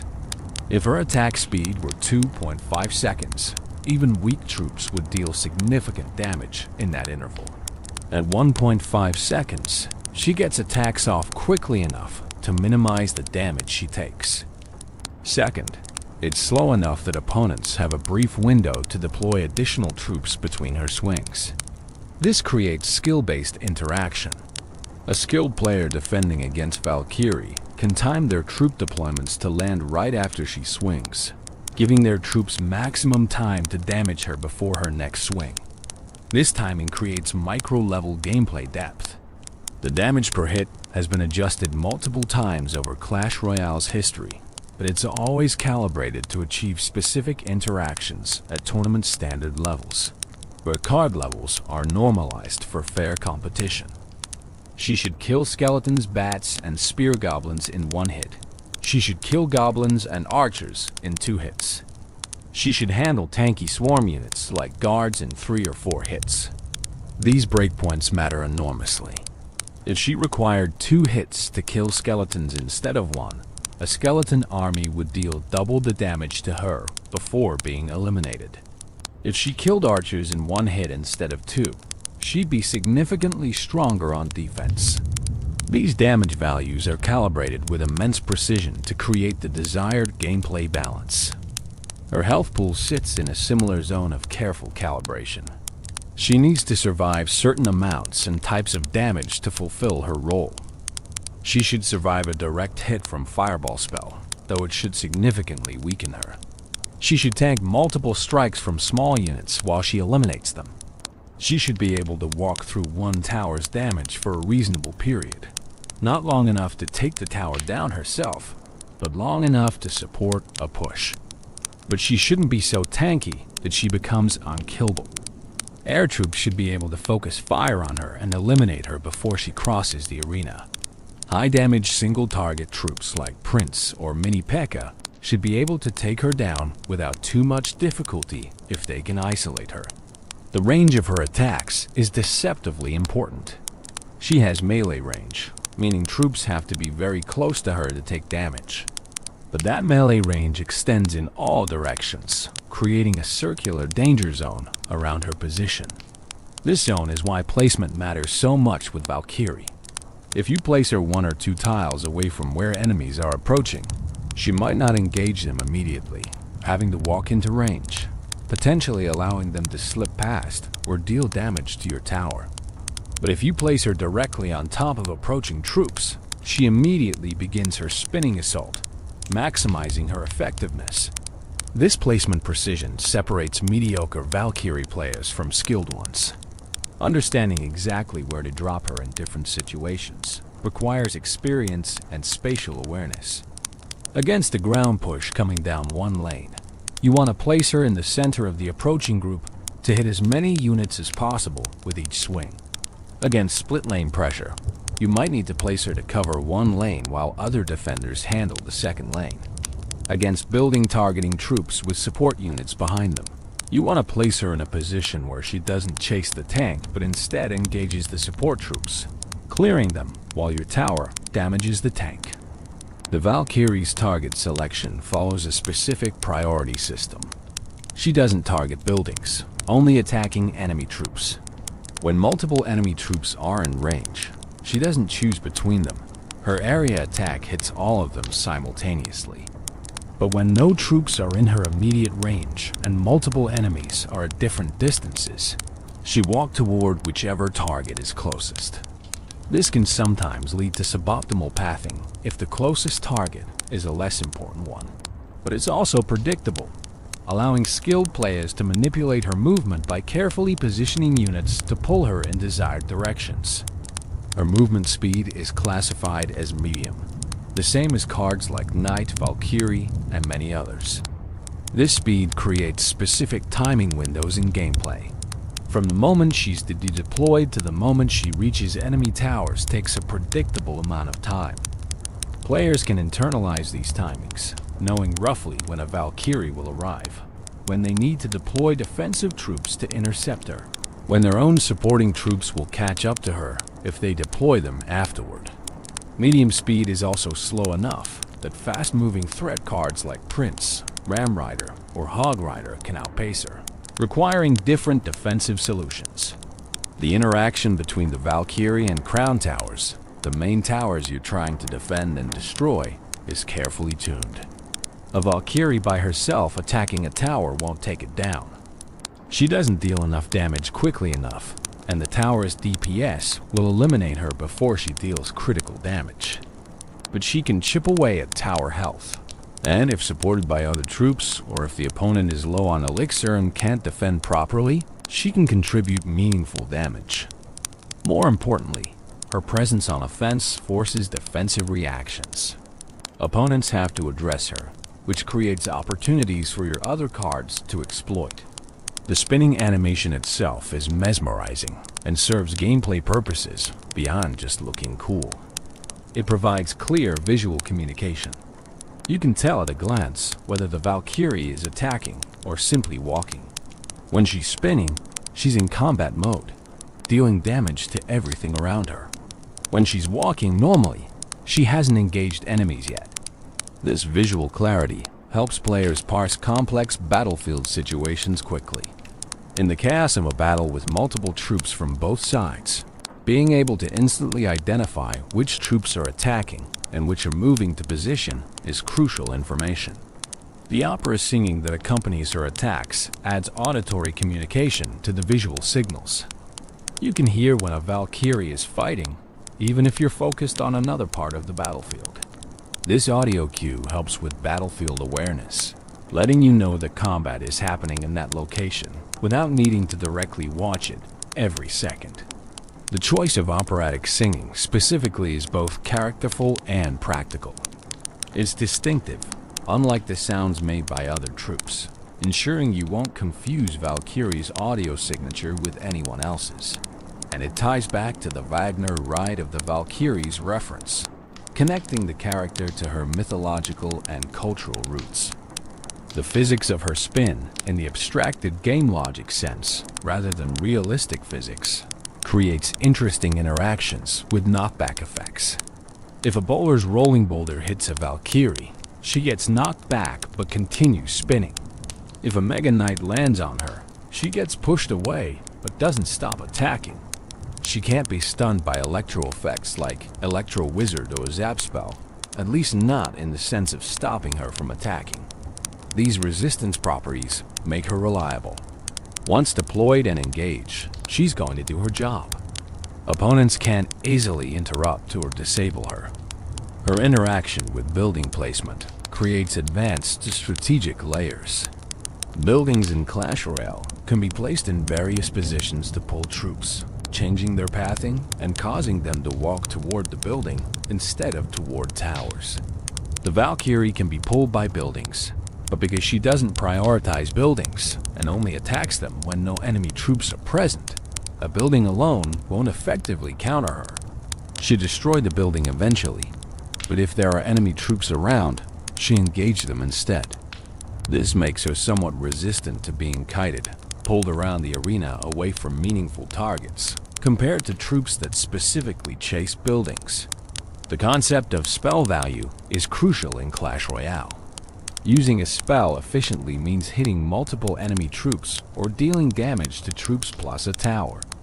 The Valkyrie factors into spell value calculations in interesting ways. She's tanky enough that using a medium-cost spell like Fireball on her alone is often poor value. You spend 4 elixir to damage, but not kill a 4 elixir troop. But if your opponent groups multiple troops together and your Fireball hits several of them plus deals chip damage to a tower, that's sufficient. The Valkyrie's presence actually improves the spell value your opponent can get if you're not careful about how you support her. Placing all your troops in a tight cluster around her makes them vulnerable to fireball or poison spells that hit everything at once. Spreading your push out, keeping some distance between supporting troops and your Valkyrie makes you more spell resistant. Understanding damage types helps explain the Valkyrie's effectiveness. Clash Royale has several damage categories. Single target, most troops. Area, Valkyrie, Wizard, Bomber, and Chain Splash patterns. Electro Wizard, Sparky. Area damage means the Valkyrie can't be overwhelmed by numbers alone. Where a single target troop like Mini P.E.K.K.A. would face the combined DPS of every surrounding enemy, taking massive damage quickly, the Valkyrie faces the same DPS but dishes out her damage to all of them simultaneously, evening the exchange. This is why she survives swarms that would shred other troops. The counterplay to Valkyrie is understanding her vulnerabilities and exploiting them. Air troops are the most obvious counter. She can't hit them, so units like Minions, Mega Minion, Baby Dragon, or Inferno Dragon can attack her freely. She has no answer except to tank their damage until she dies. High damage single target troops can eliminate her quickly if they can engage without her support troops interfering. Mini P.E.K.K.A., Prince, especially with his charge, or even a well-supported knight can take her down. Ranged troops with proper positioning can damage her while staying out of her melee range. Musketeer, Magic Archer, or Electro Wizard placed smartly can chip her health from safety. Buildings that deal damage, like Inferno Tower or Tesla, can handle Valkyrie effectively. She attacked the building while it damages her, and since buildings typically have considerable health and decent DPS, the Valkyrie won't win that exchange. This makes buildings a reliable, if somewhat elixir-expensive answer to Valkyrie pushes. Swarm troops can work against Valkyrie if you have multiple wave of them. One skeleton army dies to her spin, but if you can follow up with bats or goblins immediately after, you can overwhelm her through successive waves. The key is not giving her time to recover between engagements, not allowing her to clear one threat and then march forward at full health to engage the next. Sustained pressure from multiple sources can eventually break through her defenses. The Valkyrie's effectiveness scales with level, as all cards do in Clash Royale. Higher levels mean more health and more damage, which shifts the breakpoints mentioned earlier. An over-leveled Valkyrie can survive interactions that should kill her at equal levels. She might tank an additional tower shot, survive with a sliver of health when she should have died, one-shot troops that should require 2 hits. This is why card levels matter so much in ladder play outside of tournament standard. An opponent with a level 14 Valkyrie facing your level 11 troops has a significant mathematical advantage. Understanding these level interactions and knowing when you're at a disadvantage helps you make better strategic decisions, perhaps avoiding fights you can't win and focusing on exploiting other opportunities. The emotional and psychological experience of using Valkyrie effectively is deeply satisfying. There is something viscerally pleasing about dropping her on a massive swarm and watching every enemy unit vanish in one spinning motion. It feels powerful, efficient, like you've perfectly solved a problem. The game's feedback systems reinforce this satisfaction. The sound of her axe connecting, the visual effect of units dying, the operatic battle cry, all combine to create a rewarding sensory experience. Good game design makes correct plays feel good, and the Valkyrie exemplifies this principle. Conversely, misplaying the Valkyrie feels bad in instructive ways. If you place her poorly, and she walks past the troops you wanted her to kill, if you deploy her a moment too late, and your tower takes unnecessary damage, if you use her against the wrong threat, and she accomplishes nothing, these failures teach through negative feedback. You remember the mistakes because they hurt. This pain is pedagogical. It trains you to be more careful, more precise, more thoughtful about when and where to deploy your 4 elixir. Over time, through repeated success and failure, players develop intuition about Valkyrie usage. They stop thinking consciously about exact tile placement and start reacting instinctively, their hands moving to the right position before their conscious mind fully processes why. This is mastery, the transformation of knowledge into instinct. The synergy between the Valkyrie and various spell cards creates interesting tactical options. Using her with freeze spell can be devastating. She engages multiple enemy troops, and then freeze locks them in place while she continues spinning, eliminating them before they can react or retreat. Pairing her with rage spell increases her attack speed and movement speed, letting her mouth through defenses faster. Tornado spell can pull spread out enemy troops into a cluster around her, letting her hit everything simultaneously instead of chasing them one by one. These spell combinations require additional elixir investment, but can create overwhelming advantages in specific situations.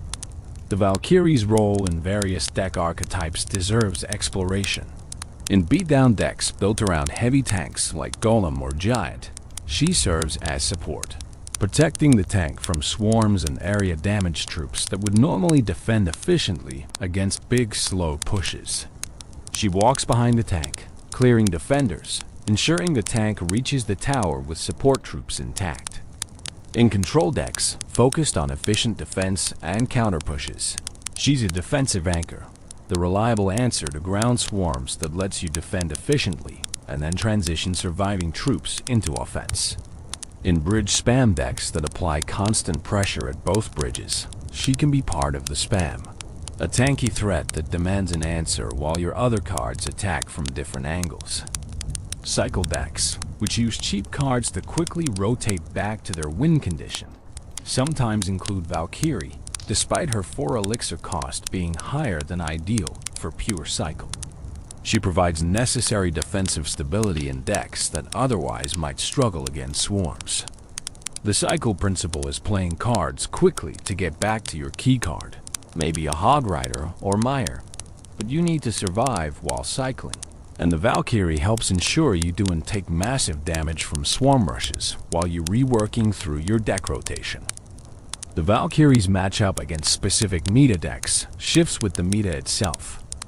Against log bait decks that use Princess, Goblin Barrel, and Goblin Gang to bait out your log spell and then overwhelm you with swarms, the Valkyrie provides a second answer to ground swarms, making the deck more resilient.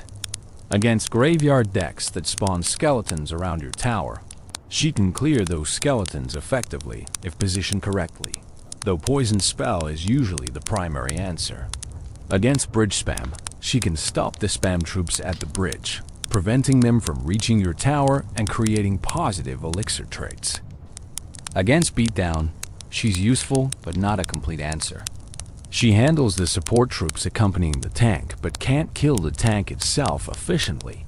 She works in combination with other defensive tools, buildings that distract the tank while she eliminates supports, or high-damage troops that focus the tank while she cleans up everything else. Against siege, where opponents use X-Bow or Mortar to attack your towers from distance. The Valkyrie can tank shots from the siege building while you deal with it, or she can clear defensive troops protecting the siege engine. She's versatile in this matchup, useful but not single-handedly decisive. The concept of baiting is important in competitive Clash Royale. If your opponent uses their Valkyrie on defense early in the match, you know they won't have her available again for several seconds based on card cycle. In those moments, you can play swarm troops more aggressively, knowing their best answer isn't in hand. This meta-level thinking, tracking what cards your opponent has played and estimating what they can play next, elevates gameplay from reactive to strategic. You're not just responding to what's on the battlefield. You're predicting what could be on the battlefield and playing around those possibilities. The Valkyrie's training and upgrade path in Clash Royale requires specific resources. She's a rare card, the middle rarity tier. Commons are most plentiful, rares are moderately common, epics are rare, and legendaries are very rare. As a rare, she's easier to upgrade than epic or legendary cards, but requires more investment than commons. Players need to collect her from chests, purchase her from the shop using golden gems, or request her from clanmates. Upgrading her improves her statistics progressively, each level adding health and damage. Max level Valkyrie represents significant time and resource investment, marking a player's commitment to using her long-term. The star level system, a cosmetic progression that doesn't affect card statistics, lets players show off their mastery of specific cards. Earning star levels for Valkyrie requires having her maxed and then continuing to collect her cards or spending resources specifically on star upgrades. Star levels add visual effects, subtle cosmetic changes that distinguish maxed cards. For the Valkyrie, star levels add golden decorative elements to her armor and weapon, signaling to opponents that this player has deep experience with this card. It's a badge of honor, a way to communicate dedication. The mathematical underpinnings of the Valkyrie's balance involve complex calculations that Supercell's balance team constantly monitors. They track usage rates across different trophy ranges and tournament play. They analyze win rates when she's in a deck versus when she's not. They look at matchup-specific data, how she performs against different deck archetypes. They examine elixir trade efficiency, measuring whether the average Valkyrie deployment generates positive, neutral, or negative value. All this data informs balance decisions, small adjustments to her stats that keep her viable but not oppressive. The Valkyrie has been buffed and nerfed multiple times across Clash Royale's history, always in small increments. A 5% health increase here, a 3% damage decrease there. Tiny changes that seem insignificant but compound across thousands of interactions to meaningfully shift her power level. These micro-adjustments are preferable to dramatic overhauls that would fundamentally change how the card functions. Players develop muscle memory and intuition with cards. Maintaining the core functionality while fine-tuning the numbers preserves that familiarity while keeping balance healthy. Evolution through the years. Balance changes and meta shifts. The story of the Valkyrie in Clash Royale is not a static one. Like all cards in this constantly evolving game, she has been shaped and reshaped by the hands of balance designers, responding to the ever-changing meta, player feedback, and the introduction of new cards that alter the strategic landscape. To understand her journey from January 2016 through to late 2024 and into 2025, is to understand the philosophy of live service game development, where nothing remains unchanged for long, where yesterday's dominant strategy becomes today's forgotten relic, and where cards must constantly prove their continued relevance or risk obsolescence. The first significant balance change affecting Valkyrie came in March 2016, just months after launch. This wasn't a direct stat change to her specifically, but rather a broader adjustment to how the game calculated attack ranges and radii. These seemingly technical changes had real impacts on her effectiveness, altering the precise positioning required for optimal play and slightly shifting her interaction patterns with other troops. Players had to recalibrate their muscle memory, adjusting to the new range calculations, learning fresh placement patterns that maximized her area damage.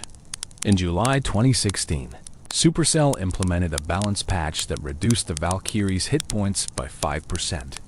This nerf was a direct response to her outsized presence in the meta at that time. She had become too reliable, appearing in too many decks across too many different strategies. The 5% health reduction meant she died slightly faster to tower damage, survived fewer hits from major threats, and could be overwhelmed by swarms more easily if not supported properly. The change wasn't dramatic enough to destroy her viability, but it opened up slightly more counterplay, gave opponents more options for dealing with her effectively.